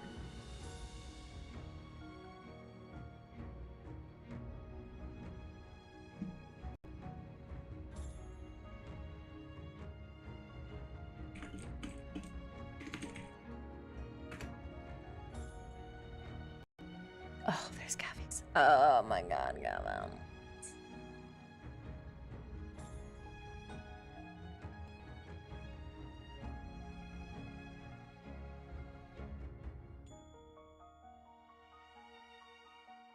Yeah, that's alright.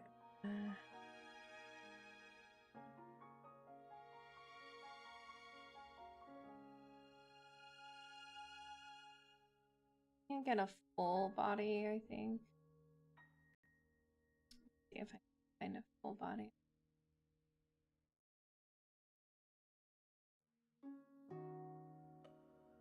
Ah, there we go.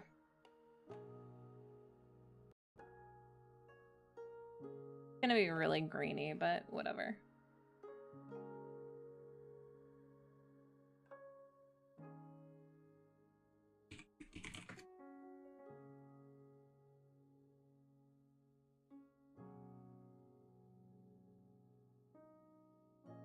New source, image.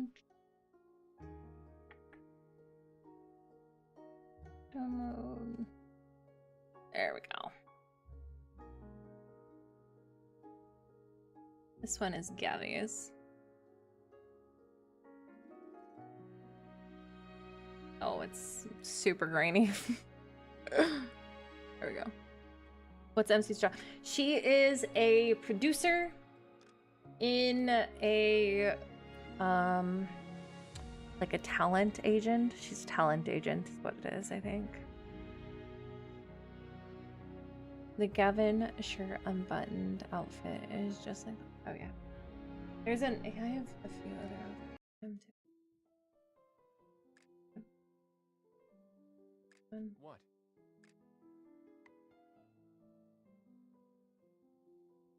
This one here. Almost one for, yeah. Yeah, there's a lot of good ones here. I am really sad now that we're getting ready to close out because I gotta get ready for raid. I am really actually very sad that I didn't play this game sooner. I wish I had known about it sooner. Aside from, like I said earlier, some of the absolutely terrible mechanics in it as far as like pity and pulling and stuff like that. I really think I would have enjoyed this game a lot. To end up looking like that. CEO is weird. I think I have it, Victor. I don't remember how to change my people out, but there it is. Oh, there's.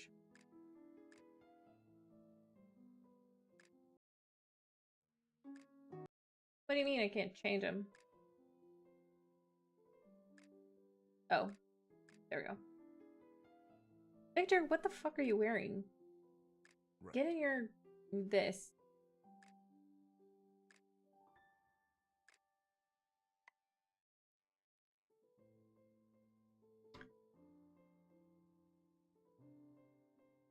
It's nice multiple allies doing a pose. I agree. And then we can bring up Shaw since nobody.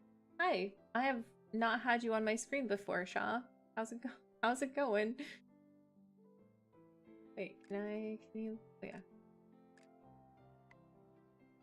Okay, but like, Cha, why couldn't you? Listen, I would have accepted you as a fifth love interest if you.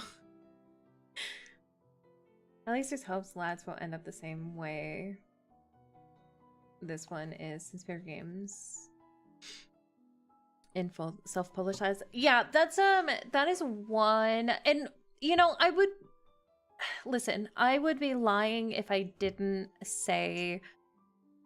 Part of me, I know this is gonna be such a copium statement. I'm not even joking, you guys. I'm well aware of how copish this is gonna sound.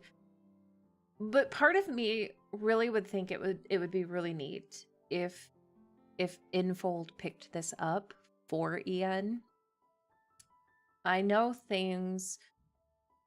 I don't know if they're completely getting rid of everything or if they're holding on or whatever the case may be, right? But it would be really, really cool if Infold picked this up instead of Elix,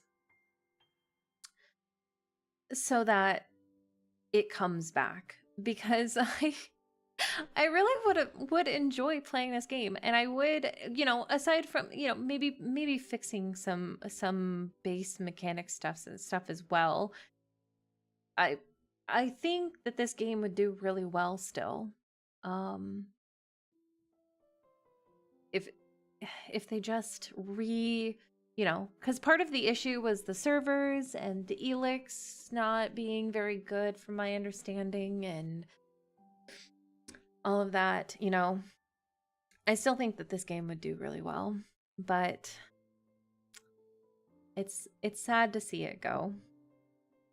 But at least we have lads, you know, a lot of this game just feels very base lads too, which is, it's kind of nice. It's part of the reason why I picked it up, is because I was interested to see how you know, close to lads it was, or how similar to lads it was. And so it was nice to get the chance to kind of see where everything started before. You know, you can really feel the improvement of the games as well between the games, which is really nice. I don't think they're saving this one on EN. Often publishing rights are written in the way that don't allow. That's true. Yeah. Another Otome game going into the sunset. It is. It's it's sad. It's sad. But at least we have, you know, and Lads has really opened up what I've really been happy about is Lads has really opened up a large possibility for the improvement of Otome games. I think a lot of Otome games have the opportunity to be just as good as Lads, and I really do hope, you know, gotcha or otherwise, you know, because I would also play an Otome game that was not gotcha, that was like Lads as well. If it was like an ARPG as well. So I think this really does open up an avenue for there to be possibility of more in the future, which I think I'm genuinely looking forward to. But right now we have to stick with our boys. Which I'm happy with. I love the boys, of course. With the self-publishing, there's a choice for an offline version instead of just EOS. That's also true. That's also another really sad part in this, is that there's not going to be any offline. So basically everything we have is just, it's going to be gone. At least I didn't, you know, at least in the short time I played this, I didn't spend any money on it. So I'm not too disheartened as far as that goes.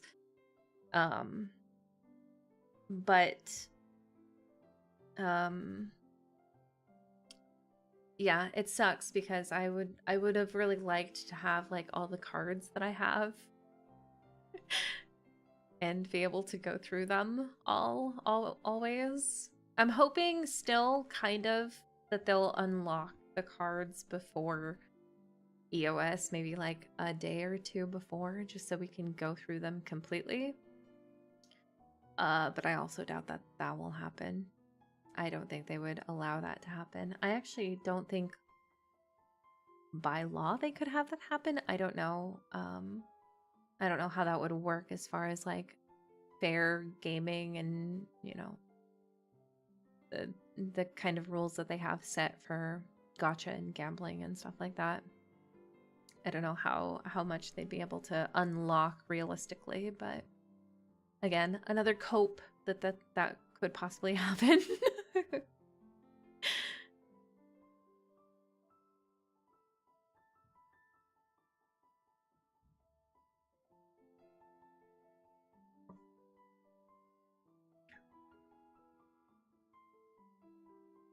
The copamine, that's going. No, it's copamine. I'm well aware that the statements I'm making right now are super cope. Like, not even in the realm of possibility coping. I'm huffing it. It's strong, but listen, I have to laugh about it, otherwise I'm gonna cry.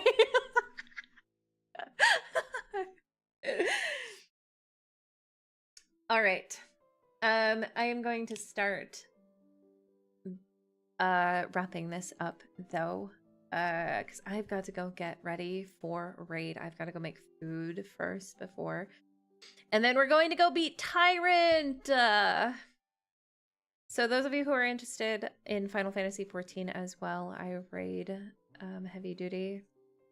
So I will be. You guys can find me on Mira's Misadventures. That I could type it up for anybody who's interested. I know I have 3 channels. Weird.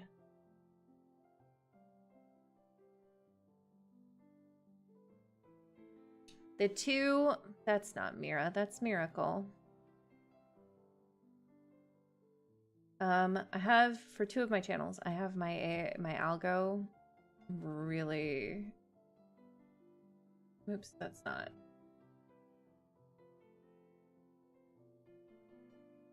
My algo is really good. So I have to keep it that way. Have a safe trip. Back, Kachik. Be safe. On your vacation or your way back home. Goodbye, and then I'll see you on the other side. Sounds good, Kira. And good luck with raiding. I am trying to get some sleep. No worries. Sleep well. Brett, I'll probably see you at the other place as well. Alright. I don't have a normal outro for this one, you guys. I'm going to be 100% real. So, what I am going to say is thanks for joining me tonight. I really appreciate it. Hopefully you stayed cozy in the cafe, and until next time, make sure you rest. You deserve it. Bye, guys. Thanks for joining me. Bye.